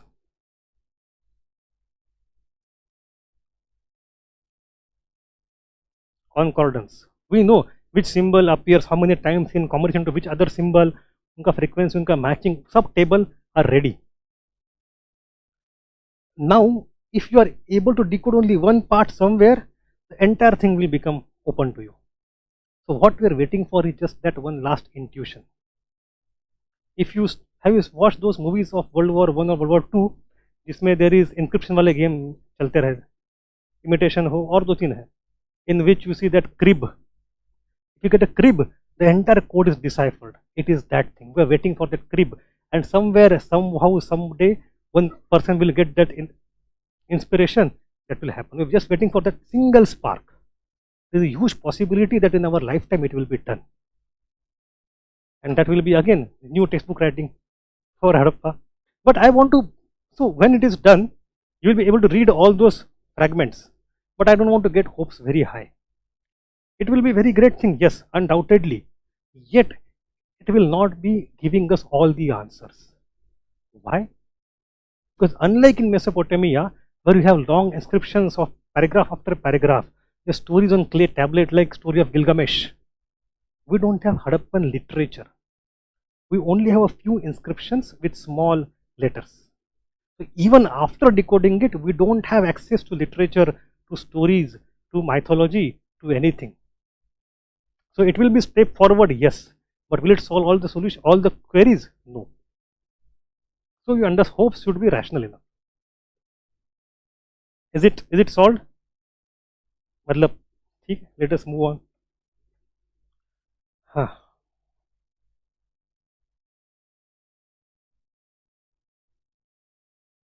Now, origin and evolution. We'll start from the very basics.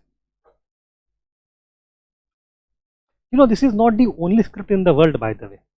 Many scripts like hieroglyph in Egypt, cuneiform in Mesopotamia, linear B in that old Greek, all these scripts are decoded, deciphered in front of our life, like पिछले last 100-150 years maximum, and many of the scripts are decoded in last 20-30 years.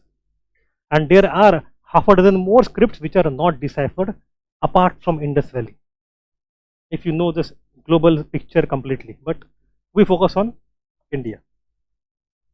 So we have an ongoing debate regarding who were the authors of this civilization. Now, why is this a problem? One thing is sure, the script is not there, we don't know. The skeletons are less available, and those which are available don't carry DNA material. So it is very difficult. Some of them do, but very few and very rare.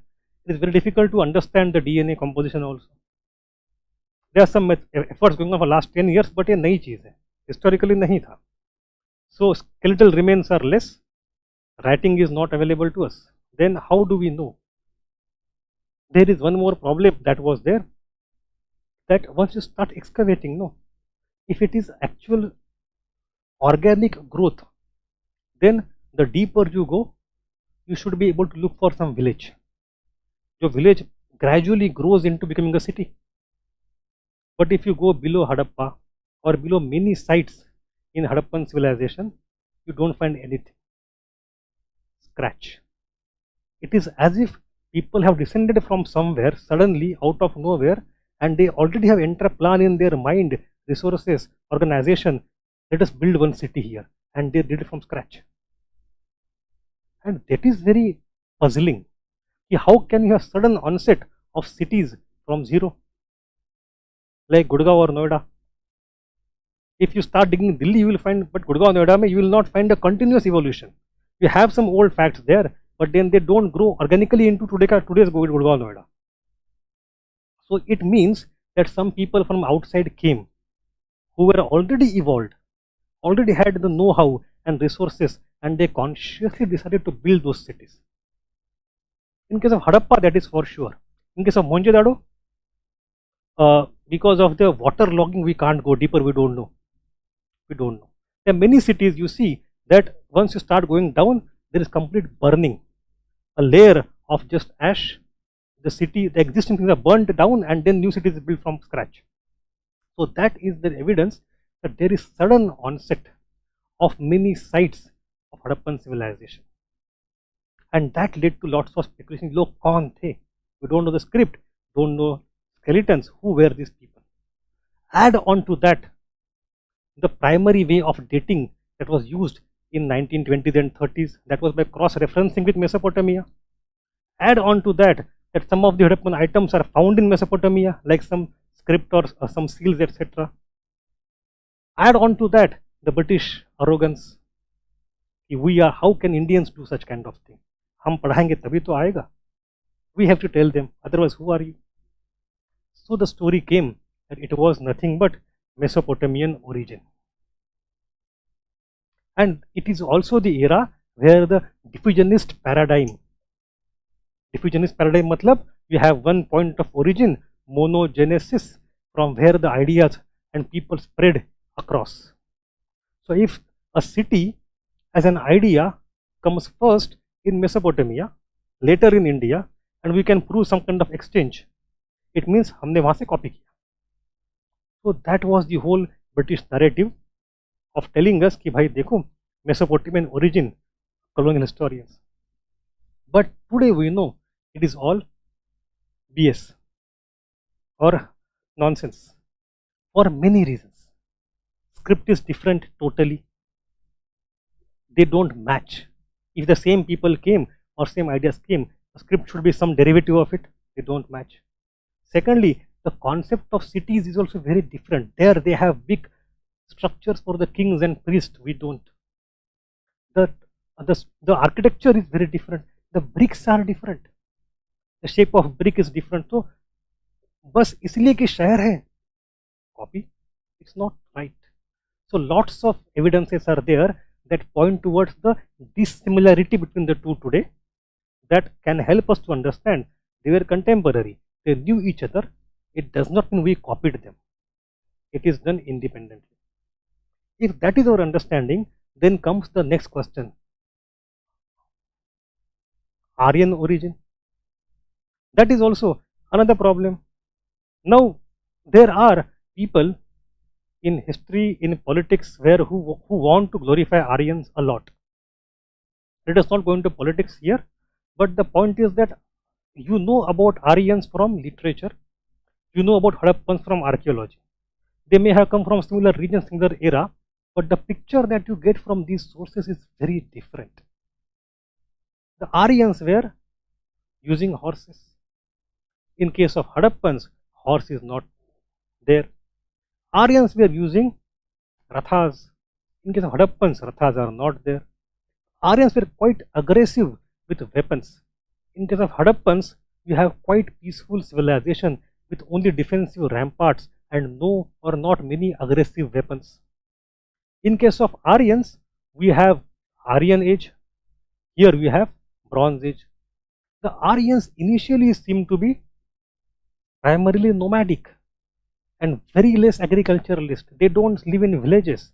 They just keep moving from place to place. Harappans are city-based settled people. So the material culture that you get from the both is so different from each other that they cannot be the same people.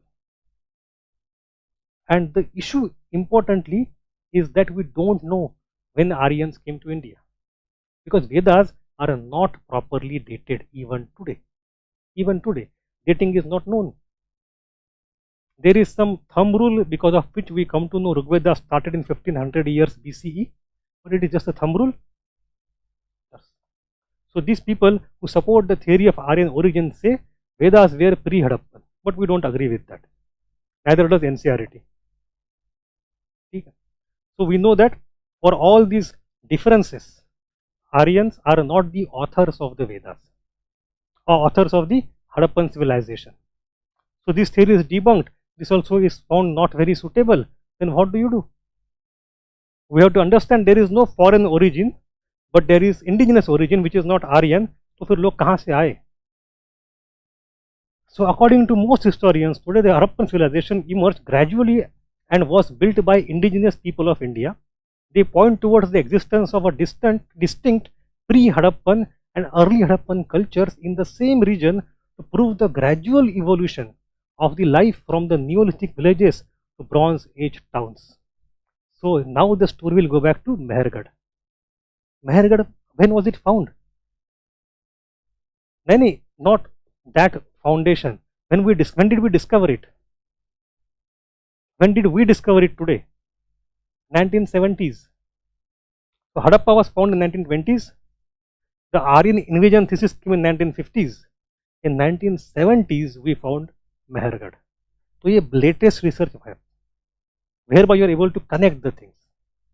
And then now the task was to build the entire evolution from Mehergarh, which is 7000 BCE, to Harappan mature civilization, which is 26,000 BCE. Up, connect the dots. A lot of research was done to find out the in-between milestones one by one. And then we have to look at all of them in a very brief manner. We will not go in detail, very brief manner. So the development which took place over more than 4,000 years. This transition happened as a local progression from hunter-gatherer to urban dweller by way of all the various stages of pastoralism, agricultural settlements, and technological advance and cultural refinement. All these stages are today mapped properly. Let us try to understand them. The first stage will come at Neolithic era, 7th millennium BCE. Small communities of animal herders started practicing subsistence agriculture, evidence of which are found from Nal, Zhop, Kulli, Mundigak, Rana Gundai, etc. All of them near Afghanistan-Pakistan border in Balochistan. Somewhere you have the beginning of the gradual Neolithic. Then you go to the actual proper Neolithic when villages are found in 6th millennium BCE. That is Mehergarh near Bolan River Valley, just near Quetta in Balochistan. We have seen that also. See, these all things are not in the Indus Valley. Indus के परे चीजें सारी हो रही है. Indus में अभी तक पहुंचे नहीं हैं. We have not even reached Indus yet. Quetta of Balochistan. This is the earliest evidence of the early agriculture settlements on the edge of Indus plain. Plain चाहिए था.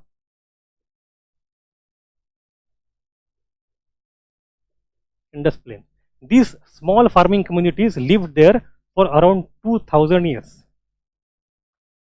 So, understand one thing, Balochistan today, that we imagine that a desolate, arid region, it was not so back then. It is the time 5000, 6000 years BCE when it was lush green with lot of monsoon and water. And that is why it was suitable for agricultural growth. But there was a problem. The problem was that the land was quite undulating.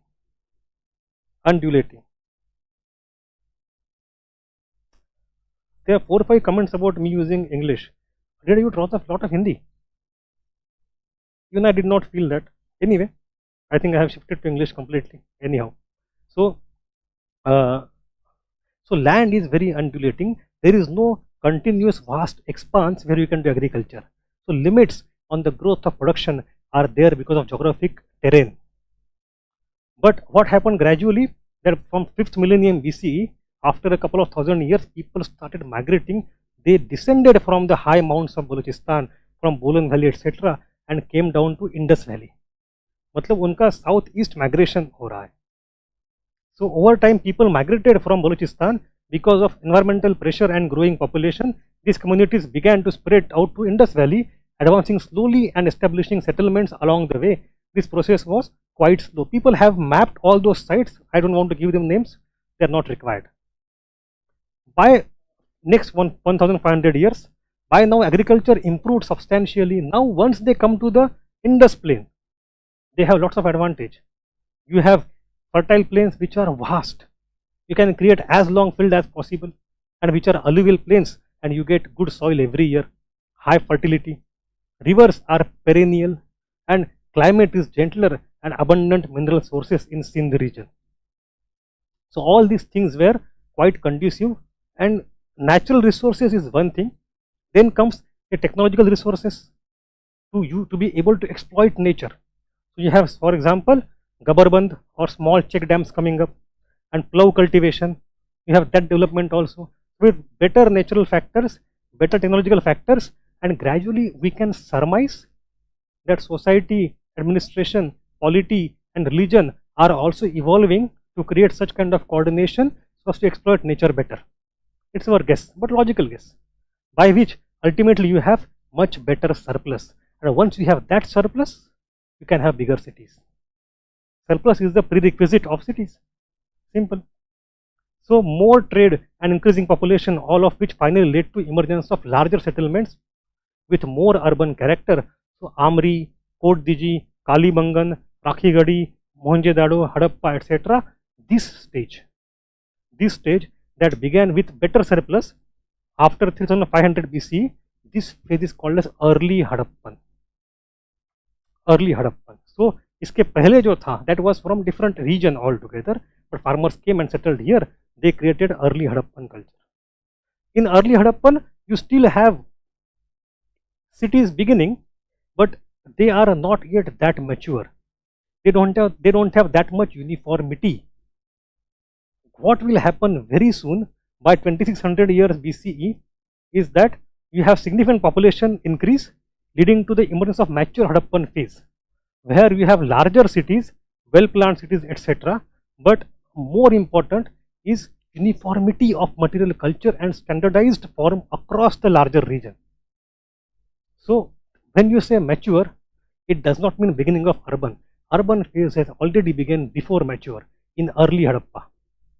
But the characteristic of urban phase are different in different sub-regions. If you go 100 kilometers here or there, you have cities that are different. In mature phase, you have standardization, uniformity of form and structure and commodities and goods. So you have idea that this entire thing is complete one single civilization. Integration, why? That is mature phase. Is it clear? So extensive inter-regional trade and inter-civilizational trade networks. Thus the presence of antecedent cultures indicates that the Harappan civilization was indeed an indigenous civilization which evolved gradually over several millennia. So you have these phases. The early phase from 3500 to 2600, formative signs of urban beginning, slowly evolved over 1000 years. Then peak of urbanization in mature phase, we have those 500 years, sustained for about 500 years, and phase of relatively rapid decline within 200 years, late Harappan age. It is very easy to understand for us also. It takes time to build things. It is very easy to destroy things. It took 1000 years to build civilization, sustained for 500 years, and declined within 200 years. Khatam. So it takes time to build things. Now there are a couple of points that I want to include here about this level of standardization. I need to explain that a little bit. Uniformity, standardization. There are various opinions about this amongst archaeologists. Since the time of Miller and Piggott, those were the archaeologists at the time of 1950s में, 40s में, these were the people. They did not appreciate it well. What they thought, अभी भी Eurocentric lens देखो कैसे काम करती है. They thought कि what is this civilization? Great cities, okay, but you are not changing. It is all standardized. It is all uniform. Since 2600, it continues till 1900. No change, no evolution. If you are a creative, thriving civilization, evolve with time, change with time. It means the word that is used by Piggott is a dead hand of the civilization. They are thriving, materially prosperous, but there is no change. Brick size doesn't change. Made system doesn't change. Artifacts quality don't change. Beads don't change. So for hundreds of years you don't change. What is this? Where is your creativity? And that is a big question. Question is from two senses. First of all, how can anybody do that? Without changing clothes and anything for 5, 6, 700 years you don't change at all? Is it possible anywhere? No. Language also changes. But it did not change in case of Harappa. Why that? It means some authority which was able to create that uniformity and integration and transition into modern, in mature phase, that was a very conservative authority. It discouraged change. Maybe change was not required because you have already reached that optimum level where you exploit sources properly. So what can be the most conservative form of government? Religious. Religion is the last thing that changes. So there is a logic that perhaps the rulers were primarily coming from the religious background. It's a guesswork. Guesswork is substantiated by another fact that in the neighboring area in Mesopotamia, the rulers were priests. Priests वहाँ पे होते थे. So with whom you are trading, you know them perhaps, and that is one guess. But that will go to the rulers later on. The point is that kind of judgmental opinion was used against us to claim that you are not creative people. This is a very, and look at the artifact also. It's such a very boring art. It's not great, not monumental, not fascinating, not beautiful. It's all pedestrian and utilitarian. Not beautiful. So once we showed them that we have a different type of urbanization ki idea which is very inclusive, they would come with the judgment, not changing, very conservative, not beautiful. Now see, where at what levels you have to fighting in history all the time. We have to spend generations fighting this kind of allegations. Now by around 1990s, the scene has changed, and now we appreciate that this uniformity actually was uniformity of refinement. When we see craft, you will come to know it's a very high level. It's a very technologically superior and refined craft. That high level craft was maintained as uniform over long time and distance, and that is something to be appreciated, not disparaged. We'll see that. But point is, when you understand mature, understand it is uniformity. शहर पहले भी थे, बाद में भी थे. ठीक? Any doubt?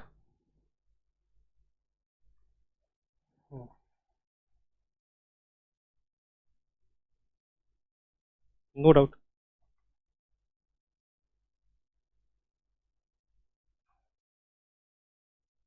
थोड़ा पानी पी लूँ यार.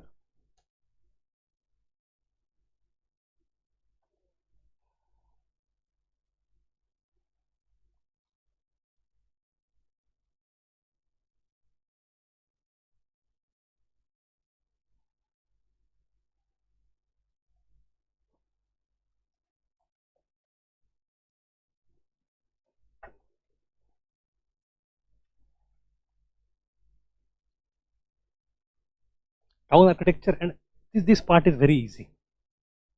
Everybody knows that, so I will not go to this specific part of architecture. There is nothing for me to add separately. We have all been reading that since childhood. Raste kaisa hai, crisscross pattern, all those things. So this subsection I will just move on. If you read, if you find difficult anything, and not ask me tomorrow, no problem. Isko पढ़ लेना एक बार. There is nothing there.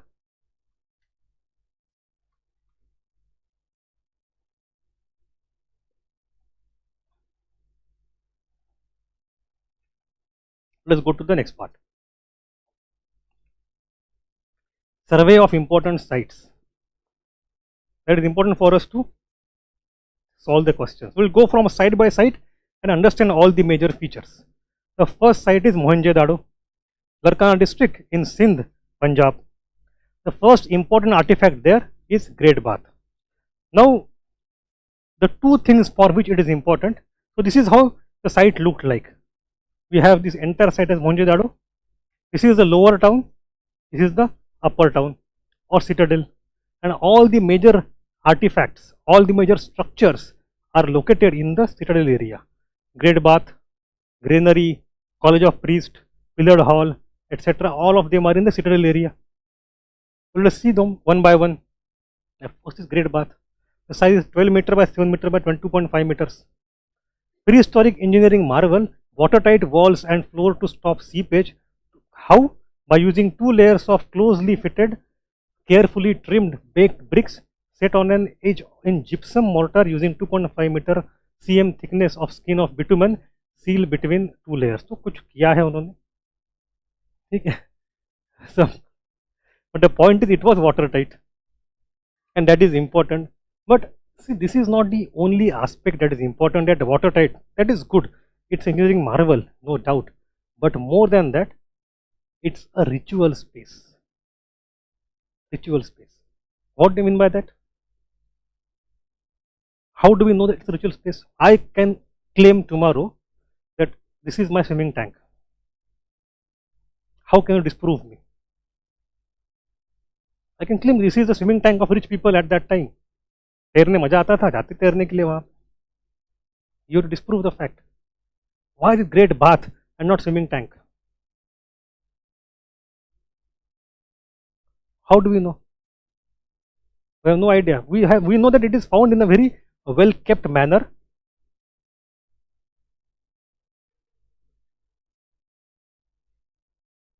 It's in Citadel.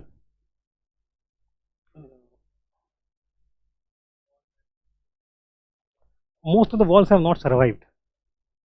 Yes, correct. So surrounding the great bath, you have many other structures. On all the three sides, we have small rooms. Some rooms have wells. Some rooms have some kind of thing where we see perhaps some kind of people used to sit there. So the entire assembly of the building structure surrounding the great bath looks like as if it is for some ritual, some function. अगर सिर्फ great bath होता तो swimming tank बन जाता. So you have to look it in the context. Like you have the 8 small bathrooms surrounding it. We have the paved courtyard and many other rooms. That makes it more important from the religious viewpoint. So not only important for engineering marvel, but also ritual purposes. Then you have a massive granary of over 1000 square meter. That is also interesting. It's a massive structure, huge structure, and you have the plan over here. You see how archaeology functions. Based on this structure, you can extrapolate many logical arguments. For example, they were the state treasuries in which tax and tributes in grain were stored. So how and why do we need such amount of grains? How can you collect them? Maybe tax was collected in grain form.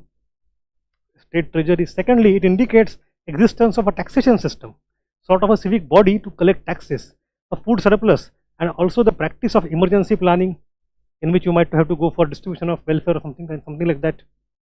You have all those things. Then it also indicates crop diversity, because different crops were in different parts. Again, perhaps. And then it also indicates mastery over transportation and storage technology, because those grain had to be transported and stored. It's not that easy. So all these things you are able to derive only based on the existence of the granary. But now tell me why and how do I prove this is a granary? I can say it's just a storage of balloons.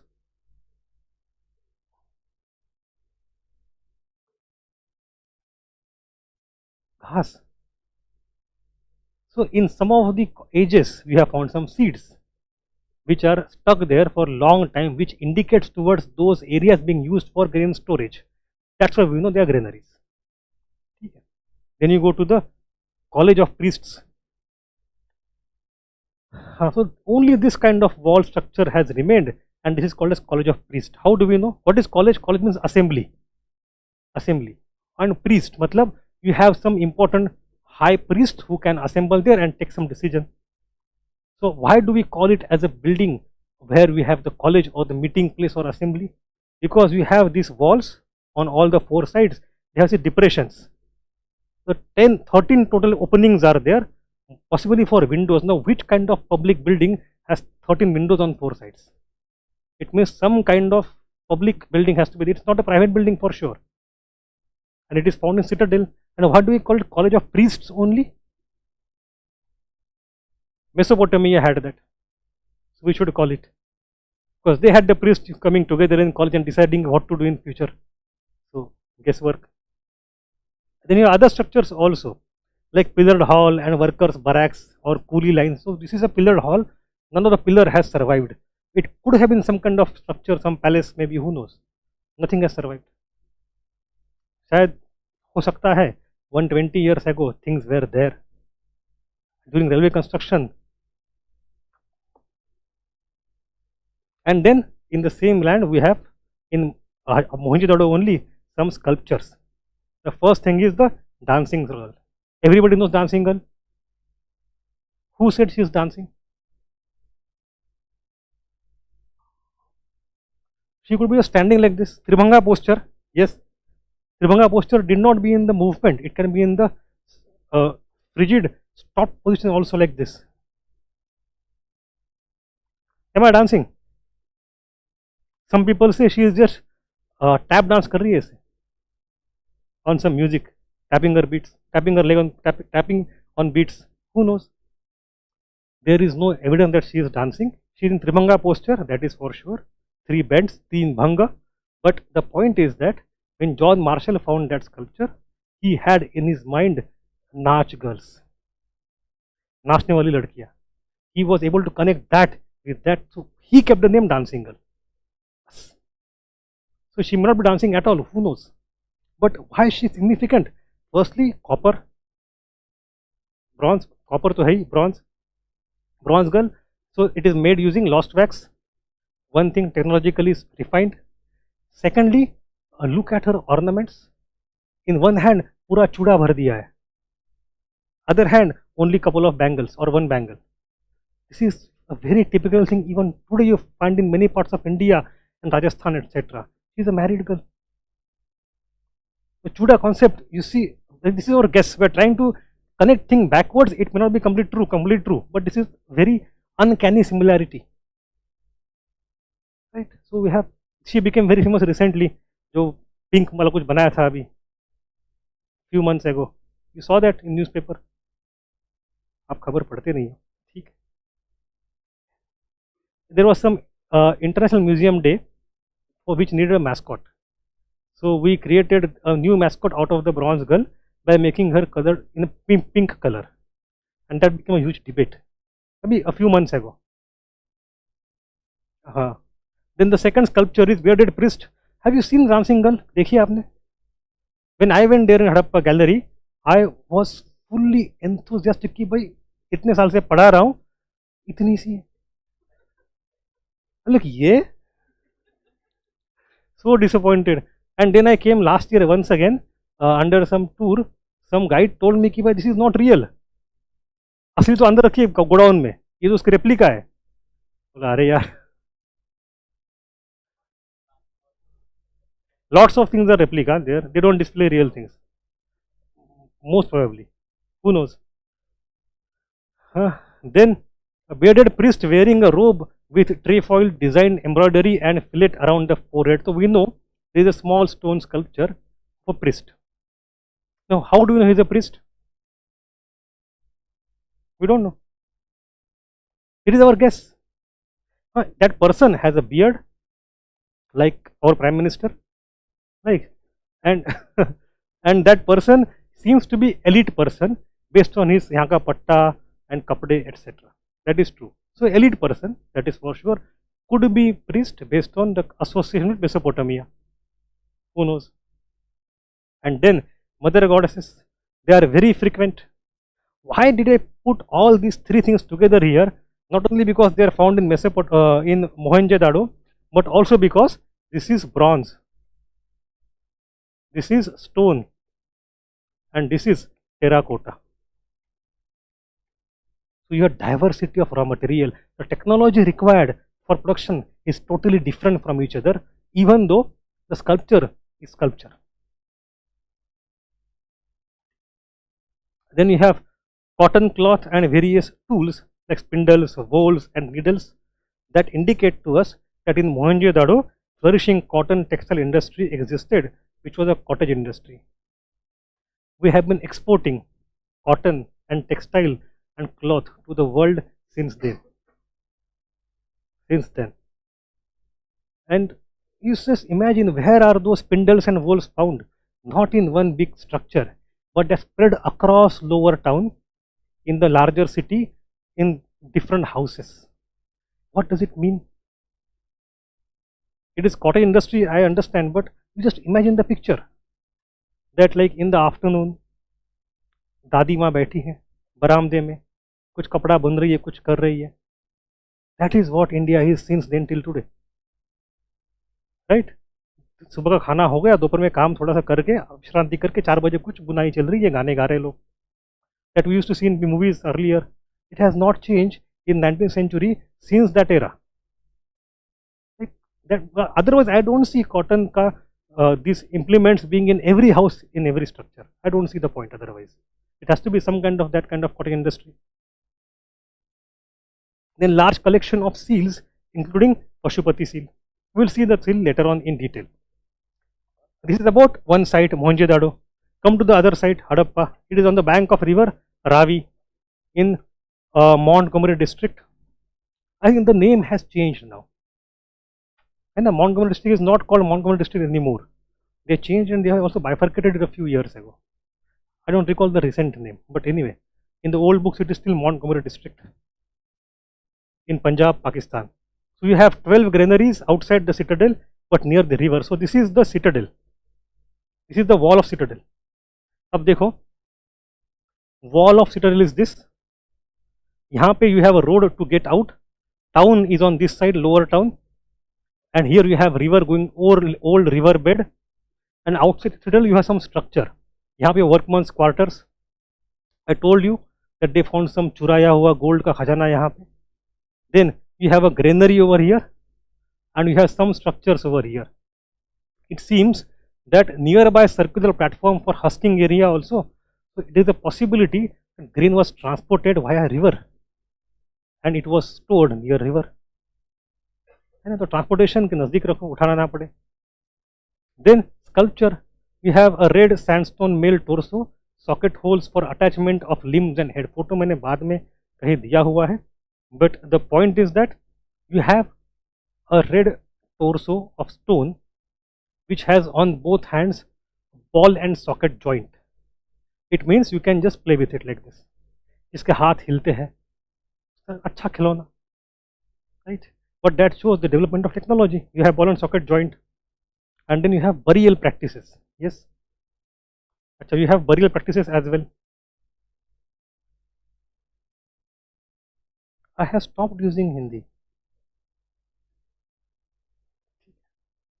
Or is the old comment only? Sorry. Okay. So we have various burial practices: direct, urn, coffin, partial, etc. That shows that there is ritual diversity. The most important cemetery area is called as R37, where we have found tens of skeletons, which is in Harappa, but outside the boundary of the Harappa. R37, which belongs to the mature phase.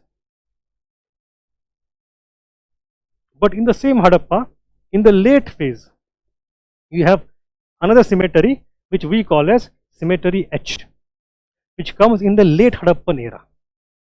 But both of them are in Harappa city only.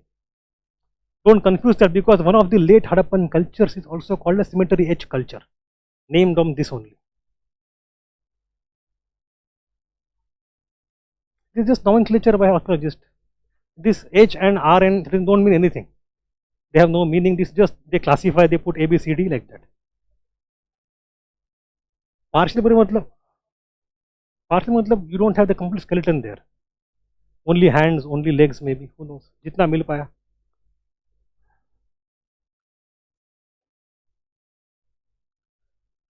It could be that you lost the person in jungle to some animal, just saved half the body, now bury it.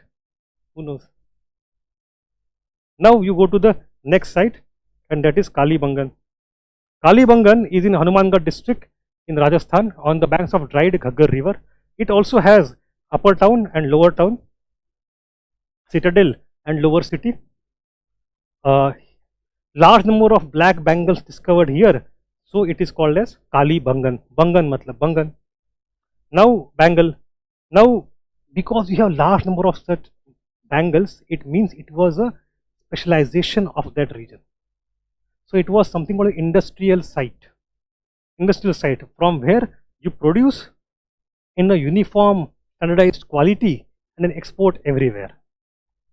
So it gives us now an hint that perhaps Harappan civilization was able to ensure uniformity because some of the objects ka production was supervised and centralized in some sites. So could be the possibility that bangles will be produced here and sent everywhere else, And likewise, other goods would have some important locations or central sites from where they would go everywhere. That's why they were able to maintain the uniformity possibility. Continuous occupation since the pre-Harappan era, it's important thing. So it is interesting also because Kalibangan comes on Ghaggar-Hakra bank. It is on the eastern side of Indus. On the western side you have Mehergarh. Now just think of it, that Mehergarh then gradually comes down and becomes early Harappa and then into Harappa. Parallel to that, on the eastern side you already have Kalibangan. Are these the same people? We don't know, could be or could not be, but we know that there are certain cultural differences internally in Kalibangan, especially the fire altars. We'll see in religion fire altars मतलब जहाँ पे यज्ञ होते हैं, Vedi. So now we have religious ideas of Kalibangan being different than Harappa and Mohenjo-daro. This point is latched onto by those people who claim Harappans are Aryans. They say देखो यहाँ पे यज्ञ भी हो रहा है. We don't know yet. We don't know. And the next important thing is plowed field. There is no sign of any plowed equipment. Plow is not found, but on the ground in the sand we have found the marks of plowing. So the field is found, plowed field. And not only that it is plowed field, it was a crisscross pattern.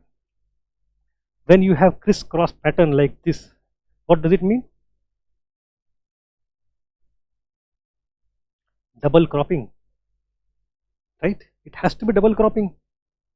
समझ में आ रहा है कुछ? So if you have the technology of double cropping, it means you are agriculturally so much developed already. So you have double cropping here. So you just mention it, double cropping.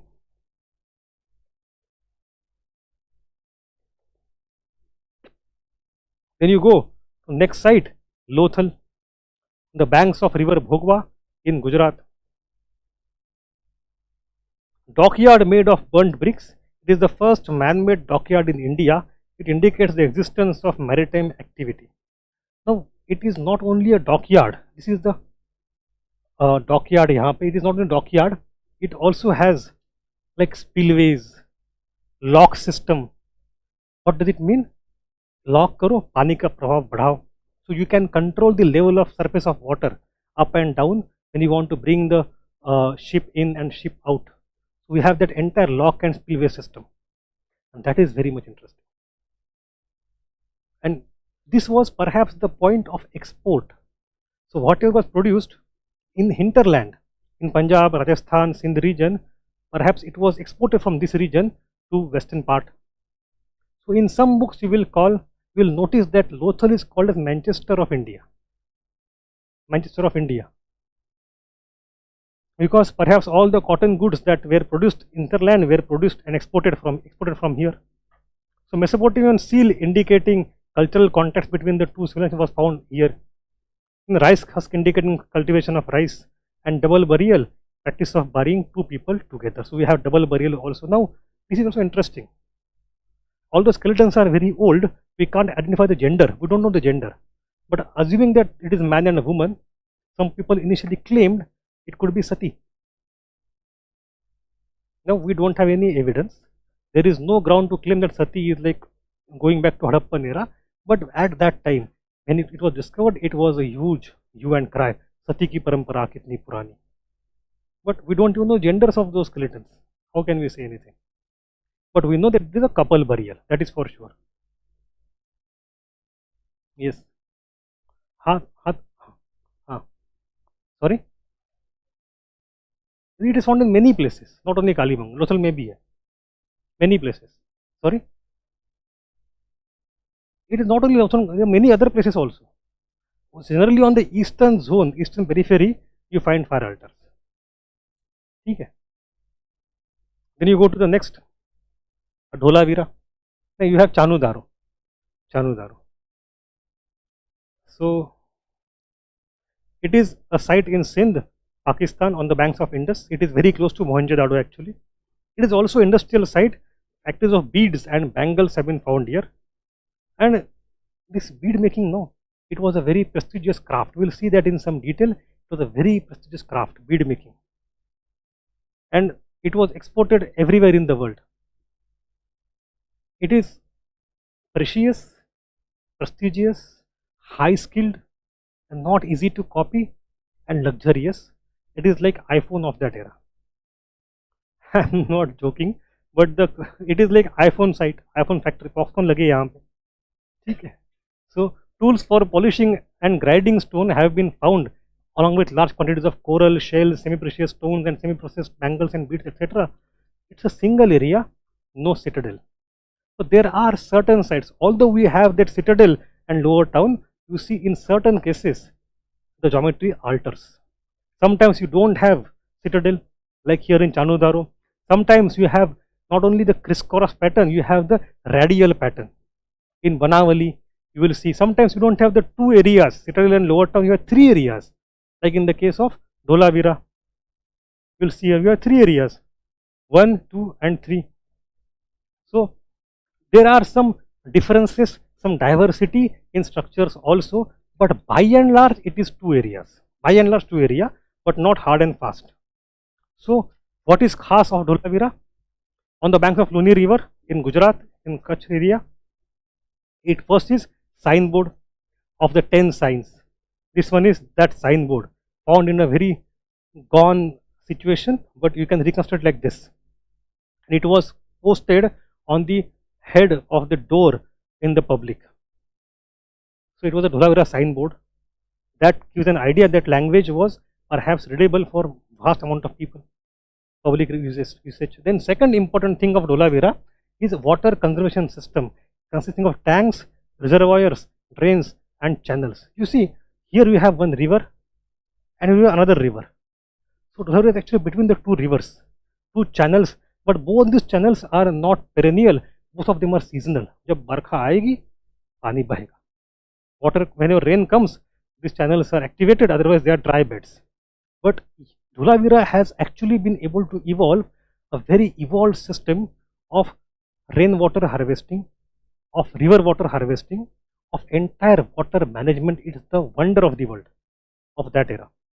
So they are able to sustain huge population based on that. For 6 months there is no water supply, they could still continue surviving there. Then you have stone. Now this is also interesting. Look at the diversity. Harappa mein you have, once the spread over such a vast region, it means that the ecological diversity will also be there. Not all places will have enough dense forest, not all places will have access to that kind of stone or soil or agriculture or the same amount of food. So the greatness of Harappa, that it could survive over large region for long time, was its internal ability to adapt to local environment. It is very important for us to understand this diversity is very important. For example, you go to Harappa and Mohenjo-daro, what you use for construction? Brick. Here you don't have brick because you don't have jungles there to create a burnt brick. So you rely on stone. So entire city out of stone, no brick. And so stone is very important. Stone was the primary material instead of burnt brick. And you also have 2 stone pillars which are polished. And that is very unique and very important. I will tell why after 2-3 lectures. But remember, 2 stone pillars which are polished are found from Dholavira. Then you have 3 areas: citadel, middle town and lower town. You have I found one photo recently on some Gujarat government website where they have connected the remaining aspect of Dholavira of that time or Aaj ke Kutch ke ghar. They call it Bunga. Bunga. Today's Bunga, and that time you have the plan, same thing. Continuity of civilization.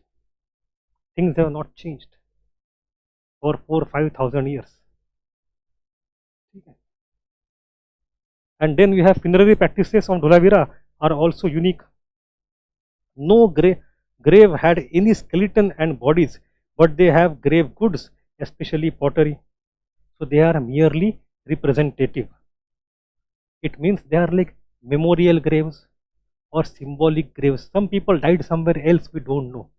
But family stays here, they want to feel connected, so they build a grave and put grave goods. Symbolic burial, which has no skeleton at all. It's a unique thing of Dholavira. In addition, the ASI found 7 semicircular or hemispherical graves, 2 of which it excavated recently. So what you have is a grave which is like spoked wheel grave. Again unique. Why? Because spoked wheel kind of design for grave or tomb is explained in Shatapatha Brahman. So people try to connect ki acha Vedic ye. So there are some cases, some overlaps are there. They are not sufficient for us to claim anything, but some of the facts are like they match sometimes. No, Shatapatha Brahman is a book. Well, it's a Vedic literature. We'll study that later on. Okay. What am I?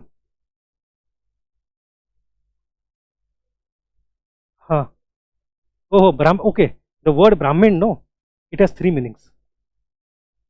One is the Brahmin as a Varna, Brahmin Kshatriya wala. The second is a Brahman as universal being, like Nirakar, Nirswarup, etc., Chaitanya. So this is undivided, unified whole, eternal. So that is Brahman. The third meaning is the category of books which come from Vedic literature. And there are many Brahmin books. They are also called Brahmins. ये 3 अलग मायने हैं Brahmin शब्द के. Shatapatha Brahman is the name of a Brahmin literature, not a Varna. Anyway, so Dholavira also now in UNESCO. So I have put the UNESCO citation from its official website for your reference. Let us move on. Rakhi Gadi. Rakhi Gadi is found in Haryana, again on the banks of Ghaggar near Hisar, largest excavated site of Harappan civilization. If you compare the area, then it is 500 hectares compared to Harappa 150 hectares and Mohenjo-daro only 300 hectares. It has got around 7 mounds. 7 mounds of which a few are excavated, not all of them. हम उसको भी धीरे धीरे खोल रहे हैं. Maybe in next 20 years all those will be open and we'll have more data. It's very painful. इतना slow है. Sometimes I feel that the amount of time this people took to create civilization, no, will take longer than that to study civilization. Then we have the animal sacrificial pit there, and again perhaps fire altar. And now this site is important because of the DNA studies. Now it is excavated again recently by Deccan College. I think Professor Vasan Shinde is there. He is in the team, and then with the help of Seoul University in Korea, they are doing lots of research. They have been able to extract some amount of DNA from these skeletons over here. That Petrius bone and ADNA, all those things you might have heard of them. We don't need to go there. Ancient DNA technique is there.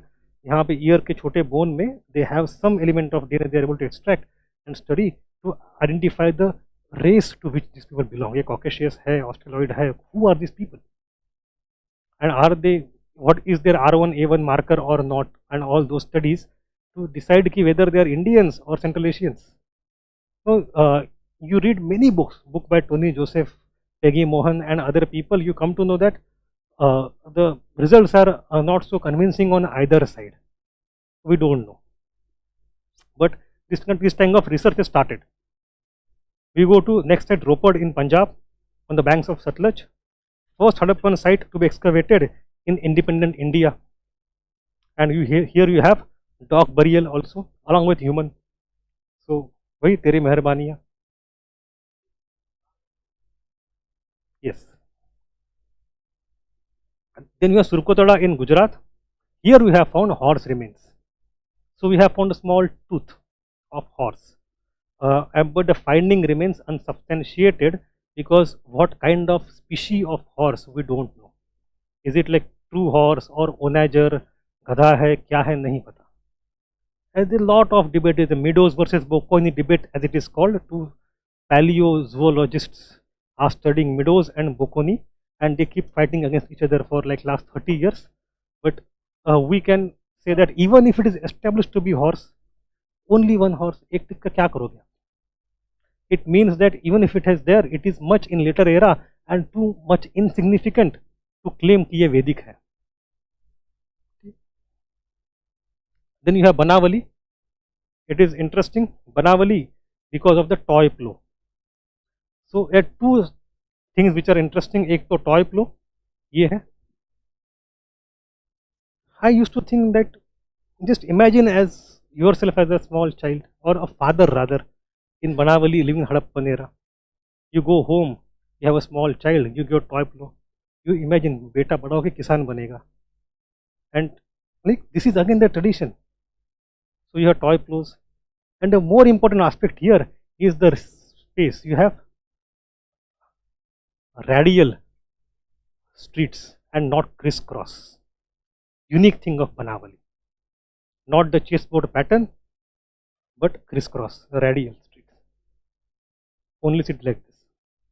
This is a brief survey of some important sites. Then I got some photos also.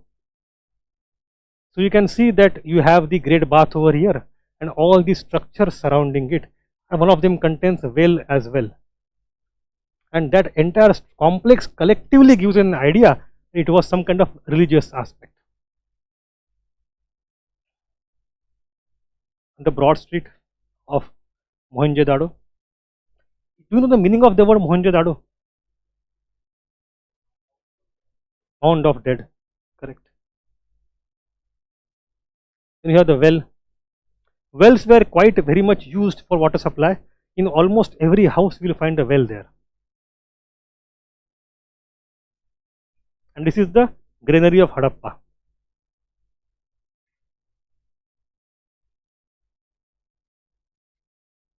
Now we go to next part. We'll now move from political, economic, social, religious, everything one by one.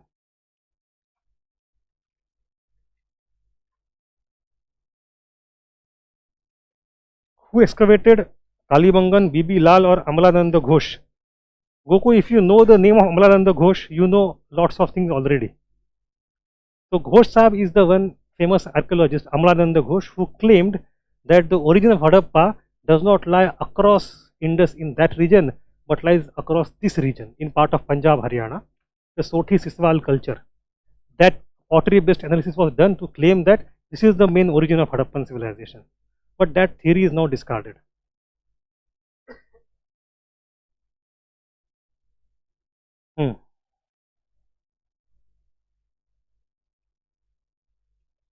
Now again you have a huge, see, every part of Harappa is debatable and speculative. What can we do? So structure of politics. Indus rulers have left their mark on every facet of life in the valley, but have themselves remained anonymous. We are not certain of their form of government. We have no idea. Is it a government by a ruling class, a monarchy? We don't know. Is it a government which is oligarchy? No idea. Is it a government by religious people? We don't know. Is it about one state or multiple states? Again, we don't have much idea. But we can still arrive at some rational conclusion somewhere. Let's try to do that one by one. Firstly, was there a monarchy and dynasty? Not probable. It is ruled out. Why? Kings by nature are self-exalting and express themselves in grand palaces, mausoleums and other monumental structures. No evidence of tomb, pyramid, royal grave or even ziggurat. You know ziggurat?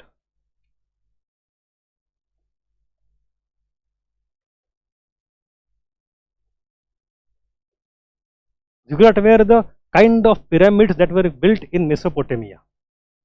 So वहाँ का royal tomb is called ziggurat. So they are all contemporary. And again, despite Harappans knowing those people, they didn't do it here. So maybe ऐसे कोई power अगर monarchy वहाँ पे है नहीं. There is also no indication for dominant military presence. Surprising absence of warfare. This is interesting. We have not found many weapons. We have found huge amount of artifacts, implements of agriculture, but hardly any weapon. और जो weapon मिले भी है, weapons we have found are not aggressive. How do we know? They are very weak. For example, look at the sword. The sword doesn't have midrib in case of Harappa. You can't be aggressive. And take the walls of the cities. These walls are also defensive walls, maybe, but it seems that in many cases the walls are built to stop the water from coming in, flood water, rather than stopping the invasion. So it could be many things, but the point is, as in general, Harappa doesn't seem to be a very aggressive civilization, or the warmongering was not there much. Surprising absence of warfare, inferior military technology than that of contemporary other civilizations. Then we have to go for other speculations, and we have not found helmets, any shield, armor, kuch nahi mila. Even though we have found many other things, these things are not even found, and that is actually very interesting. How is it possible that you have huge order, uniformity, consistency, continuity, all imposed from some authority, and there is no warfare? It's very surprising. Now, does it want to? Chalo, hum jate hain aage. Then there are other speculations and hypotheses. Firstly, each city was ruled by a mercantile class, so city states are there, and the mercantile community is ruling because they are the most important part. They are traders. But again, how do we know they are important? Because of seals. Ab seals ke upar there are a lot of symbols on the seals. So what does this symbol represent? Sometimes we have different animals, right? We have 20, 30, 40 types of different things, but these seals should have some meaning. So animals like totem symbol, is it a totem? Or is it like bichu gang versus eagle gang? Right? So unka bichu symbol and unka eagle symbol. So if it is so, let us assume that these symbols are symbols of the families or mercantile companies or corporations. In that case, there are two possibilities. A symbol which is more numerous is a company or corporation or mercantile community which is more powerful, and symbol which is infrequent is less powerful company. That is one logic. It could be exactly other way around. The higher up you go, less you use your own symbol. तो जो symbol कम पाया जाता है, क्या वो लोग अधिक powerful थे? We have no idea, but there is a possibility, a better possibility based on contemporary other civilizations. It was a kind of theocracy, a rule of small, endogamous, socially exclusive priestly class headed by a priest king or council of high priests. How do we know? Because we have to then think of role of religion in society, क्योंकि मिलती नहीं है ज़्यादा कुछ. Then again that question is stopped. Let us say we don't know who is the ruler, a priest or a merchant or anything else. We have no idea. Let us think of a type of state at least. How do we know? What do we know about it? Earlier we thought that it was an empire ruled by a king with two capitals, Harappa and Mohenjo-daro. Vast geographic area with uniformity of material culture and near total identity in the layout of the two cities. Now this view is rejected. The whole region is too extensive to be ruled effectively by one centralized authority in the prehistoric times. Some scholars therefore postulate that the region was divided into two or more independent city-states with their own bureaucracies, in the case of Mesopotamia jaise tha. But this view has also its own difficulties. Why is there no evidence of conflict? Agar do char alag raj hai, there has to be some warfare, but there is no warfare. How could such total uniformity of culture and civic regulations over the vast region have prevailed in a competitive political environment, that too over several centuries? So thinking of it being multiple states is also problematic. Single state is also problematic. And what was there? There was some sort of unified socio-political authority which enforced order and uniformity. That's all. We have no. So at least in this domain of political structure, we are clueless.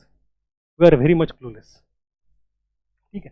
But what we can say for sure is there is a municipal authority. If not, central government kaise nahi pata, municipal pata hai, because we have tax collection, we have this construction of cities, cities getting maintained, you have all those canals and you have all those drainage which have to be kept.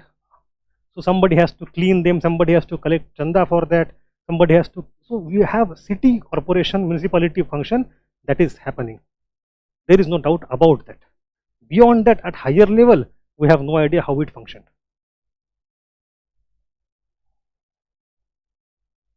Then you go to a more interesting area about which we have got a better idea, the economic life.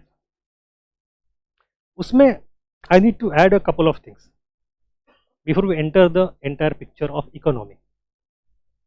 As I said, initially we got attracted towards Harappa because of the understanding of urbanization.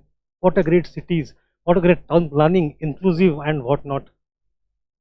But we have to remember that these cities depend on the extraction of resources from villages, and villages produce food surplus which survive the cities, and villages have to be more numerous. Behind every city of 10,000 population, you have to have so many villages. So if you just go by number, villages are more numerous than cities.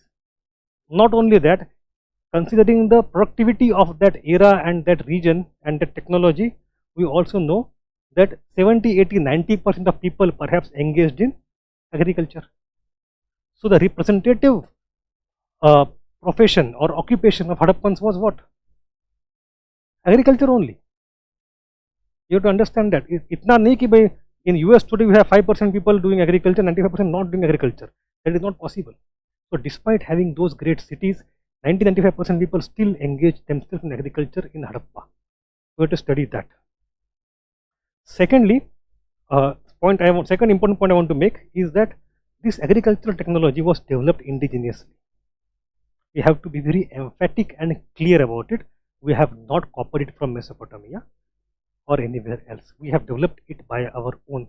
The cities are created by Indian genius and not copied from anybody else. So was the entire agricultural support system that sustained them.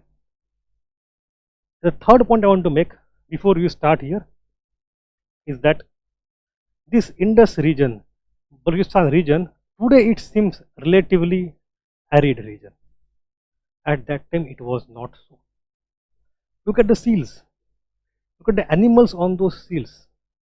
You will find that those animals are located in the region which have jungle, good forest, good water supply. Hadappans were quite living in the dense region with jungles and quite lot of monsoon. It is in the later era monsoon has shifted towards Ganga Valley और वहाँ dryness आ गया है over next 3-4,000 years gradually. But at that time this is a dense jungle full of monsoon region and therefore agriculture was easy to do. ठीक है. हाँ.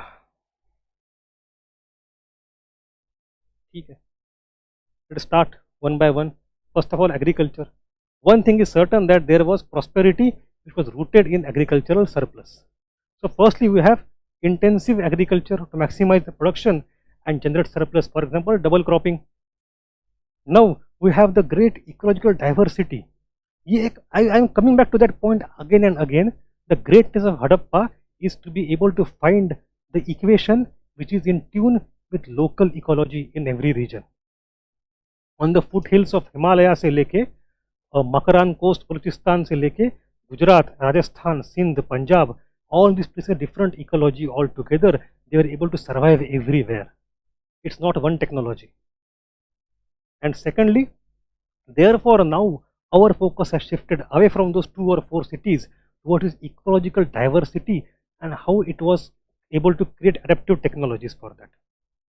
So you have great diversity of ecology, alluvial plains, mountains, plateaus, sea coast led to regionally diverse crops and farming techniques. The major food crops were, for example, wheat, barley, millet, rice seems less, mustard and sesame, etc. Like rice we have found from, I mentioned from Lothal. Lothal we have evidence of rice. We have also from Rangpur, one side in Gujarat where we have rice. Rangpur and Lothal. But these are like less important areas in that way. The agricultural heartland of Harappan civilization generally focus on wheat more. Wheat and barley, yes.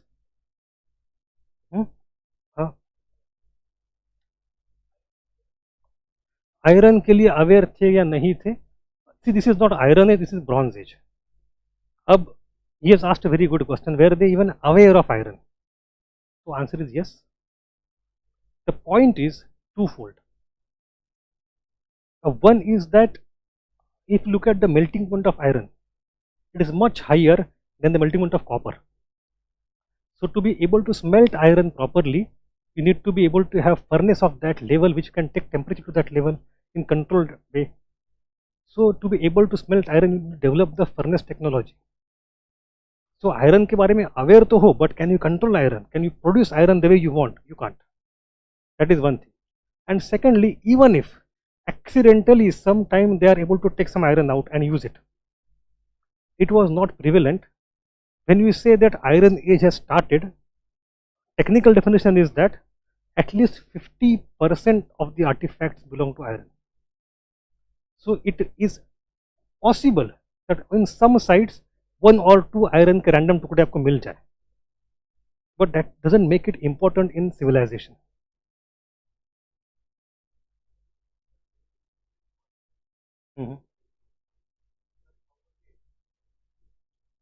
We have, see वहाँ पे एक बात है, it's alluvial plain also. See, why did I say dense forest? Because of one basic reason, the amount of brickwork.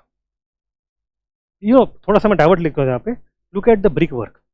People have done computational techniques, people have done computations to identify if you want to create this whole city of Mohenjo-daro, which is fully created, how many bricks you would need, and how many bricks you need to keep changing to keep it maintained. And for those bricks, how many times of furnaces you need, कितना जंगल काटना पड़ेगा जलाने के लिए उतनी bricks, because they are furnace fired and not sun dried bricks. So that came out to be a huge amount of acreage, and you cannot transport neither bricks nor wood to long distances. So forest has to be accessible in nearby area. That is the point. ठीक है, अब how they did what they did. There was another theory actually. There are so many cities in bricks. तो इन लोगों ने इतना nature explore कर दिया, जंगल ही खत्म कर दिया. That's why there was climate change, इसलिए डूब गए वो. तो anyway, ठीक है. I wanted to add one thing to this food crop में, वो है तिल, sesame. Sesame was a very important thing. It was perhaps domesticated in India only, or during or before Harappa, we don't know exactly. But sesame का तेल, तिल का तेल was produced, and it was also one of the export items. हम दुनिया को तिल का तेल पिलाते थे उस समय.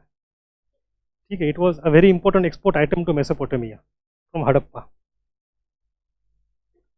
Then you have non-food crops, cotton. Obviously, cotton textile was exported, one of the very important items of export. There are two more crops which are important to understand. Those are jowar and bajra. They came to India in late Harappan era from Ethiopia, Sudan region, where they were first domesticated. So in mature Harappa, these crops are not present, first. Secondly, and more importantly, when they come to India, in Gujarat region, Maharashtra region, etc., these are arid region में ये crops आराम से होते हैं, require less water, and therefore in the late Harappan region, late Harappan era, when there is collapse of cities, people are going inwards and migrating, and they need to colonize new land where there may not be enough water. At that time, what sustains them is not rice or 𝐂𝐭, it is jowar and bajra. So it is a kind of agricultural revolution that helped India to sustain farming communities in arid land after the decline of Harappa. So you have they coming, jowar bajra coming to India from North Africa in late Harappan era. Clear? This is about agriculture, then come to technologies. Firstly, they were able to use both growing seasons, summer and winter, Rabi and Kharif. Secondly, ploughing. From Kalibangan, we have found the plough marks. As I said, they are crisscross pattern and double cropping. It means the technology is quite advanced. And from Banavali, we have found the actual model of the plough, clay model of plough, terracotta plough model. So we have both model and ploughed field, दोनों आपके पास है. Generally exam में पूछते हैं कहाँ से क्या मिला, so don't confuse. Kalibangan with plough marks, Banavali with model of plough. Then you have irrigation. As I said that the challenge actually that Indus people faced in the Indus Valley was not lack of water, but abundance of water. Too much water, very strong river flows. They occupy the cities every year. तो how to stop that from happening, वो उनका challenge था. But anyway, they focused on flood water irrigation, not much of canal water. They may have built some bunds, but they have not survived very many. Irrigation canals were found in 𝐂𝐭 a trading outpost, but it was rare and exceptional. And they probably may have used animal manure as fertilizer also, because in the Harappan villages we have found pits. In those pits, animal ka dung was collected. What could be the reason for collecting animal dung? Perhaps for fertilizer and manure. तो ये अपना guess है, ठीक है. So when you say they have the agricultural surplus based on technology, उसके diversity, crops, उसके diversity, so you have to see कि सारा base बना है, तब जाके civilization खड़ी होती है. Then they not only remain dependent on the agricultural food, but also animal food. So hunting, fishing भी होता होगा. We have those examples. 𝐂𝐭 has given abundant data for cattle bones, which implies importance of animal husbandry. This is an important fact. 𝐂𝐭 is very well known for animal husbandry. It is not only agriculture, but also grazing and all those things. In the paintings on the pottery, you have rabbits, peacocks, pigeons, ducks, monkeys, and wildfowl. Some of them may have been their food also. So thus, the point is that we have a diverse subsistence base, taking into account the ecological diversity and technology for adaptation and resilience. That is the fundamental point. Agriculture is clear, facts are very well known, concepts are understood. No, what should I repeat? Is it clear? Okay. I think पहला दिन है ना, थोड़ा intense लग रहा होगा, right? ना, I am not, मतलब आपका ऑप्शन तो है नहीं, आप फंस गए हो आप यहाँ बैठ के, ठीक है. आपको economy, art and crafts. So earlier writings, now I come to that point. The earlier writings tended to contrast plainness of Harappan artifacts with the opulence of Egyptian and Mesopotamian counterparts. Nowadays, the technological sophistication and beauty of some of the Harappan artifacts are recognized. You have to struggle at every small level. Firstly, the standardization, which is at impressive level. So you have brick and pottery, which is almost uniform across Harappan zone. It's not easy. I have photo of brick also. The proportions of brick don't change. Sadiyon tak same brick, khatam. Then units of weights and measures, you have system that is binary in the smaller, decimal in the larger. So 1 to 2 to 8 to 16, 160, 200, 320 also. These are ratios of the weights. And it's interesting. It gives us an idea of mathematical sophistication. It tells us that Hadappans knew different methods of numerical systems. Binary bhi hai, decimal bhi hai. In some books, you can add that also. They mention they also knew hexadecimal. Perhaps they knew hexadecimal, I don't know. But binary, decimal and hexadecimal also. 3 number systems they know. In 3 number systems they do calculations. वो तो CSAT में नहीं करते इतने आज, right? Now, the point is that you look at their contemporary Europeans, not contemporary, till 1000 years ago, till 1200, 1300 CE. What do they use in Europe for number? Roman numerals, IVX. They are very pathetic from point of view of calculation and accounting. And for actual accounting and counting, they use abacus, right? So for thousands of years afterwards in Europe, the counting was so backward, literally backward counting.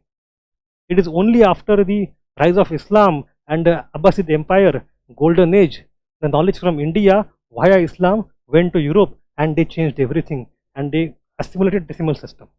But we had decimal system since the beginning, since the Harappan era. How do we know that? Based on the units ka ratio. Then cubical weights made of chert, chalcedony, brick stone, black stone, etc. have been found at all sites, and their accuracy all over the Harappan cultural zone is remarkable. The largest weight found at Mohenjo-daro is 10.865 grams in today's units. But these are just facts. We have even found Harappan weights outside Harappan cultural zone. For example, in Oman, Harappan weights are found in Oman. What does it mean? Between? So in Harappa and Mesopotamia, trade was going on. Oman falls in between. So perhaps some Harappans got settled in Oman as middlemen and they're trading onwards with Mesopotamia. That is our guess. A shell scale was found at Mohenjo-daro and an ivory scale at Lothal. A shell object found in Saurashtra was probably used to measure angles as well. We have different types of weights and measures and units. So that shows the sophistication. The trade happens which is based on such kind of development. Then there is a great variety of standardized mass-produced craft items at Harappan sites. This is, I feel, a very important point, that you not only have large quantity of standardized material, you also have variety of that quantity. So एक कोई चीज produce नहीं हो रही है. We have production of hundreds of such things at mass level, and each thing has its own standards. That shows the industrialization of that era. Then you have an important feature of urbanization was highly organized art and craft. Harappan artists made a very delicate and beautiful objects using different kinds of material, including metal, stone, terracotta, ivory, seashells, etc. So we have diversity of the material on which the craft is made. We'll see all the material one by one. Then you have craft specialization in settlements, localization. So different sites emerged to be important for different types of craft. For example, Lothal is known for bead factory. You have in Gujarat shell working, because shank, shell, seashells, they come from coast. So you have Nageshwar, Kuntasi, Rangpur, they are sites of shell working. And once you work on shell over here, you export it everywhere else in Harappan zone. You have city planning.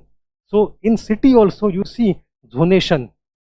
So no major workshop is in Mohenjo-daro, but every house can produce some amount of cotton. In Harappa, industrial area for copper working in north of citadel. Bricks, huge consumption, but no kin found inside any city. All of them are outside. Maybe because it was a polluting industry. So municipal norms कहता है polluting industry outside city walls. Even today we can't do that, right? So we have those things. So when you introduce the question that UPSC asked in the mains, what can smart city learn from Harappan? तो उसमें criss cross pattern मत लिखो यार, बच्चों की बात है वो, but include these things, how the public utilities were accessible to all the citizens. Sanitation तो है ही, you can talk of these things.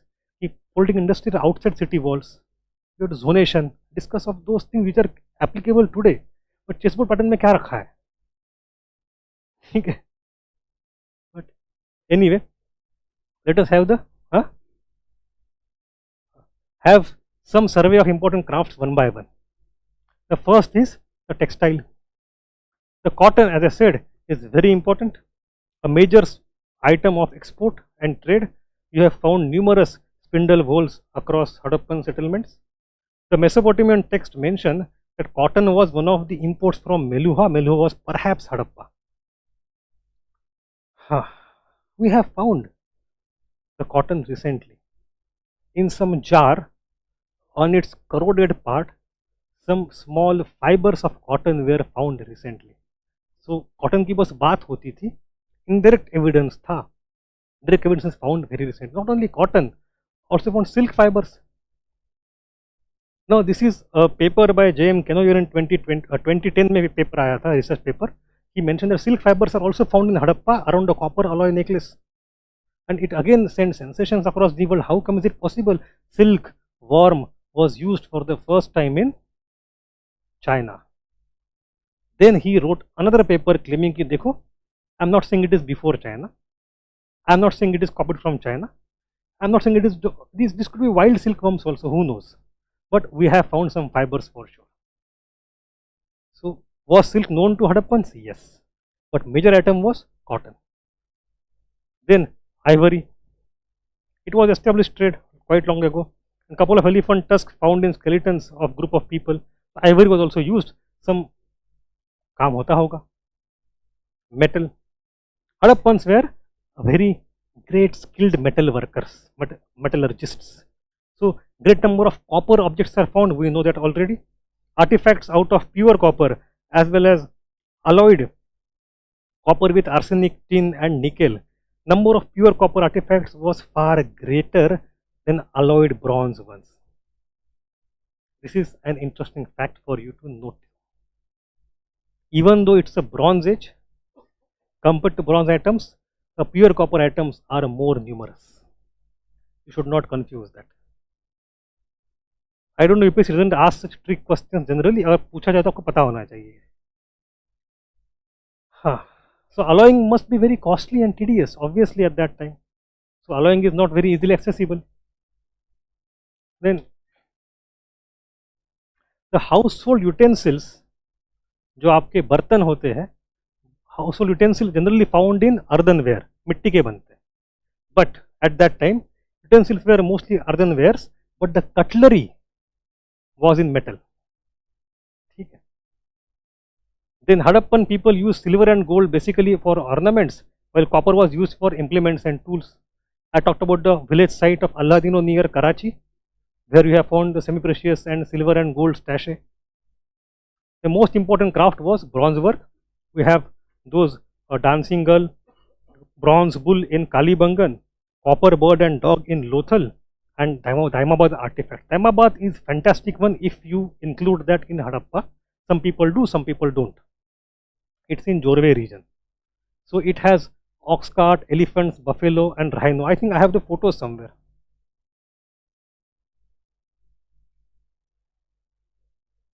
Yes. You have this Daimabad treasure. Different animals on wheels, they are found from Daimabad. Some of them are there in Delhi Museum also, Indian Museum, National Museum. And these are the bronze bulls that are found in Kalibangan. So it shows some craftsmanship of very high quality.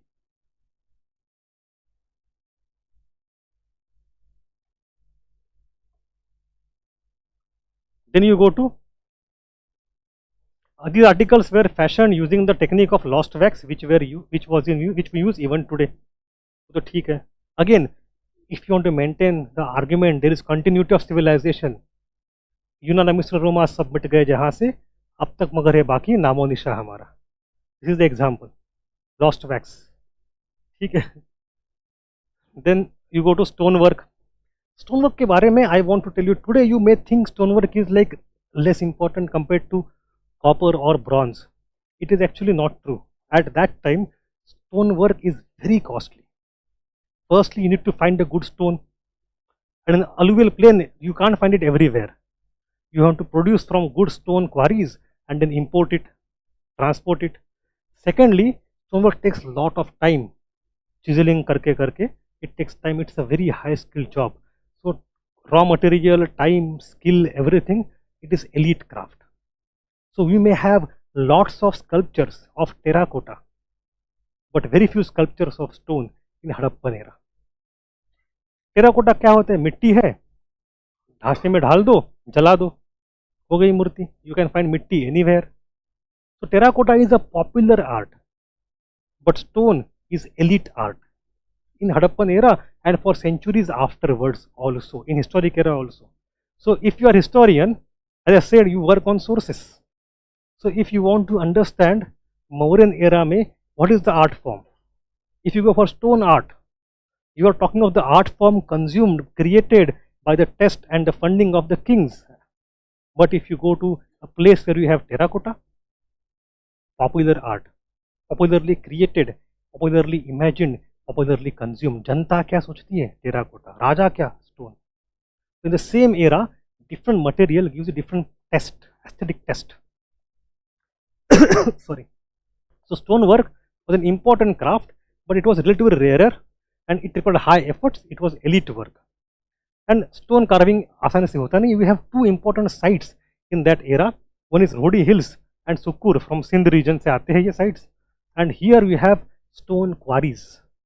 So जैसे we have industrial sites, similarly we have stone quarries from where the stone was produced and procured and sent everywhere in Hadappan zone.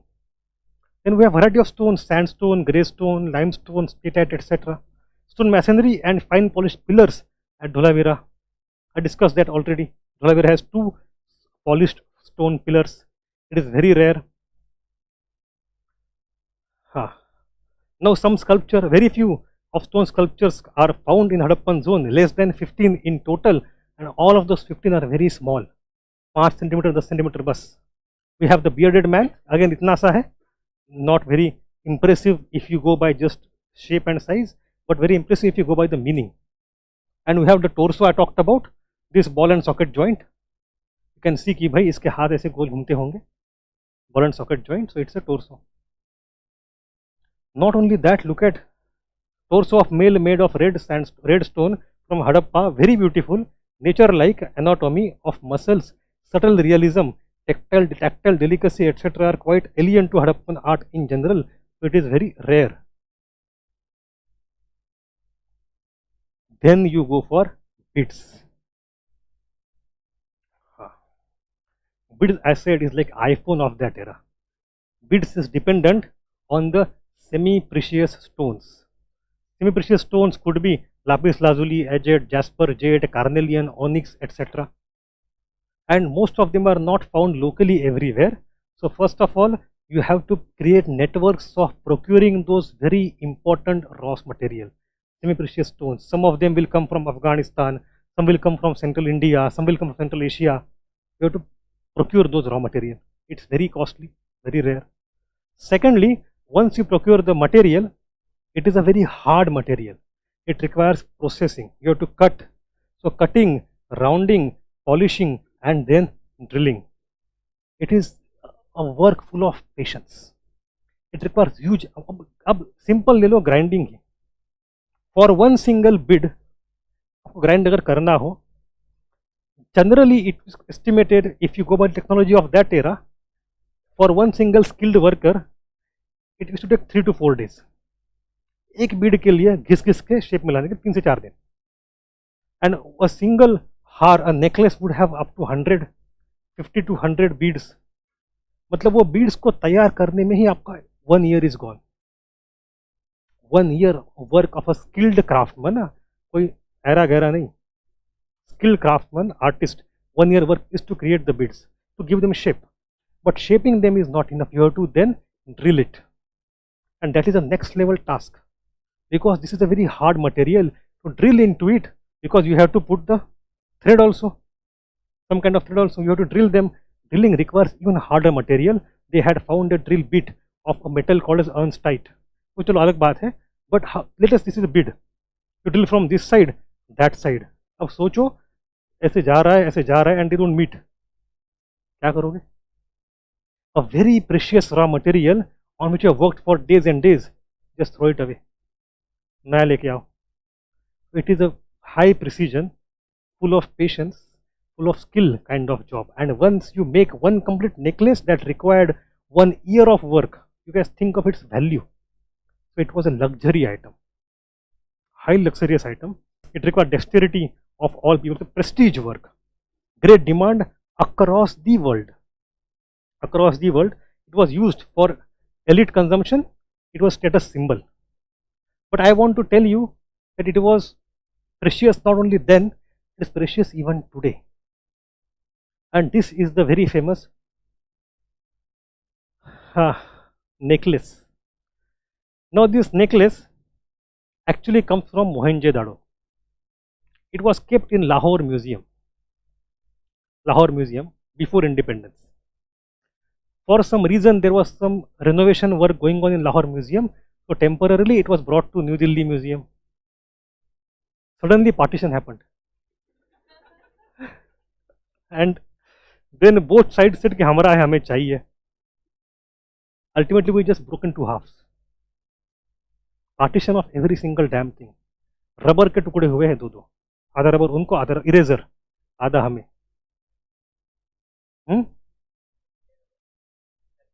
Yes. So partition has happened to the bare bone. So even we had to cut this on 2 parts. Today in Delhi we have this, and this part is there in Mohenjo-daro Museum. Since 1947 till today, The archaeologists from both sides are saying कि भाई please reunite them. कौन रखेगा साथ में, वो या हम? Then the claim came कि भाई let us at least reunite them for one single color photo. There is not a single color photo of these two together in some third neutral country. आज तक नहीं हुआ है, ना उन्हें ना हमें, किसी को भरोसा नहीं है.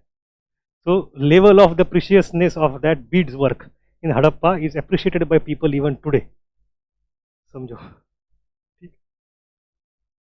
Some people even recommended a good thing that let us combine them and put them by rotation. 2 साल यहाँ 2 साल वहाँ. क्या guarantee है? Anyway, you go for seal makings. Sir, is it possible that political structure might be communism? Musafir, these are very new things. They may have some elements which are common to both of them, but it will be highly speculative to claim so. Then seal making. The purpose of seal, you have to understand, it is not coin because they are brittle, they are breakable, they can't be used as currency because of that. Then you go for, some of them were used as amulets, as charms, as good charm, etc. Maybe, but most of them were used as a stamping seals for the purpose of commercial cargo, etc. So you have the consignments, bori barke, stamp karo, sealing, and then go on. Now, what is the difference between seal and sealing?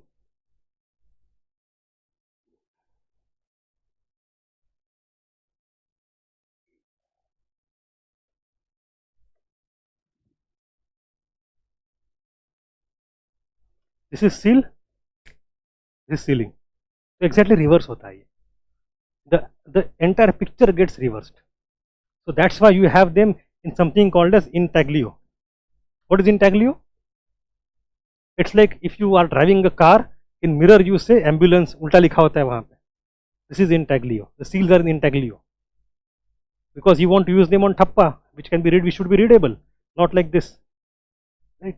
So some of them, they are not coins, some of aluminum, most as stamp for commercial purpose. Maximum seals are found in Mohenjo-daro, almost 68%, if you want exact number. 68% come from Mohenjo-daro. Of all the seals which are found today, 19% come from Harappa.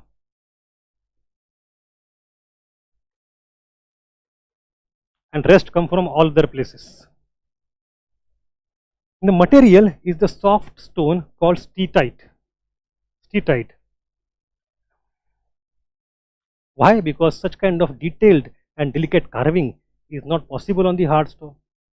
But second material, which is thoda sa rare, is faience.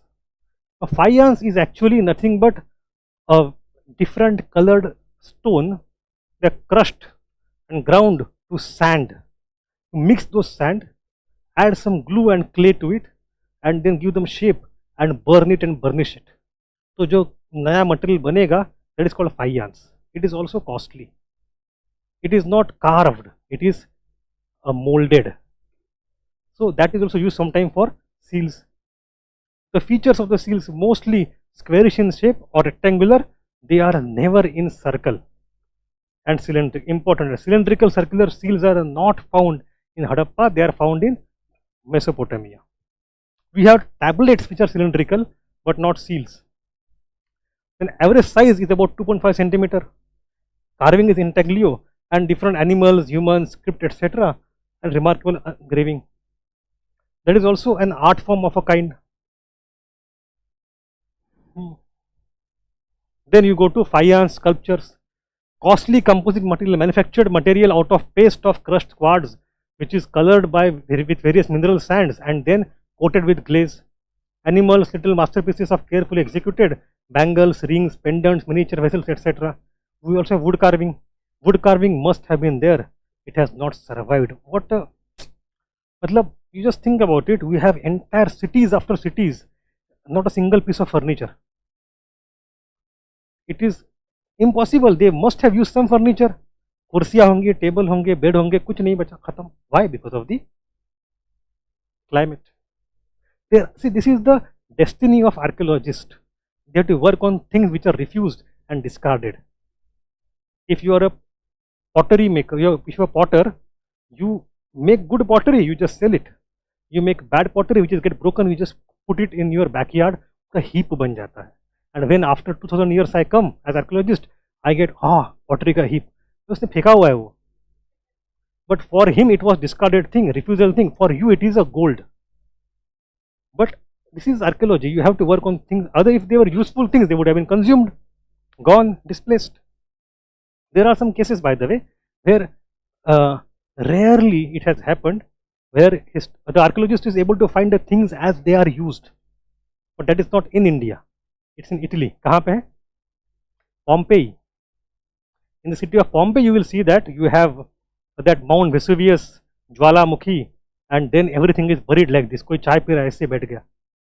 So you have all this. Now you excavate Pompeii, you get to see the things as they were. It's extremely rare in the world history. Otherwise, archaeologists work on discarded things, and from that they have to recreate everything. The good thing about that is they are dealing with the material which is discarded by common people in large number. So archaeology by default is more egalitarian. It deals with objects used by common people in daily life. Literature produced by elite who knew language, who can write, who are already elite because they knew language in historical era. So history is thoda sa biased towards that side. They don't understand the common side very easily, historians. On the other hand, archaeologists don't understand that side. They are biased towards this side of daily usage material and common people. You have to mix and match. But anyway, you come to terracotta. As I said, it was a popular art found from all across Harappan civilization, mixed of both religious and secular. You have characters of different types. Figures, human and animal figures, female figurines with decorated ornaments. Your children get toys also. Like you have a bird, you can puff from behind, city bajegi. You have those kind of birds. You have whistling bird. It is remarkable. You find such thing, whistling birds as a toy in that era in terracotta. You have about 75% of terracotta represent cattle, generally humped bull. Most of the rest are of women like mother goddess.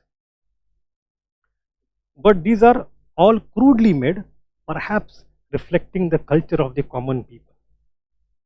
So the importance of terracotta does not lie in their artistic merit. It lies rather in what it tells us about common people's life.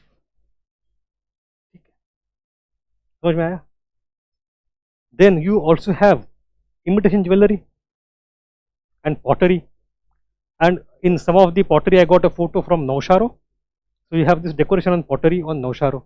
We have pottery being painted that can also be counted as art form.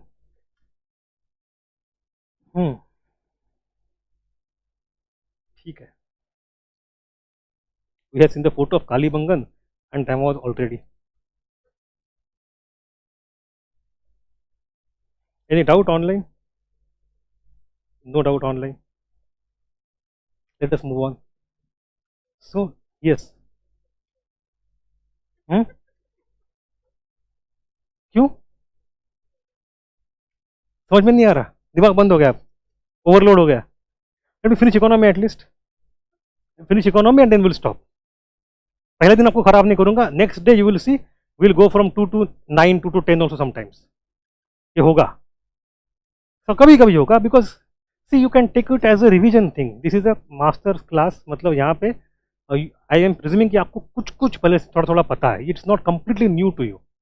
So if you go for longer duration, you'll be able to sustain that. If you can't, you'll practice to sustain that. ठीक है. So let us finish economy, then we'll stop. पहला दिन है आज. अरे आप तो बैठे के सुन रहे हो, मैं तो खड़ा हूँ बोल रहा हूँ यार.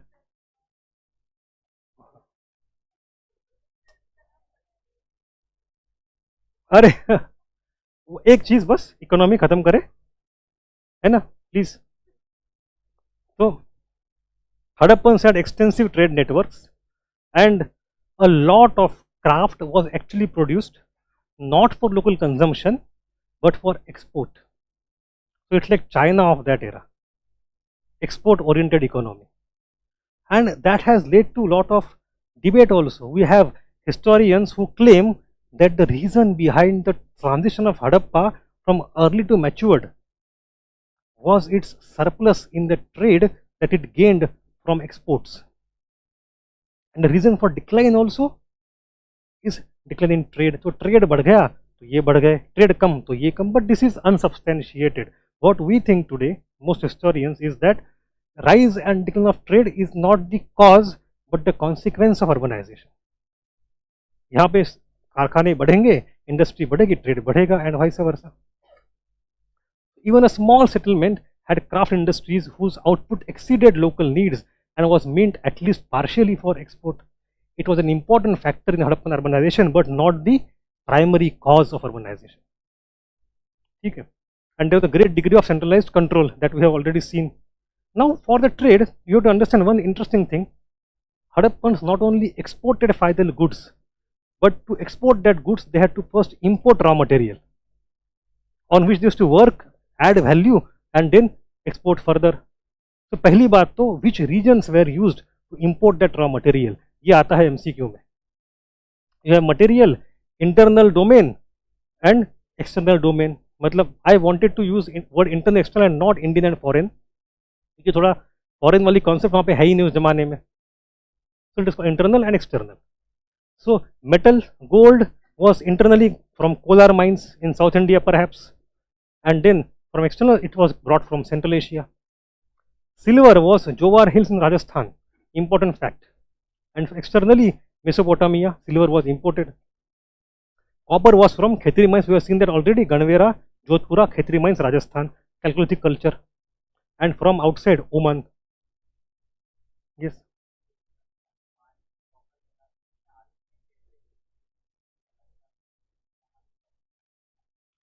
Ulta. Yes. Reason I'll tell you. Oman has not only copper, Oman has copper mine.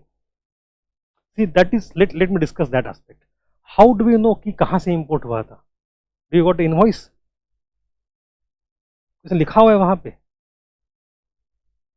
Yes, let us say Oman has raw material source and Khetri mines also has raw material source. So if I have found some copper ka piece in Harappa, how do I know if it has come from Khetri or Oman? So that's really trace metal analysis. होता क्या है कि if you extract metal out of some mine, उस mine में कुछ impurities होते हैं, those impurities continue in your metal also, and the proportion is the signature of that mine. If 5% arsenic, 2% ये 4% वो अगर कुछ होगा, that becomes signature of that mine. So from that trace metal analysis signature, we come to know that some copper in Harappa Mohenjo-daro came from Oman ke mines. Then tin also from Fargana. Who else came from Fargana to India? Babur. Then you have semi-precious stones. We have agate carnelian from Gujarat, lapis lazuli from Shortughai near Kabul, and jade from Turkmenistan. These are our all guesswork based on some kind of analysis. So then foreign trade. Now we don't know the trade with Sumerians. We don't know when the trade with Sumeria started, but by Akkadian period of Sumer, that is 2400 to 2100 BCE, it was well established. So we have the cities. More importantly, the cities like Ur and Nippur. The cities were the one which were discovered by Leonard Woolley, was contemporary of John Marshall. लग रहा है कल सुना था ना. The Mesopotamian script is deciphered. It used to get goods from three places: Dilmun, Magan, and Meluha. These are the three parts which we have to memorize very well. Dilmun matlab Bahrain, Magan matlab Oman, and Meluha matlab possibly Mohenjo-daro या फिर कोई port या कोई पूरा Harappa region, we don't know. And what are the commodities? You have import and export. Export में cotton we have seen all the time. Cotton in early historic times was known as Sindhu in Mesopotamia because it came from this region. Other items of export: copper, beads of agate carnelian, ivory boxes, combs, wood of different varieties, peacock, etc. Even peacock was exported. We have found a seal in Failaka in Iran, which mentions the peacock wala thing. There's a small drawing is there. Even in the documents of Mesopotamia, they mention perhaps it is peacock that was imported there. So more को भी बेच रहे. And then we also exported lots of jewelry. Imported not much data, unfortunately, most probably perishable items. Silver and perhaps bitumen. So balance of trade was evidently in favor of the Hadappans. इसमें तो कोई doubt है ही नहीं. We go for technology of transportation. So at that time we have these carts which are available, which tell us कि भाई on ground and on river how the transportation was happening. We have terracotta toy cart from Nausharo and also one in Hadappa, and we have some engravings which tell us how the ships were at that time. If you go to Sindh today in lower Indus region, you have the same flat bottom ships यहाँ दिखाए हैं. तो आज भी उसी design के ship वहाँ पे यूज़ होते हैं सदर्न सिंध में, सदर्न इंडस में. Design has continued. So again अब तक मगर है बाकी नामो निशा हमारा, right. So transport was riverine and ports also. We have the 3 ports which are known to us. Lothal dockyard is known for wharf and all those steel checks, etc. Sutka Gendor, we know it is near Gawadar, Makaran coast, and very nearby that we have one more port, that is Sutka Koh. It's on the bank of Shadi Kaur river. This port is not yet excavated. It is known कि ये port है, export नहीं. Balochistan is very unstable nowadays for last few decades. So whenever it gets stabilized, तब जाके वहाँ पे खुदाई होगी, we will know more. ठीक है. Economy is done. Bhogava, Bhogava river dried bed, Bhogava river का ड्राइड बेड.